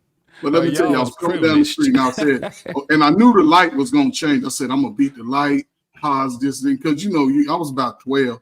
I said, man, ain't nobody gonna hit me. So I came across the intersection. The other 2 lanes, they hadn't started, but there was a car, somebody in a little bitty car, I don't know what kind of fucking car it was. He was doing 80 because he timed the light too. Only thing I did was I looked to my left, I just saw the car coming. And what I could do is, I played football since I was a football player. So I said, okay. And I'm telling you how fast I can. If it hit me, I ain't gonna die. But when it hit the back wheel, and I jumped off the bike and like jumped from the street to up on the sidewalk, standing up. Everybody at the light, did nobody move at the light. The only one that moved was the car that hit me. He stopped immediately, jumped out, came over. He grabbing me, looking at me. He said, "Did I hurt you?" I said, "No, man, I ain't hurt. Man, I'm all right. It wasn't me. What the hell you doing?" I said, "Show your ass then." He said, "No, what?" I said, "Man, I'm tough. Man, I don't get hurt out here." Man, I was shaking. Man, I got up the street, man. I fucking started peeing and shit. I'm like, man, what the fuck is going on? I was nervous. You know how I know? Nobody. You know how I know Trey had a privileged childhood? He said that he got a new 10-speed. Yeah. We all got 10 You want to know how I know that? Because when I was 10 years old, by that time, my parents had stopped buying me bicycles, and I was going around picking up everybody else's old bicycles they threw out at Christmas. And I had a stack of bicycles in my garage that I used for parts. That way I could piece bicycles together. Piecing them motherfuckers together. Hey, I know somebody that was Did y'all learn I had a bicycle graveyard in my garage. Did y'all learn how to change your tire on the bike? You had to learn how to change your tire on your bike. Oh, no, the fucked up part was the chain. No, dude, a bicycle was the first thing I learned how to tear down all the way and build all the way back up, man. Yes, sir. Hey, look, you was telling that story, and that reminded me the other probably almost death experience I ever had. I was riding my bike down the road, all right, coming from a buddy's house. I was just sitting there hauling ass, on this mountain bike I put together. And there was I come up to this clearing, and there's a bunch of kids out in the field playing football with girls out there, pretending to be cheerleaders. And I was sitting there, I kind of looked over, and I got fucking zoned in on this one girl I had a crush on and wasn't paying attention to the road and where I was going. You know what I'm saying? And I had been doing like 10, 15 mile an hour on that bike, dude, because I was just hauling ass. And fucking went head on, smacked right into a parked car, dude. I did that. My fucking bike hit the front of that fucking parked car, dude. I swear to God, dude, I went all the way up over the fucking car, bounced off the hood of the car, and slid down the back of the fucking car, down the back of the trunk, and my head bounced off the bumper before it hit the ground. That's like that Redman video. Look, bro. My uncle. Yo, Angry Man, that's like that Redman video. Yeah. Wait, it's worse. Look. I feel his pain. Because look, my uncle used to park his car, right? He used to park his car in his driveway, right? But the way I would ride my bike, you couldn't see the car right there, right? But I knew what time the car would be there because he would, I knew what time he got off work, right? So I come around the corner flying. I'm thinking the car ain't there, but evidently he had got off work early. Man, when I hit the front of that freaking car, just like Angry Snowman said, that tire will hit that bumper and it'll immediately stop and it'll make the whole yes. Bruh, That was the worst, man. Oh my god, Dude, bro. because you can't control. You have no control. All you can do is ride it out at that point. Yeah, that's bro, it. Look, you gave me PTSD with that. Bruh. Hey, dude, the only other near-death experience I had was I had my stepbrother. He used to come over in the summer times when we was little, man, and I couldn't stand that little motherfucker. I hated him because he got preferential treatment because he was there for 3 months a year, so they treated him like he was some kind of fucking golden child from the movie Golden Child. Oh shit! You know what I'm saying? Well, I was out riding my bike again that day, and I was coming down the alley behind our house, man. And there's this tree that was cut down. And I used to ramp the tree stump, you know. And I was getting ready. I was coming down the alley because I was going to ramp that tree stump. So I was hauling ass. Well, my parents had just got home from picking him up from the airport. All right, and he was standing out back. And rather than hit that fucking tree stump and ramp, I stuck my arm out and clotheslined that little motherfucker, dude. Knocked him the fuck out first day home, dude. I thought for sure that my fucking stepdad was going to murder me. That man beat me within an inch of my life. Boy. You was bad. I did. Let me tell you, we did. I did a lot of near. Dude, no, look, JT, I clotheslined him so hard he did a backflip. Damn. I did. This is the thing about being in Detroit, especially living in the hood. You always do some near death shit. We fucked around, and you know when you building ramps and shit, we kept building them bigger. And bigger until it was so high that you couldn't even land it if you tried. Yes, and this is the craziest part. We was going on because there was a bunch of damn vacant houses where we was at. So we was going around the vacant houses taking the boards off of the windows. And we had this one that it was a big ass picture window board, right? So we had hammers and everything. And I know motherfuckers seen us doing it. Motherfuckers just didn't report shit. We fucked It was just around. kids being kids back then, man. Yeah. But we fucked around, made this huge ramp. My dumb ass want to be the first one to try it. Test. We was doing all He was a kinds crash of test dummy, you big dummy. And I volunteered for the shit. Bro, when I tell you, I hit that motherfucking ramp. When I went up that motherfucking ramp, bro, the ramp was it threw me probably as high as a motherfucking one-story house. JT, how far up the ramp did you get before you realized that this was a bad decision? I was halfway there, and I said, this is when I knew I fucked up. I'm up in the air. I done went so far because we've been jumping ramps all damn day. I'm all the way up in the air. Everybody was like, oh. When I landed. Did you go over the handlebars? Wasn't no handlebars when I landed. Everything collapsed. Once I hit the motherfucking handlebars, I went over the handlebars. It knocked the wind out me. The whole bike collapsed. Oh, so you were like Nicolas Cage, a Ghost Rider, huh? Everybody ran. Hey, man, we had like 20 people there. Everybody fucking ran. I was the only one there. Hey, JT, I never realized it was a mistake in the middle of the air. I never, look, check this out. And I did it numerous times. I never realized it was a mistake mid-air. Right. I only realized once I landed. That's what I realized. You used to do it all the time. Crazy stories out. Everybody ran. There was 20 motherfuckers there to see this shit. Because look, check this out. All of us back then wanted to be Evil Knievel. Yeah. Yep. Well, not only that, if you recall, that was back when we were kids. That was the birth of BMX bike riding too. So all of us wanted to be that trick bike rider, man.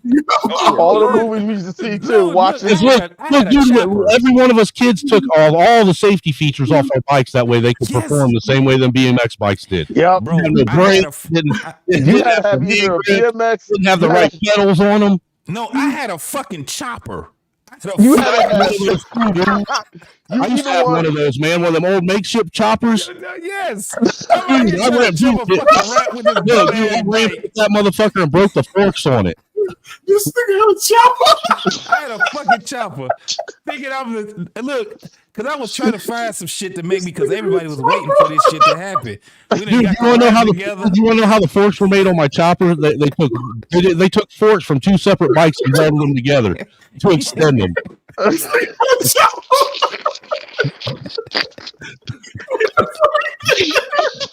look, a nigga stole my bike. Took left the bike from me.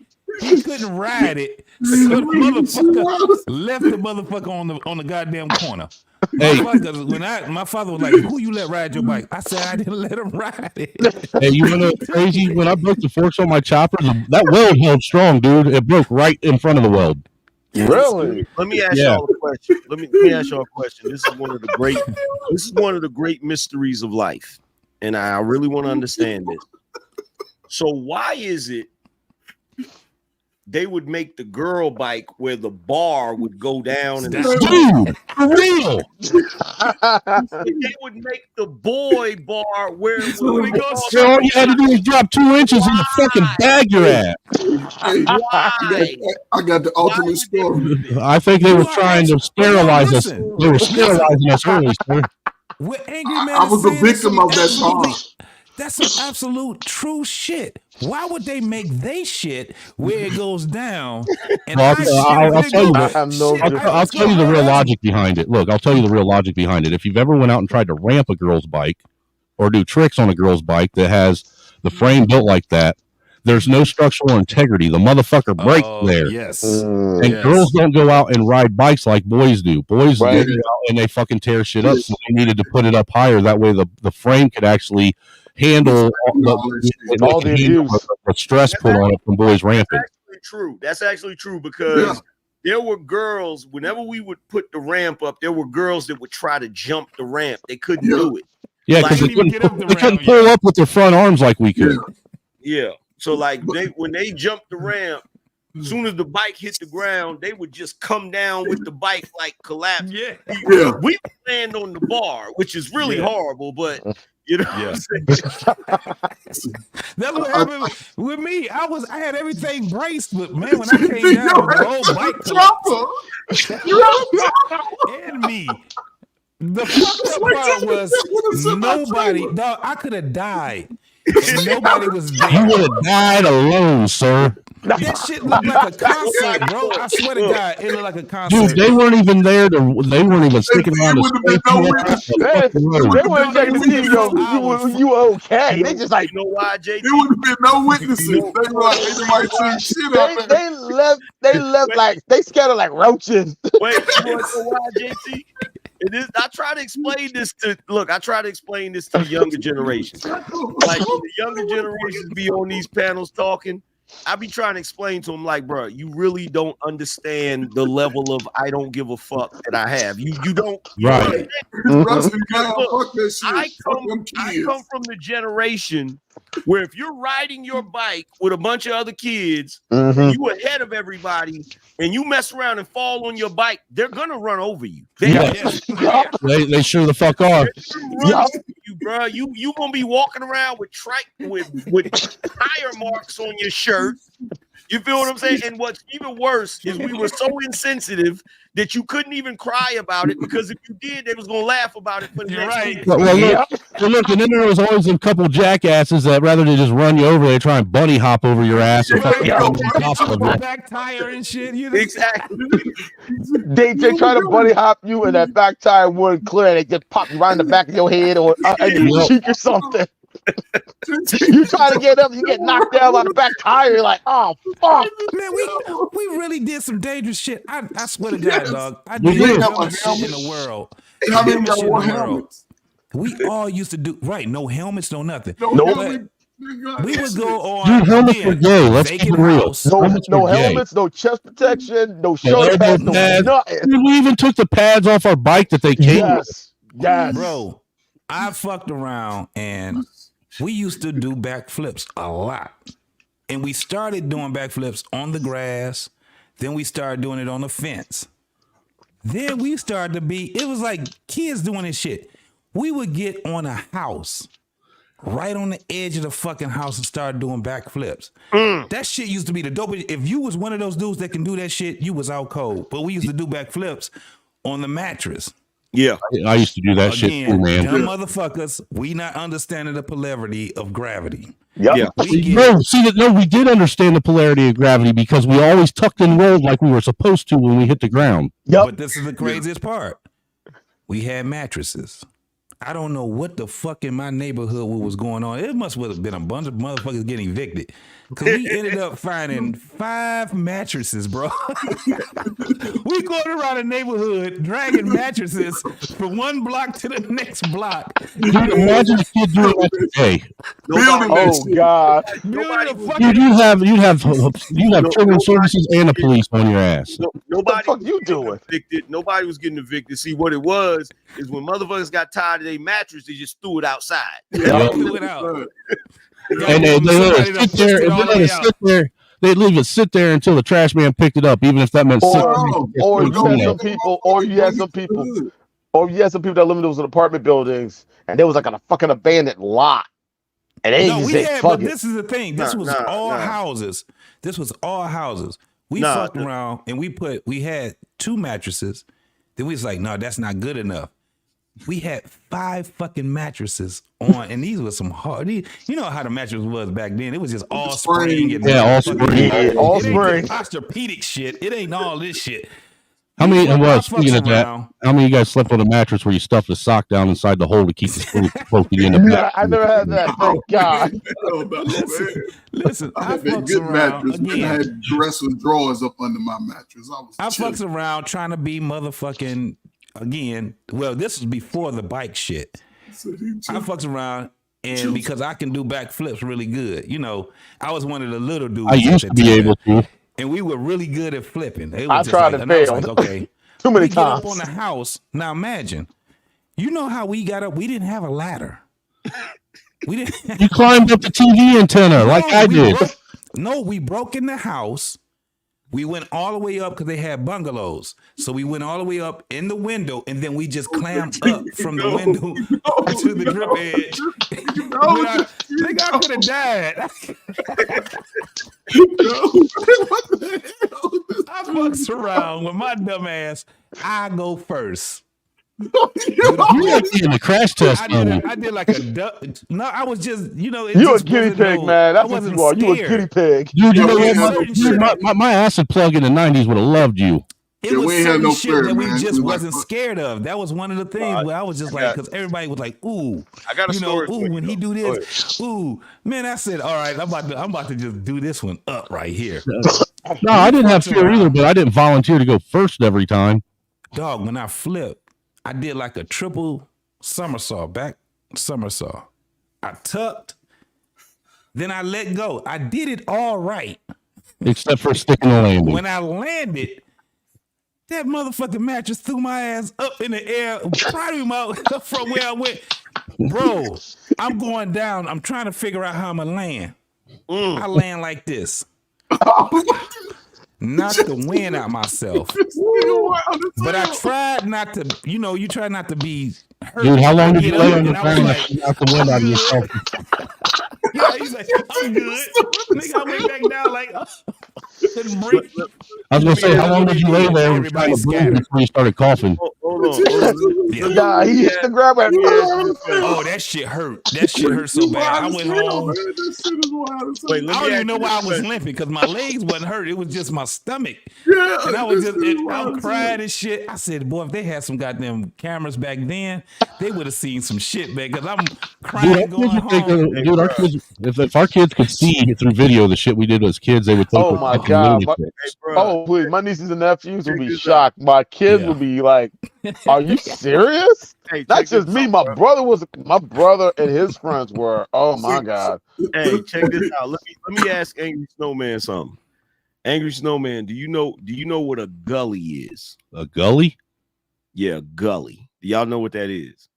I've heard the term. Like a ditch or something. It's like a ditch, right? So okay. So listen, at my grandmother's house is in VA in the country, right? So all around the houses. You notice how he automatically assumed the white guy would know what some country shit is. I figure you would know that, right? You've been in the woods playing. Look. Oh shit, this is wild. They don't have it. You grew up in a log cabin, that's why, bro. You ain't shit, Angry Man. You ain't shit. No, listen, they don't have it in Detroit and they don't have it in Jersey. I know this for a fact, right? So that's true. So listen. In my grandfather's farm, right? So it's all my family's houses and stuff. And behind the houses is a bunch of woods, right? So my family, what they'll do from time to time is they'll sell the lumber in the woods or whatever, right? So we would go in the woods, you know, and fucking have adventures and shit, right? So we go in the woods. You said VA, right? Yeah, in VA. Well, you grew up around the Appalachians. No, I wasn't that close. No, hell no. I was gonna say, if you played in them woods, you know about playing in some real woods. Look, one thing I don't fuck with is the Appalachian Mountains. Hell no. Look, so look, we in the woods, right? And there's the way it works is there's one side that's like this big slope, right? And then the other side is a big slope, right? So there was a tree that had a vine on it. Like an actual goddamn vine, right? And so these knuckleheads was swinging from one side to the other, right? And I'm out there, you know what I'm saying? Because like I was used to being in the city or whatever, so I'm like, yo, you sure that's safe? They're like, yeah, man. So they, you know, they swinging, like my cousins and shit, they swinging or whatever. And so right around the time that they're swinging across this vine and shit, right? There's another dude that another kid that lived out there. He's trying to break down this tree, like it's like a dead tree that he's trying to break down or whatever. I don't know what the fuck he was planning on doing with the shit, right? But he's kicking the tree, trying to knock it over, right? So one dude we know, he goes to swing on the damn vine, and right in the middle of the goddamn swing, that fucking vine snapped. And this motherfucker fell in what we call the gully. He fell down. We're standing there looking like, oh shit, right? So he falls, he plummets. Like this nigga plummeted, right? So we're standing there right at the moment that he finally hits the freaking ground and shit, tumbling or whatever, right? The other dude done finally broke the tree. And it's a shit. It was a yellow jacket nest in it, right? So we're standing there watching as he falls, and just as he falls, he's breaking his tree, and all of a sudden, these fucking yellow jackets start hitting all of us. Shit. Running out of the fucking woods, getting stung the whole time we down there in the fucking hole. You don't even know we don't know if he alive or dead. He was probably going down there and saying, "As you will." Dude, you literally just described the opening scene to almost every fucking horror flick out there. The only difference is you were the black guy and you survived. You're stupid as hell. Bruh, we used to do some of the stupidest shit, bruh. Like, Dumbest, honestly, one of the dumbest things I remember a lot of us did where I grew up at is we played hide and seek in the cemetery. Yeah, we did that shit, dude, all the time. We used to play all the time. Like, ironically, like the house I grew up in, my parents still lived there. They still live there, and right across the street from the house is the grammar school we went to, which is now closed, and right around it is the church. I grew up in that, and a lot of us, you know, grew up in that church as well. And ironically, this one block, you had the school, and then you had the cemetery. So the cemetery took like 85% of that block. And cemeteries are fun to play hide and seek in, though. Yeah. Especially at night. Yeah, especially at night, dude. Because your heart gets racing. Because also the good thing is there's no surrounding lights once you're inside the cemetery at night, and there's like 3 entrances to get to the cemetery. There's just quiet. It's quiet as fuck in there. Okay. There's one gate across the street, like somewhere down the street. There's another opening on the other side. It sounds like you grew up with white people. Okay,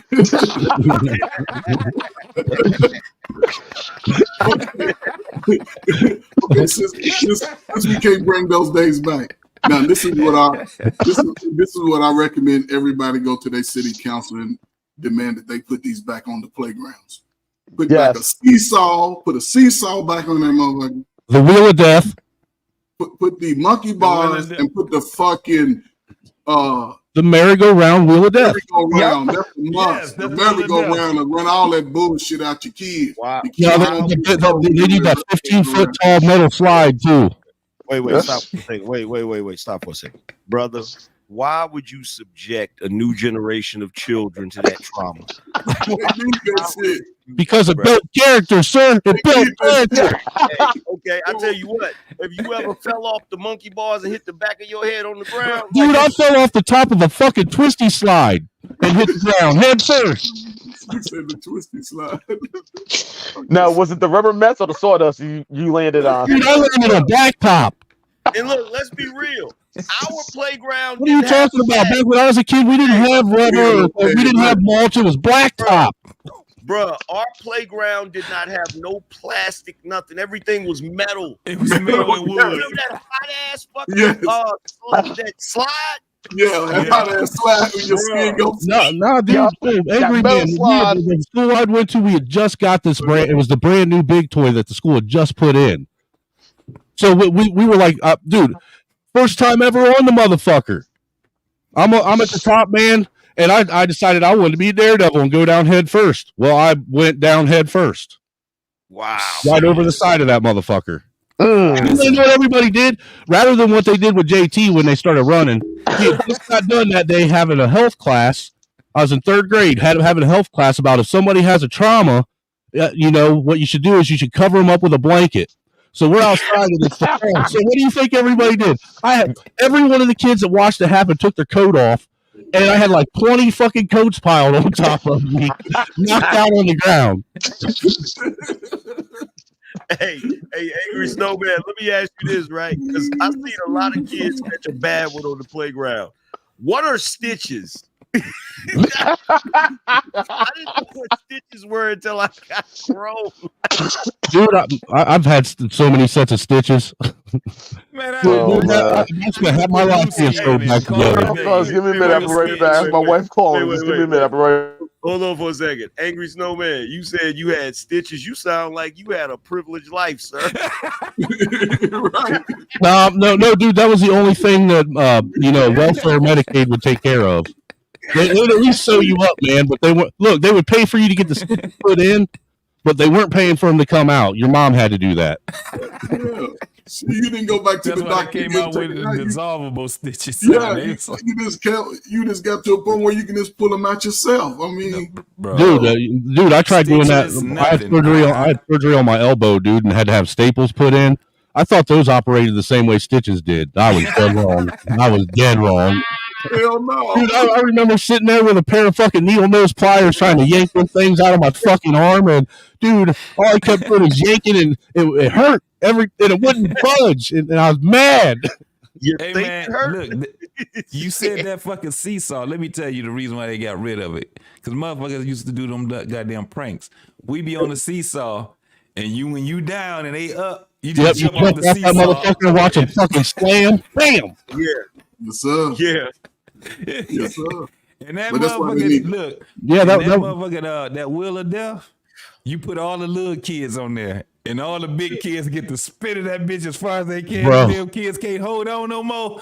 They be falling. No, nothing. Hey, bro, I did that to my son. Out of the campgrounds we used to go to when my middle son was a little kid, they still had the wheel of death out there. It was all rusty and shit. So I had him on it. He was about 5 or 6. And I got that motherfucker spinning real good. He was in the center of it, holding on, dude. I had it spinning real good, and I had it going faster and faster, and I slowly started seeing him slide up the bar. And he slowly slid farther and farther to the edge, and the next thing I know, dude, inertia just took over, dude. I watched him get fucking slungshot out of that motherfucker. This is how you know I love that little bastard. Dude, I took off running after him like I was a fucking tight end, dude. While he was in the air, I'm running after him with my arms out and shit, and just snag him up almost right before he hits the fucking ground, dude. Hey, bro, check this out. Nothing is sadder than that one kid that doesn't let go. Yeah. Like once the shit is spinning, because like, yo, I used to have a ball on that shit, right? But Yeah. once it's spinning and you fall off, there was always one kid that would hold on and it would just be dragging them around. And you'd be like, let go. They actually got one in a park not far from where I live now. And I think one time over the summer, my wife and I took the kids out, and it was a real nice day. And next, you know, I realized like a good part of the town was in the park. They had everything all cleaned up and everything else. So all the kids are just running around, going crazy, have fun. And they actually had one.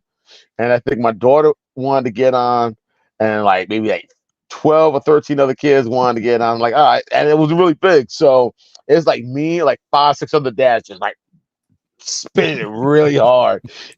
Kids holding on for dear life. A couple of kids fell off. I think one kid held on so hard after it finally slowed down and everything else, and he was the last one to fall off. He ran to a trash can to throw up. I was like, yep.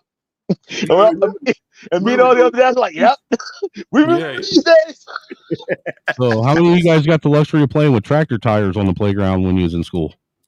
Oh, we didn't have those. But Dude, that was one of the things we had when I was in like kindergarten and first grade.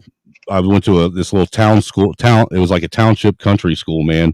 And they had the big slide and the swing set and the wheel of death and the big round monkey bar cage. But then out in the field, there's a big field. There's like 7 or 8 fucking big ass tractor tires out there. Oh my God, I've seen those. Oh my dude, we used to get like 1 or 2 guys inside of the fucking tire, man. And then there'd be like 3 or 4 of them that would stand it up, and we'd sit there and roll it as fast as we can with them inside of it, man. See how far we can get that motherfucking tire to roll with them inside of it. I don't see videos of that shit. Why is it there was always one kid that would, how you had the monkey bars or whatever? Mm-hmm. Always one kid that would get up on top of the monkey bars. That was me. And would try to fuck everybody up that was coming across. that was me. Sir. That was me. Hitting they fucking their goddamn fingers up. Dude, we used to use the monkey bars and all that shit and play. Remember playing how the floor was lava? How you'd have to maneuver around and shit. You could maneuver around. But you couldn't touch the ground once you dude. I was the guy on the top of the monkey bar stomping on people's fucking fingers trying to get them to drop. Yeah, you was a little badass kid. Oh, wait. Wait a minute. Oh my God. How are we talking about the playground and the monkey bars and we ain't brought up dodgeball? Yes.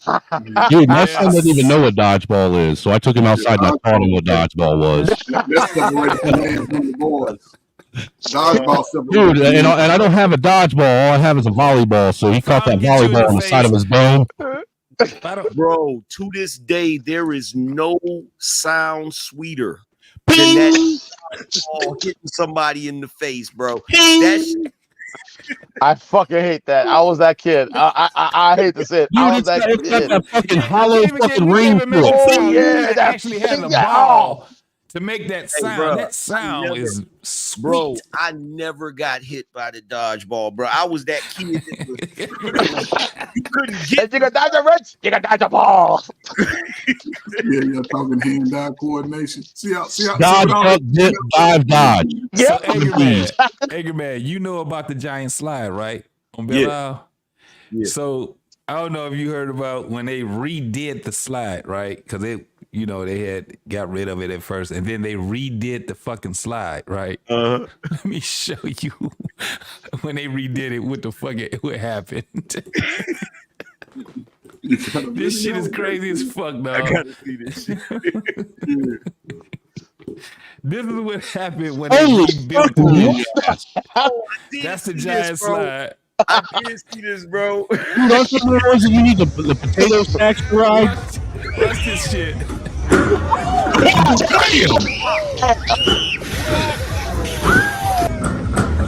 Dude, every one of them kids got fucking elbows now. Damn. Hey, bro, I've been on that slide before. What is this?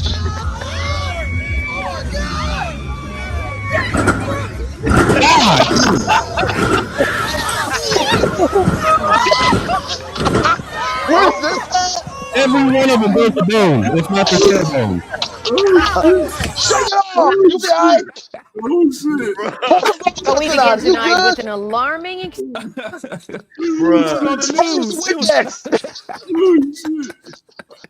But I remember when the slide board was 15 steps up, man. That motherfucker was like a one-story house. The old slide board. Well, The and shit much hit the of news, what man. took place Look, earlier look. was caught on camera and has now gone viral. 7 Action News reporter Simon Shaykat getting answers from the DNR after talking with a parent who watched it all unfold. Tonight, we've learned that the DNR that runs Belle Isle had to shut down a slide that's meant for kids to have fun. Kenyatta McCadney loves summer on Belle Isle, but he says fun turned to fear around noon for his kids as speed became an issue on a massive slide, and it was all captured live on Facebook. Oh, I thought you keep your hands off the slide. Yeah, that's it. We good on that. What I noticed was the impact that they was hitting the ground with coming off of the hills. His children now cautioning others, the 2 youngest refusing to go down, the 2 older kids deciding once was enough. I was going down way faster than I thought I was. As you were going down the slide, what was going through your mind? Man, these kids Man, I'm finna die. The DNR says there were no injuries and staff members were at the top and bottom of the slide giving instructions. That said, the attraction is on pause for a cleanup and for speed to be addressed. If they would have kept riding on that slide, somebody would have got hurt. Kenyatta says he also chose to give up tickets he bought.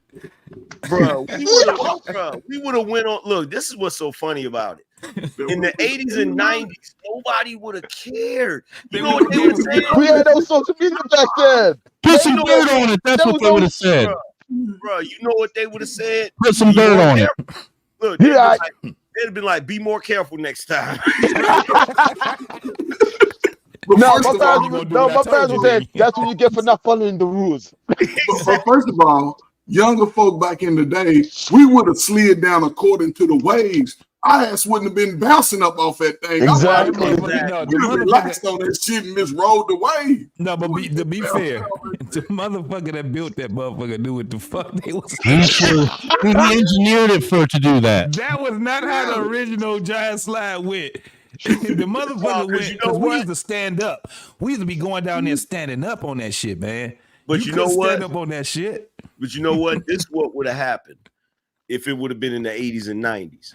There would have been one kid out there that would have been like, that ain't how you do it.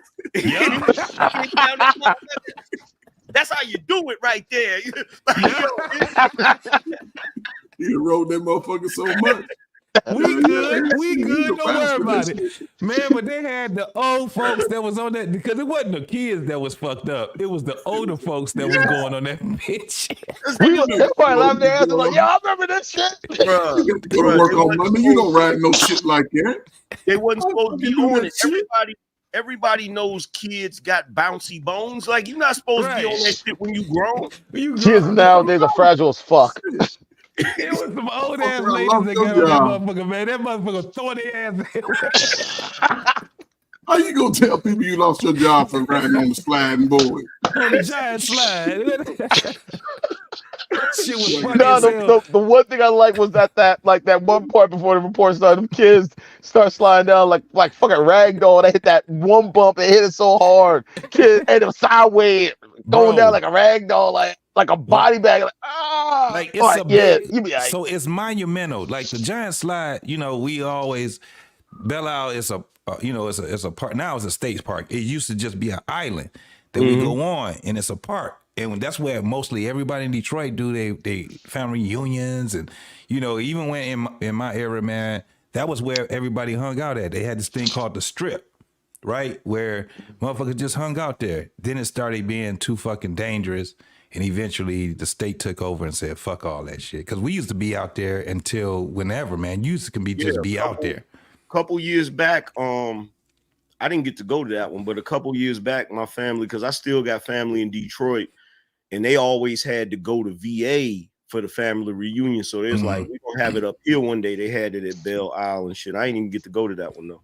Yeah, that one, it's cool now. It's a lot more wholesome now, man, because Belle Isle, I'm telling you, in the 90s, that motherfucker got terrible, man. It was just certain parts of Belle Isle where you just unless you young, you ain't even trying to go over it. The strip used to be where everybody floss at. That's where you see all your niggas with all kind of shit. Cadovas that was souped up and goddamn cutlass and all of that shit. But that was where all your dope dealers was at.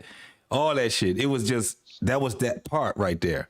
However, there was another part of it where you just had a family thing, right? It was just all family thing. And it was over by the giant slide and the escape, you know, where all the slides and stuff was, where the kids can play. Then we had a zoo over there. We had we still got the greenhouse over there where people go get married and stuff like that.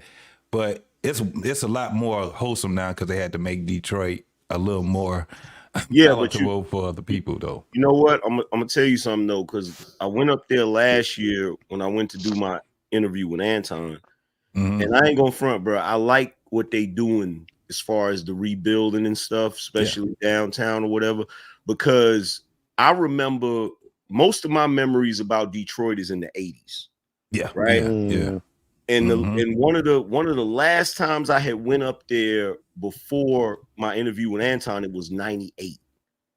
And like, bro, it broke when I went up there in 98 and looked around, man, it broke my heart because I remember what Detroit was like in the 80s and shit. You know what I'm saying? Like black families everywhere and, you know, community and all that. And when I went up there, I saw all of them freaking abandoned houses and shit, bro. That shit's heartbreaking, man. Yeah.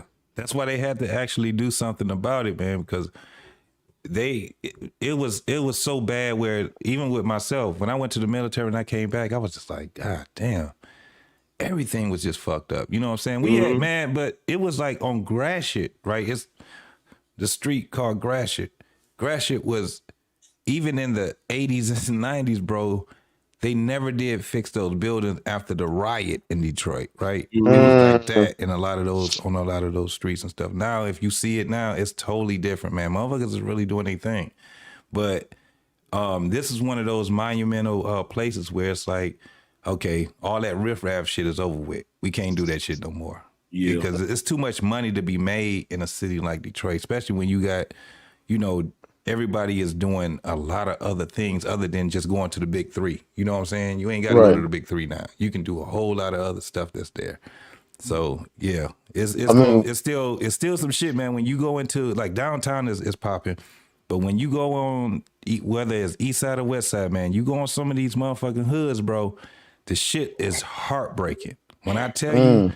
But that's what they would show about Detroit. They'd just be showing you some fucked up shit, would make niggas be like, I ain't going there no more. It's not really like that all the way in the whole fucking city. You know I remember my uncle tricked me into going to Detroit. There's 2 videos in the back, JT. When he told he was going there. Like so basically this is what he did, right? So at the time, I think I was like 18, 19 years old, and I was here in Raleigh, and my uncle said he got a job in Detroit and he wanted me to help him drive up there, right? He's like, yeah, just drive, you know, help me drive. Who remembers that game? He's like, help me drive up there. Oh, damn, it's been a while. He like, don't worry about it. I'm gonna send you back. Like, I'm thinking he gonna put me on a plane and send me back after we get to Detroit, right? Right. So we get to Detroit, we go to my uncle's house or whatever, right? And this Negro tells me, I'm like, so you gonna get me a ticket tomorrow or whatever? And he's like, oh, I gotta wait till I get paid. So I'm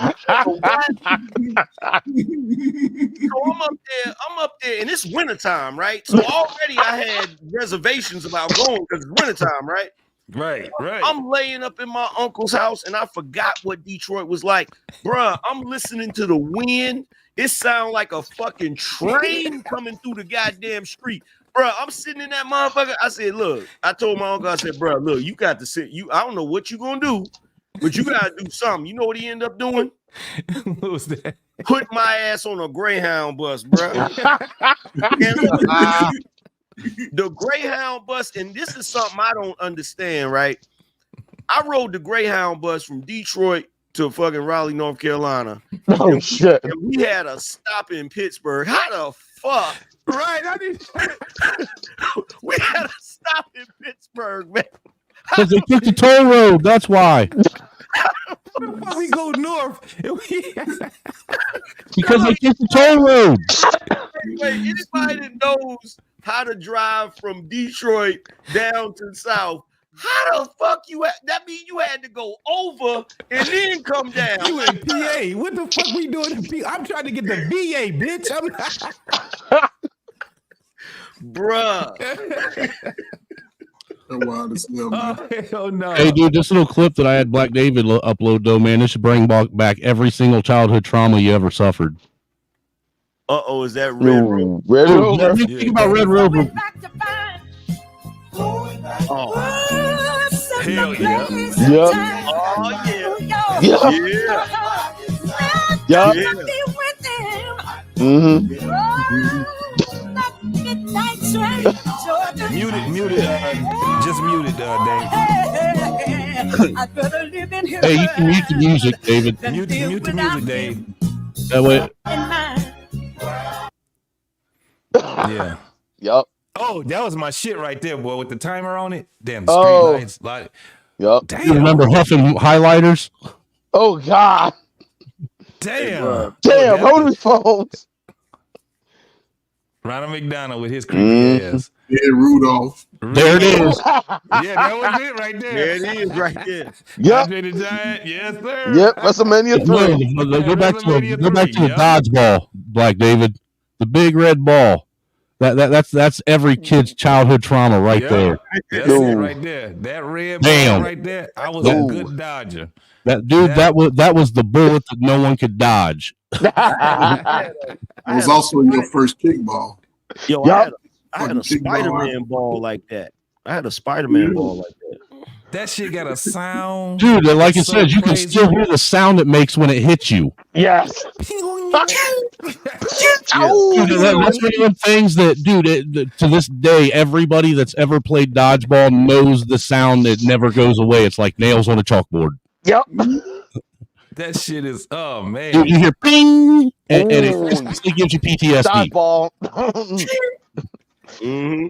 I remember ironically the stories back in the news, and this is going back maybe like a little over 25 years ago, maybe 25, maybe close to 30 years ago, where school districts were banning dodgeball. I was still like, wait, what? Go back. Oh my God. Yo. Are you talking about the library thing? That fucking Dewey Decimal System. System. That was Google. That was Google when we were kids. Hey, bro, card catalog. I worked in the library in high school, man, for 3 years. The high school I graduated from, I worked in the library for 3 years. I figured out the Dewey Decimal System like it was nothing. Dude, all of us knew how to use it, man. The card catalog was our fucking our best friend when it came to high school and having to do fucking reports and shit. That's the Google. Yep, that was our Google right there. Check this out, bro. I fucking had a heated argument with the librarian about how the Dewey Decimal System was going to be irrelevant. Yeah. Oh, I wish I knew where that librarian was at just so I could say I told you so. She's probably dead now, Angry Man. She's probably dead. Probably buried in the same place they buried the Dewey Decimal, that card catalog. Hey, Angry Snowman, I will settle for the grave site. I will go to that grave site and tell her ass, I told you so, guys. I don't even, do the libraries even have card catalogs anymore? Nah, No, it's all digital now. everything's digital. Everything's on computer. My wife and I were just at our public library a couple of days ago, and everything's on computer. See, that was the nice thing about the library, man. Rather than walking through and looking at every fucking shelf trying to find your book, you just go to that card catalog, look up the title because it was all in alphabetical order, and look for the number. Mm-hmm. Yeah, that's it. Now everything's, I think, done under the Library of Congress. I think Library of Congress system. You know how many women? It's just like old digital library. It's the same way. It's just everything's digital now. You can still find the references through the numbers. Fuck that Dewey Decimal. Fuck that Dewey Decimal. Hey, just because you couldn't figure it out, don't mean it didn't help, sir. That was Shout out to the Dewey Decimal System. Hey, check this out. Angry man, you 100% right. I could never figure that shit out. Fuck that shit. The only reason was you couldn't figure out how to tell the difference between fiction and nonfiction. That was what your problem was. That shit needed to go. I'm gonna tell you something else that needed to go that nobody wants to admit this. and it'll never happen because it's the government. But there's two things that need to go: the goddamn post office and the motherfucking DMV. Man. Oh, dude, the Man. DMV. Yo, I can't stand the DMV. Yo, honestly, motor vehicles in Jersey was ridiculous back then. It was ugly. It was a time it was actually privatized, and it Sir, took I want you to forever. understand something. Even in a small ass fucking village, the fucking DMV is a fucking. You're going to be there for the next fucking 3 hours. I don't care where the fuck you go in America. I don't care where it is. It could be the fucking the last bastion of fucking hillbilly fucking heaven where nobody fucking even drives, but everybody's in there the day you need to go get your fucking license renewed or your tag. You know what they do? This is what they did to really piss everybody off, right? This is what they did. So they got that system that they got there, right? But it's not a number system that makes sense. It'll be like now serving E25. Yep. You be looking at your shit. Your shit is like L48. I didn't know you were playing 3 different numbers at the same time. That's what it is. It's like when am I like, bro? So what they do is they let motherfuckers actually put their number in before they even get there now. Yes. Yep. Wow. Yeah, you can do that schedule shit an online. appointment with That's the why you don't be DMV. saying, you be like, what the fuck is, I see Hold up, 3 wait, people nobody in is this this bitch. motherfucker. He cut me. He just got me. Well, actually, that started picking up. That right there started picking up traction during 2020 with the lockdowns and shit. People set appointments. But this is what's worse, right? So I had to turn in one of my tags, right? So I go to the DMV. I got to stand in line and wait, right? So I'm in this motherfucker standing in line waiting and shit. I get to the desk with the lady, right? And I'm like, yeah, I need to turn my tag in. And she looked at the tag. She's like, okay, next. I'm like, why you don't got a drop box? Like, why would I have to stand there? Hey, you know what? Wait. You know what? We live in the day and age, angry man. We live in the day and age now, though, and it's been like this for a while. Most of us just don't, actually take up on it. They send us a letter to remind us 3 months before we have to renew our tags that our tags need to be renewed. And you know what you can do with that letter? There's actually a little coupon on the bottom of it that you can send in with your payment, and they will mail you your fucking sticker in the mail. Well, yeah, nah. Yeah, you know that. I get my sticker in the mail and all of that. Nah, I still go up every year and deal with the fucking bullshit. But no, here's the thing, though. I got a theory about this, and I feel like it's a conspiracy, but it is what it is. I think they only keep the DMV around because there's boomers that can't do anything else except that fucking job, bro. Yes. I swear to God, Yeah. I think they keep a lot of these fucking organizations around because boomers don't know how to do anything else. Yep, that's it. Like, what else? Because everything else can be on fucking line. Yeah. You can actually do all of that shit on fucking line. Well, like in Indiana, they actually have kiosks now at the BMV. That way you can go up there 24 hours, man, and do all your shit through a kiosk. Oh wow, that would be great here in Jersey, but they don't have that. Nah, Well, that's because they'd steal them in Jersey. Bro. Nah, yeah. Bro, some parts of Jersey, yeah. I know a few spots they would do it too. That's the sad part. You know what they do now? They don't even give you your license the day you're there. No, they mail it to you. No, they mail it to you now. If they're mailing it to you, what's the fucking point of going there? Yep. Exactly. Because you got to get your picture taken, fool. No, those use the same picture. They use the same picture. Not in Indiana, man. Every time you renew your license, they update in Jersey, they have the option. They feel like, hey, you want a new picture, you can take a new picture. If you don't want a new picture, we'll use the picture we have on file. Use the picture on file, and then they'll FedEx it to you. And you're like, I wish I could still have my fucking picture that I had when I got my first license. So watch this. On motherfucking, and we got the Secretary of State, still the DMV, but it's the Secretary of State. So, every 5 years you have to do your concealed. I think here it's every 4. Okay, so ours is like I think it's either 4 or 5 or something like that. So the picture that I use on there, they actually use it on my license also. So that's the difference. And then if I have to redo my license or my passport, you don't get a all separate of those together now. So you don't get a separate identification card for your concealed carry?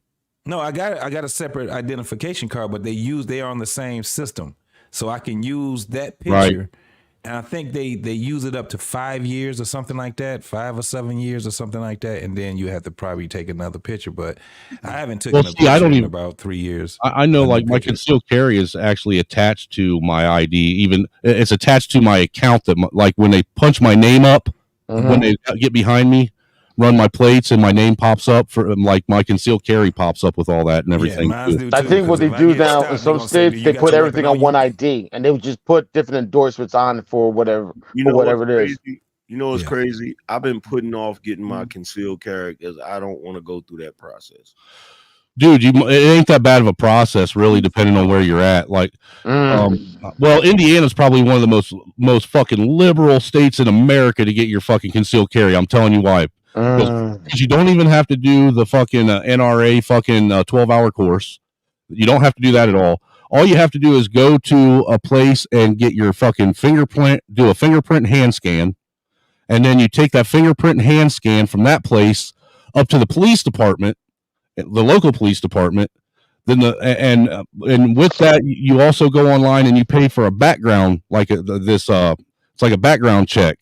That they do. You print that out and you take that with your fucking hand scan up to the city police department. The city police department checks everything. They give it their okay. Then they send it to the state police, and then the state police goes over it again, gives it their okay, and that's all you got to do. At the end of the day, in Indiana, you can either pay $70 for 4 years, or you can pay, I think it's $120 for a lifetime. Did he say that's all you gotta do? Like, you know what? You know what, y'all? You don't understand, dude. You don't understand some of the fucking in Ohio. It was different because they make you jump through all kinds of hoops. Oh no, Jersey is ridiculous. Here's the thing. That's crazy, right? So here in North Carolina, I think you still got to do the class, right? But here's the thing. This is what's goofy, right? So prior to recently, in order to get guns here, you would have to buy the purchase permit, right? What? So you would have to buy the freaking purchase permit. And here's the goofy thing. The first time I did it, I got one. And then somebody told me, you can get 5 at a time, right? And I'm like, oh shit. You need one for each purchase? Each purchase, right? Dude, they're treating it like it's a deer tag. Listen, not for rifles and shotguns, but for handguns, right? Yeah. So they recently got rid of that. So now you don't got to have no purchase, but they still do the concealed carry the same damn way, and it's annoying as fuck, man. It's super annoying. I think my friend was telling me about that before he passed away. He lived in North Carolina. Well, it's even worse when you get one of them NRA instructors that do it to the letter and make you stay there for every fucking waking second of that 12 hours. Damn, we had to do 8 hours, but we only do it once. That's it. The next time you just do you just pay for whatever. Yeah, you just have to pay to have it renewed. But what we have to do, we don't have a purchase. We have to have a FFL to actually, when we buy the gun, we have to have someone that they send it to, and then we go get it from them. Now, and that's the only thing we have to do, and then you just renew. No, I think what Anchorman was making it sound like, even to go to a gun store, like a gun shop, you have to have. They used to make you get basically get a tax stamp. Yeah, to go and make a purchase. Whereas everywhere I've ever went, dude, I could walk anywhere I've lived, Ohio, Indiana, I could walk right into a gun store. They run my name. 30 seconds later, it comes back clear, and I'm getting what I want. Dude, the longest it's ever taken me to purchase a gun was when I bought a fucking shotgun from fucking Walmart. I was in Walmart for 3.5 motherfucking hours to buy a shotgun. For your background check? Yeah, you can get that there. Good luck trying to buy a firearm from a Walmart here. And then what they do is they have this, what they call, it's a dual managerial system that they use, where one manager will run the shit, and then another manager will come up after they're done running the shit and going over it with the first one. The second manager will come back, and he'll go back over the shit and rerun the shit, all right? And then check and make sure all your shit's okay. And then to top it all off, they won't even let you carry the gun out the fucking store. They carry it out the store for you and hand it to you once you get on the other side of the parking lot. Yeah. Damn. So y'all do know that, like in Michigan, we don't need a CPL, really, right? We don't in Indiana either. This is a constitutional carry state. What part of Indiana? But the only reason why I do mines is because I know they about to change that fucking law. You're gonna eventually. Well, not only that, JT. The reason why I still get one, even though Indiana's a constitutional carry state, is there's still 36 states in the fucking union that will honor Indiana's concealed carry or Michigan's concealed carry. They all honor each other's concealed carry. So if you got a concealed carry for one state, then you have it for the other state. Not all states are a constitutional carry yet.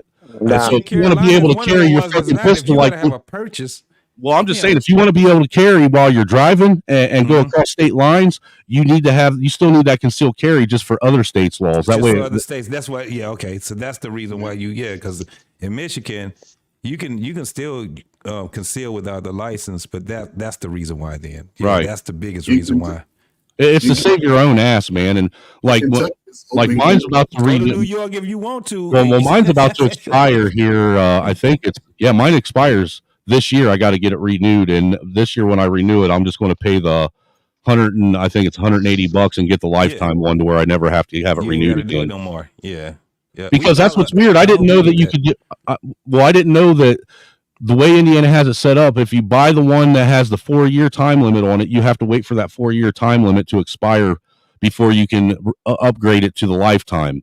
You can't just pay give you a year lifetime before? and do what? They don't give you a year before? What do you mean a year before? Before it expires, they give you if they tell you that you got 1 year before you have to renew it. Yeah, renew it. Well, they give you a notice. Okay, but what I'm saying is, once you purchase, like you get a choice, you can get the one that's got the 4-year limit or the lifetime. If you purchase the 4-year limit, you can't, decide 2 years later that you want to go pay for the lifetime. You got to wait for that 4-year limit to come up to expire before they'll let you purchase the lifetime. Okay, I got you. You know what I'm saying? And what's crazy, dude, I got my concealed carry right before 2020 happened. Like literally right before everybody got put on lockdown. Mm-hmm. And then, man, it's motherfuckers right now. Dude, I was shocked, dude. Dude, I was shocked because it showed up in the mail like 2 weeks after we were on lockdown. All right. They had shut everything in Michigan. You couldn't. It was motherfuckers riding around with no. Dude, I felt sorry for you motherfuckers up in Michigan. Governor fucking Gretchen Whitmer. What? Now fuck her. No. That's the You a girl. demon. You a The demon. one we had was Granhorn. Fuck her. She was the one that fucked us up. No, Whitmer was your guys' governor, and she was a fucking demon. She's still there. She's still in there. Yeah, I know. She tried to have. Dude. I was very heavily connected to those guys that they said were trying to kidnap her. Wow. I had the Fed show up at my house and investigate me over that. You bullshit. Not at all, dude. Not a fucking little bit. Wow. Man. Guilty by association. No, dude, not by association. I was like at the 2 main meetings that they talked about on the news. Yeah, that shit was deep, man. Because they just look, dude. The only reason why people they just convicted. The last 3 people were acquitted. Bill Knoll, his brother, because I was friends. I was actually real good friends with Bill Knoll. I was real good. The 2 guys that got put in federal prison, Adam Fox and Barry Croft, I was real good friends with both of them. Wow. And like I said, look, dude, I know more about that case than most people do. That's what actually brought me onto YouTube. Was trying to get the truth out about that. Because what was weird was I had the Fed show up and investigate me. Like, look, dude, they got they have my first Facebook page. All right, like the Feds have it. My Facebook page. They have my first email. They have my first Twitter. Like my first Facebook Messenger. Like the Feds have this shit, dude. Wow. I can't have it. I'm not allowed having it back. They got it. Damn. Here comes the money. Damn,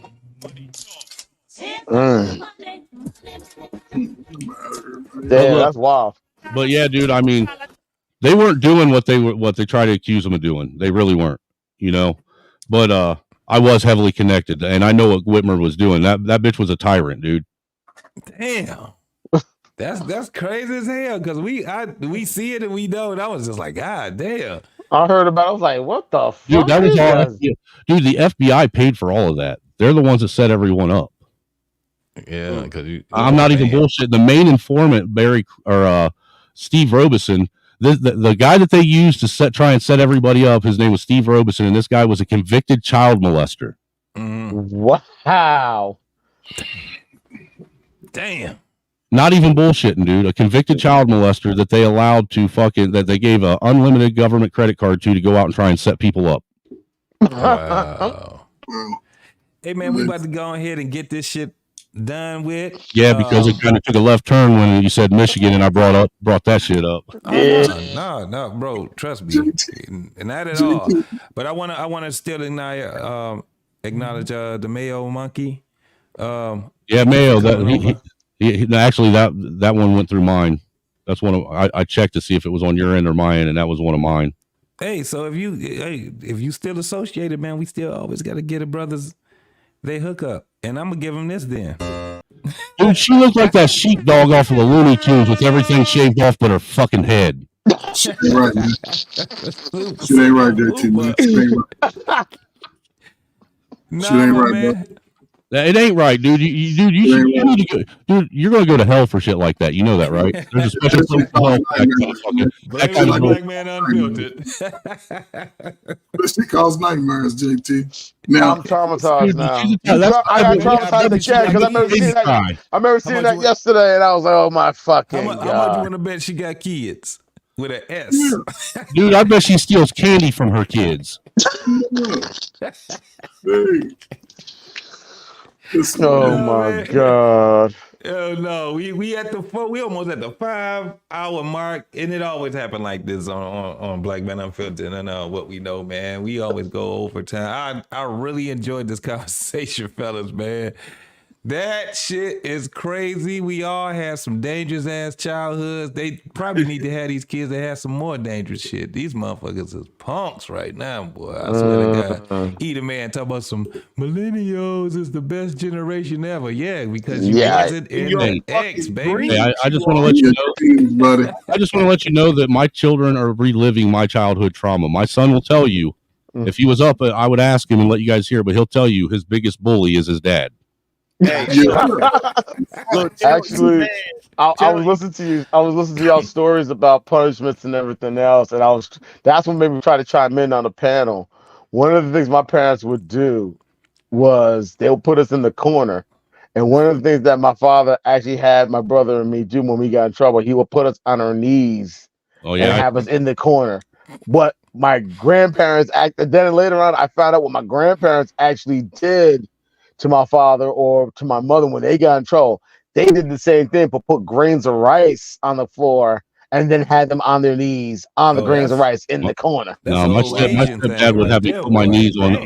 My stepdad would have me put my knees on a broom handle when I was. Bruh, my family's on the islands. We got my family's on the islands. We got some off the wall ways to discipline our kids. And I think one time I actually did that to my nephew. Never again. I did that to him. And my dad, he used to he would come up behind you and he'd crack you in the ass with a belt or a fucking paddle just out of the blue while using it. See, that's the thing. My dad would use the belt. My mother would use the belt. If not a belt, she would use a slipper. Or I think one time she actually had a plastic rolling pin. A slipper, a mug, an ashtray. Fucking car. What that was close to your ass. Tell Eat a Man, if you're a millennial that was born in the 80s, we might let you hang out with us. Right. You may qualify. You're right, Angry Man. Some of them we give voluntary Gen X status to. Just no, we don't. It's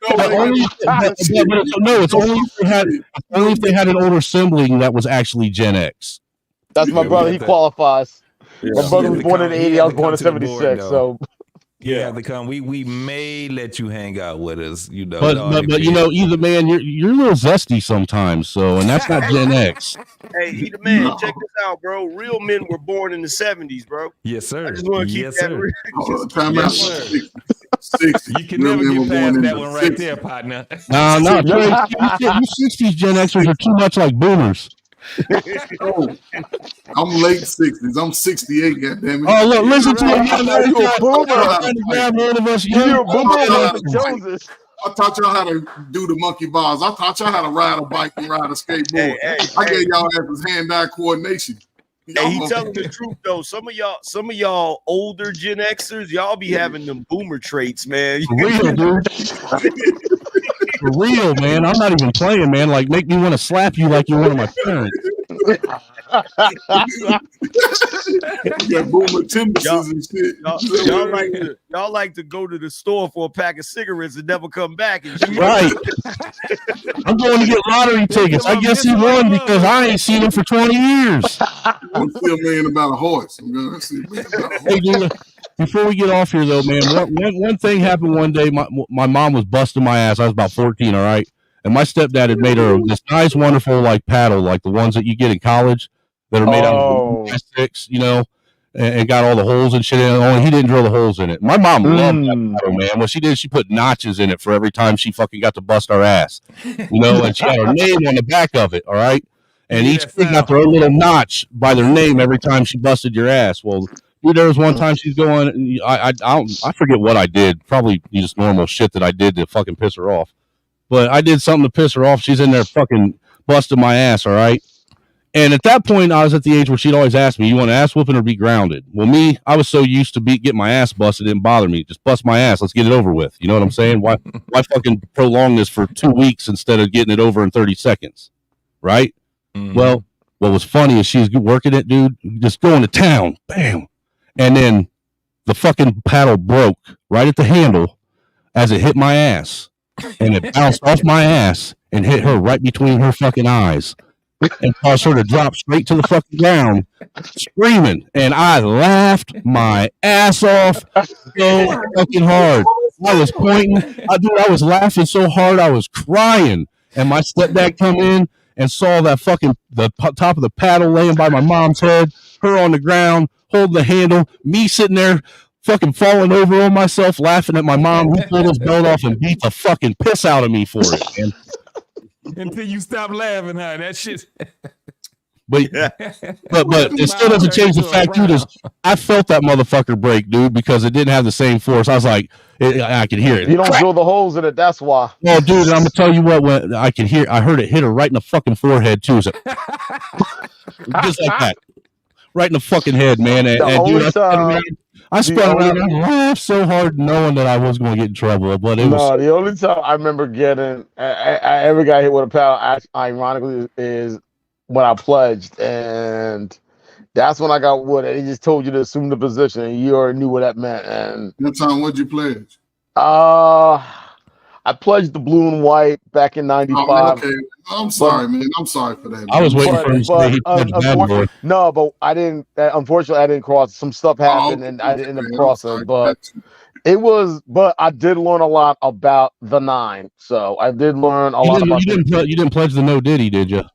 You're stupid as hell.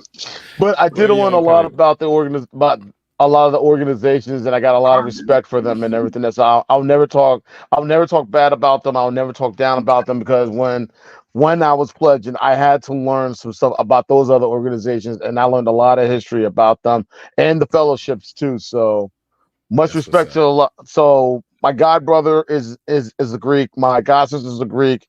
Some of my cousins and some of my friends I grew up with, all Greeks and everything else. And there's a lot that comes to it, but there's a lot of good that comes out of it. And I got a mutual respect. But I never went to college, but I lived by Butler College in Indianapolis for like 4 years. And dude, I used to fucking party with all them frat boys and sorority. Dude, that was so much fun. Even not being in college, but living by them, being able to party like that all the time was so much fun. No, man, you was bad as hell, man. The fact that you was a teenager, your mama still had to whoop you, you were fucking bad. Oh, dude, for real, dude, man, I used to beg my mom just to put me in JDC because I got tired of her beating me. And see how we would take that ass whooping so we wouldn't be punished? Because outside, we needed that shit. Needed that shit. We hated rainy days. Fuck the rain. Don't rain. We used to wish the rain never comes. Hey, dude, I won't even lie, dude. I was a terror to my parents, especially my mom, dude. I was a terror, man. I was a handful. But you know what? Even though I was a terror, I still stood up for my family. Like I'd fucking throw bones with anybody, dude. Nobody, where we grew up, all my siblings grew up with a reputation because of the reputation I built for our family.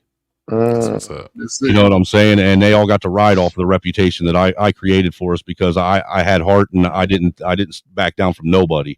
You know, I grew up like the rest of you, man. I'd take an ass whooping staring you right in the eyes if that's what it took. Yeah, if that's what it take. Absolutely. All right, y'all, man. We about to go on here, get up out of here. Black David, man, I really appreciate my brother back here helping the brother out, man. Love you, Dude, he was man. back there losing his shit listening to all our stories, man. Hey, man, I want to give a big thanks Y'all to was all the traumatizing me a fellas, lot. man. I wanted to think about it. I was like, y'all evil ass motherfucker. You bring all my PTSD back. I'm like, F all of y'all, especially Angry Man.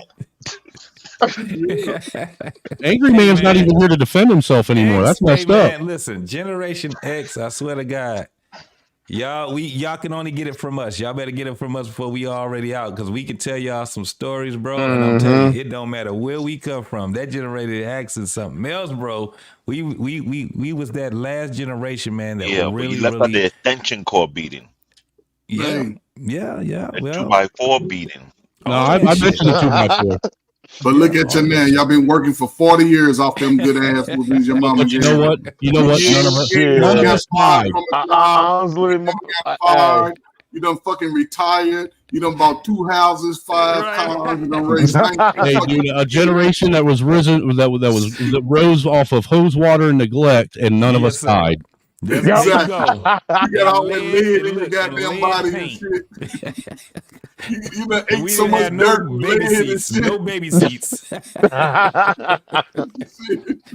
was living life on the edge. We were putting sofas in the back of pickup trucks and bolting them down that way we could fucking have a comfortable seat going down the highway at 60 miles an hour. Let me tell you, my father had a van that was his work van, but he also had it where when we had the whole family going on trips where we used to go to the park and stuff, he had lawn chairs in the back of the fucking van because we had no other chairs, so the kids was my dad, JT, my dad had 2 vans. My dad had these 2 vans. He had this one blue Ford that was short and it was just like old as fuck. And then he bought this extra long Dodge, like, you know, them church vans that had like 4 benches, but he only had 2 benches, not 4. So you had those 2 benches, and then you had all this space in the back. My dad used that for his job because my dad used to have his own business. So, and in the summers, my brother and me would ride with him into New York. We would ride into the Bronx, and there's this one warehouse area right by where Old Yankee Stadium is. And he would pick up stuff there. Then we would go to Queens, pick up some stuff there. Then we come back to Jersey. We go to Jersey City. We pick up some stuff there. Go back to my dad's spot. Offload, my brother and me, offloading the van. Like, you see these 2 teenage kids, 12 and 16, using hand trucks, loading it up, taking everything inside. This is in the summertime, too. JT. And what the fuck was a U-Haul? My father said, U-Haul. What's the U-Haul? What is a U-Haul? We don't need a U-Haul. I have a van. I don't need a U-Haul. You know, I think you never said that before. Not only that people who suffer that thing here in the U.S., that was the known stable in Africa. Man, my parents from the island, so my father, my dad instilled that strong work ethic into my brothers and me. You say I know what it's like to grow up African? It's not stable. You're wrong for talking about that because that is not. Yeah, the shit you gotta stay. The kids gotta stabilize that shit. You stabilize that shit. Them fucking thigh muscles and them calves and shit. You sit your ass on the side there. Hey. Let me know when you're turning that corner. I was going to say that and hope like hell you have somebody up front driving that doesn't hit the gas when you hit a bump. You hear? and know how to hit the damn brakes on smooth.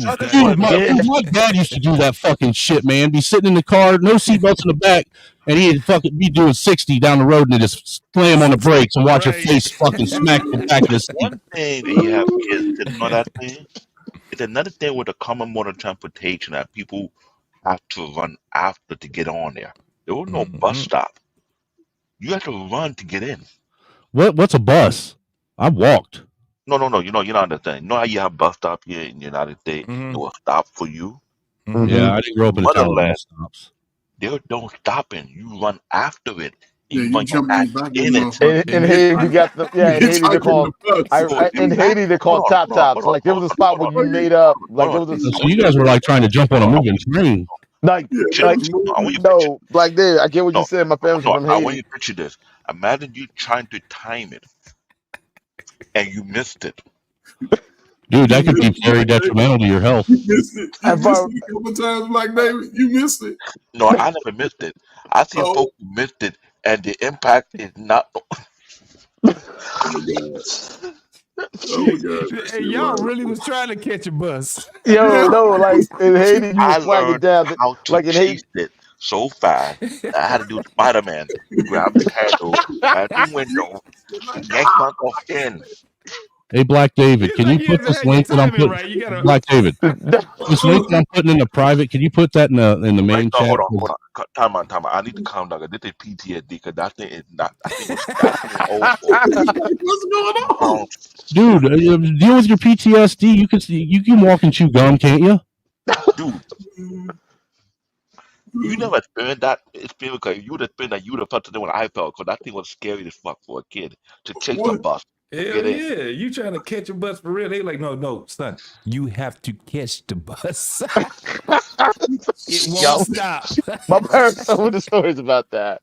But no, I was wondering if you drop this link I put in the back in the main chat because this is an edit I just put together. It's the Ultimate Biting Gaff compilation part 1 that I did. Oh, shit. It's got like fucking 18 minutes worth of biting gaffs on it, man. Oh, okay. Let's see. You got it, David? Do you see it? I'm trying to get it right now. And I'd like to try and see it get as many I views got it as right now. I'm possible. just.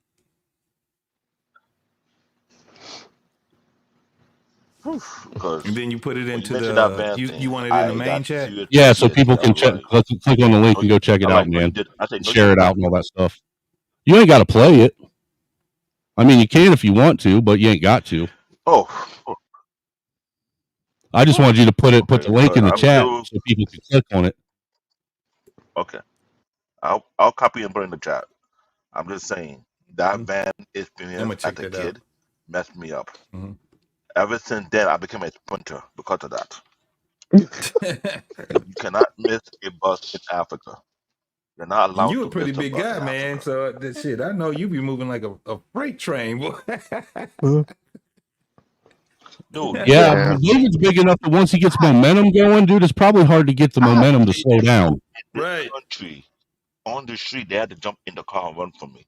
That to show you how that trauma made me think, you know what? If I don't catch you, I'm gonna get you.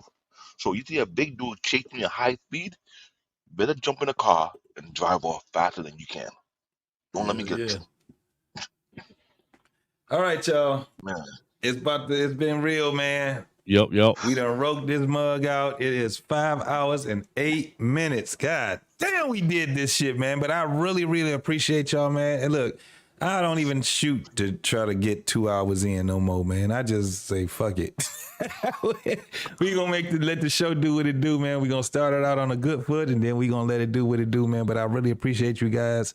I really appreciate my man Angry Man for stopping by, man. Angry Snowman, I'm glad you came over Good to this see way, you. my brother. My man Trey Ferd came over here. Antoine. Look, man, you guys, man, I really appreciate you guys for coming over this way, man. Hey, Angry Man, go ahead and shoot it out when your next show is, bro. Oh, me? Yeah. Well, first off, you need to stop calling me Angry Man because Angry Man was up here, and I don't want that beef with him, sir. I don't want that beef. Me and him get along. Let's keep it that way. You know, we're angry brothers together. But no, actually tomorrow night I'm going to be doing a show where I'm probably around 7 or 8, where I'm going to be going down. I've been going down this whole eclipse rabbit hole and all the stuff that everybody's been putting out, and I figured I'd go down it and go through all this craziness that everybody's been saying is going to happen and share it with everybody, and let's everybody sit and laugh at everybody that's been putting all this nonsense out. Because, dude, some of this shit that they've been trying to tie to this eclipse is wild. Dude. It. I'm like, really? This is what they talking about? I didn't know it was going to be this damn big. But yeah, tomorrow around 7 or 8, I'm going to be covering that. And then, like I said, Black David put the link out there for the Joe Biden mega compilation, mega gaff compilation that I just did. That's part 1. There's part 2 will be coming to that here real soon. Okay. I'm gonna definitely check it out because I just put it in my my repertoire. Dude, that thing's funny, dude. For real, there's so much shit in there, man. I hope you guys come back on Friday because the thing y'all put out here, I was in the background listening. I was trying not to laugh and cry. I'm like, why do you have to remind me of my PTSD in my childhood? I'm like, God damn. I'm glad you didn't mention about the bow and arrow that as kids you're not supposed to be playing with on that thing. I mean, we did. Right. But yeah, I appreciate you, JT, for letting me come up and chop it up with you guys, man. I've missed hanging out with you guys, man. For real, you guys it's always a blast coming over here and, you know, chopping it up with the fellas. Absolutely, man. I'll be checking you out, man. I know a lot of people watch me in the bushes, man. You know, because my chats get wild. I'm not one of those dudes that are shy away from shit like that, man. Because I definitely come over there every once in a while. I'm like, okay, let me go holler at my man for a minute. But hey, look, in the daytime, I'm gonna tell you right now, if you doing something in the daytime, you'll catch me every once in a while. Cause I'm 9 to 5 in it like a motherfucker still. Right. I'm still a guy in the morning time. So but nah, really dude, you and bro. Yeah, you and any of you brothers are always welcome to come over and hop up and chop it up on any discussion we do. Don't forget on Thursday nights, man, me and Dirty folks do the Dirty Snow podcast too. Oh man, I gotta come over there and fuck with y'all, bro. You know, where basically all me and him do is pull up all kinds of random shit off the internet, go over it, and talk shit to each other for a couple hours. For sure. That's my guy. So it's basically a new version of male bonding. Yeah, we're trying to teach men how to be men again, one fucking criticism at a time. Gotcha. I ironically, the thing with my wife, she's not used to that. She wasn't, like I said, she's the oldest of 10, so she wasn't used to it. So when I came into the picture and I was chopping up with 2 of her brothers and everything else, and we were just going at it, she looking at me like, yeah, she be looking at us like we're so rough. I'm like, nah, this is called male bonding. You're not used to being around a lot of this testosterone. That's all it is. Yeah. So get used to it. Trust me. So it ain't no big deal. But I'll definitely check you out, Snowman. I'll definitely have to come by and check it out. Yeah, if you want, I could drop you my channel link in the back. Hey man, cool. You put it on in what you call it, bro? You ain't gotta. You gotta have a wrench to do that, sir. You gotta have a wrench. Hold on, which one you want? Because I'm looking at both of us. You on Black Man's side? Yeah, I'm on Black Man's side. Okay. Well, shit, I don't know if I'll be able to do it unless probably not. Can moderators moderate? Can somebody moderate? They can't. No. Yeah, Black Man is going to have Black to do it. Man has to do it. And look, honestly, I don't really push getting wrenches because that means that you expect me to do shit in the chat, and I'm not. Usually, I'm not in the chat to do shit. I don't come to watch or get on panels and talk shit. Honestly, I've done it before. A friend of mine, Max V, we went to high school together. So when I chop it up with him, he made me one of the moderators. And sometimes you got some people that just come out of pocket and he can't catch it all. So me and a couple of people that he gave the wrenches to, like if we catching them getting out of pocket, send them back to the bushes and everything. On my channel, I give everybody a wrench because if you don't have a wrench, someone will time you out. Yeah. Because it's night show from DJ. You on Angry Man 2 or Angry Snowman 2 down there. I keep saying y'all shit so goddamn. It's funny. It ain't that hard to figure out. Angry Man, Angry Snowman, dude. There we go, right there. I got you. You got the angry black man and the angry white man. the badass white man. He's bad as hell. Shout out to mom, shout out to pops, shout out to the old school parents who whooped our ass and made us better people. Shout out. Real. Shout out to all my uncles and my grandpas and shit that were there when my dad wasn't. Yeah, shout out to my parents, shout out to my aunts, my uncles, my older cousins who made sure I toed the line and everything else. Yes, sir. Yo, JT, for next And my show, grandparents, may they rest in peace also. you might want to react to DJ Hemp tonight's show about African versus African American. Dude, I bet that was fucking ratchet as hell. Yeah, because I'm gonna watch it tomorrow, man. I'm gonna watch him tomorrow. Hey, dude, like I told you in the chat, how many dude. shows I watch in 8 hours, bro. I watch a lot of fucking shit in 8 hours, bro. Look, sir, black versus African black is worse than black versus white. Was it good? So they left out the light skins? Man, they left out the light skins. I'm fucking pissed off. You know damn well when they start going African American versus African, you know damn well it starts turning into nothing but a bunch of colorist arguments, man, left and right, this, that, and the third, and they end up turning into more ratchet racist than us whiteys ever were. Guess who brought the fire in there? Chaotic Truth. Come on, man. I'm He was in there? Oh, I'm definitely gonna check it out, bro. CT was on it too. I fuck with that. That means CT was in there stirring the fucking pot. Hell yeah. Throwing all He was turning it into a fucking hornet's nest. I'm watching that. fucking it up. Matter of fact, I'm gonna start watching that shit in the morning. Dude, at CT 6 is a o'clock great on my way to instigator, work. man. Dude, you know, he's just dark enough that his sheer presence pisses a lot of black people off. Oh shit! They don't know what to call him. They don't. He's one of them old Ohioans too. Ohio too. Yeah, he is, man. And look, he's one of those uppity Ohio Negroes. Man, that thinks he's better than everyone. Yes, sir. Man, Joe was on the panel too. Your boy, man, Joe was on the panel too. I'm gonna check that out tomorrow, man. I know that was out cold, bro. Oh, I might end up having to do a daytime show review over that. Yeah. Pull some Shout clips to out my of boy it. Hamp, man. This might be risky. Yes, sir. Shout Out to him, Hamp, man. but Hamp, please don't let that turn into Fight Club, man. Don't let it turn into Fight Club. Let me tell you something. One of the things I do see, Hamp is a real moderator.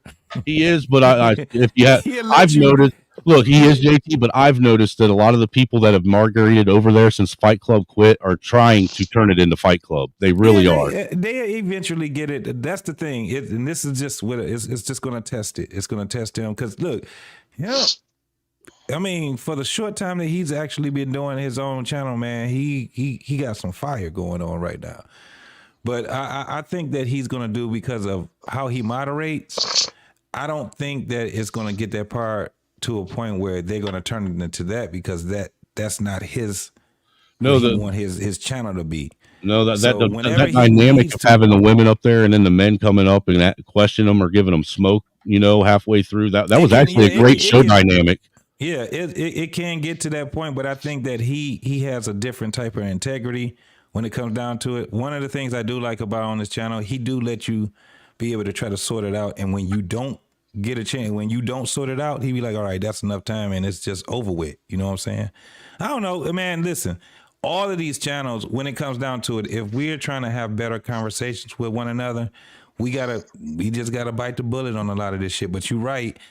If it turns into Fight Club, you know how bad it had to be in Fight Club when the motherfucker that was over Fight Club just said That he was done. It isn't like Fight Club wasn't making money, but for it to be to be willing to give up the money that it was making because you don't want to deal with the bullshit that comes with it says a lot. Yeah, it says a whole lot. And then he just ended up getting his own channel, and he tried to have more higher IQ. He does It's have fun to have- more higher end discussions over there, which I enjoy. Yeah. I think that one of the things we have to do is just look at where we went go. left a couple of times. Yeah, but where we go wrong at, and then we just correct it. That's it. That's just basically what it is, man. Trust me, 5 years, 6 years, 7 years ago, these channels where motherfuckers was just getting on channels, man, to try to fight each other. That's a fact. It was crazy as fuck. So, Dude, it was ratchet as fuck. It was like the Wild Wild West. oh, it was terrible. Yeah, it was terrible. The best part of that panel is that Sugar Mike was able to bring a level of insight and intelligence because Whatever, you're just siding with him because he's real African. Listen, all the Nigerians fight. Oh, Hey, listen, Angry Man, was he Angry Grenade there? Was he Grenade there? Angus Snowman. That's I'm my just cousin. fucking with you, David. I know, but he's actually my cousin. But the thing Well, is, now I take the fucking with you back. Hey, was now I meant what I said. Black David, was Ekene on the show? No, that's why I was surprised. Ekene was not on the panel. Who does Man Petit was not on the panel, which is kind of like interesting. Wow, yeah. So like, We're gonna have to have a part 2 there's then. some real I'm gonna prominent check it out people who tomorrow. can articulate themselves properly, but there were people who were kind of like a little ignorant. I was like, Are you surprised? There's a lot of ignorant people that think that they should get on panels and talk, and really they should just shut up and supposed listen. to be in the same group with the intelligence. You like, no, you ignorant. You go You ignorant as fuck, and man. Look in the clouds. You stay your ass Stay in the clouds. in the bushes. Stay in the bushes. You can't even articulate that super chat you're trying to read. You want me to think you're smart?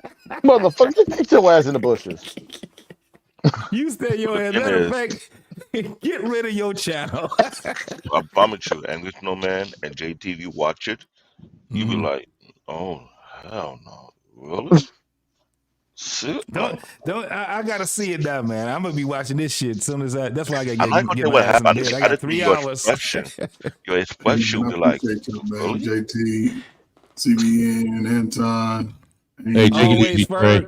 Always, man. It's always a pleasure. It's JT. always a pleasure chopping it up with you, Trey. Y'all wild, Absolutely. man. Y'all wild. That's it. Y'all have a good one. Have a good one, Trey. JT, you come back and love tell you, that man. story again about you joining the military. Tell them that shit need to be immortalized. Tell them at some point, not tonight. JT, I got more, but listen, I got more. You gotta remember, I spent 10 years in the military.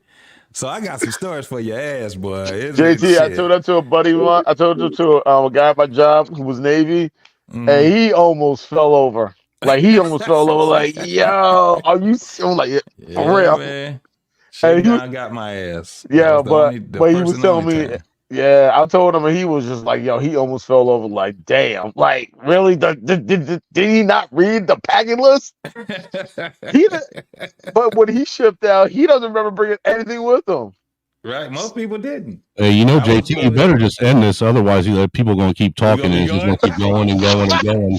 Like I gotta get up in the morning. I gotta get the kids ready for daycare, and I still gotta look for a few things too. Last thing I need is my wife pissed off saying, "Why the fuck you didn't look for what I told you to look for?" I'm like, all right, bet. You're supposed to be online looking for some shit, and you ended up hopping on a panel. That's fucked up. That's fucked up. honestly, there are times, I'll be honest, there are times I've gotten on a panel, I got so caught up, I forgot to wake her up to get ready for work. So, yes, sir.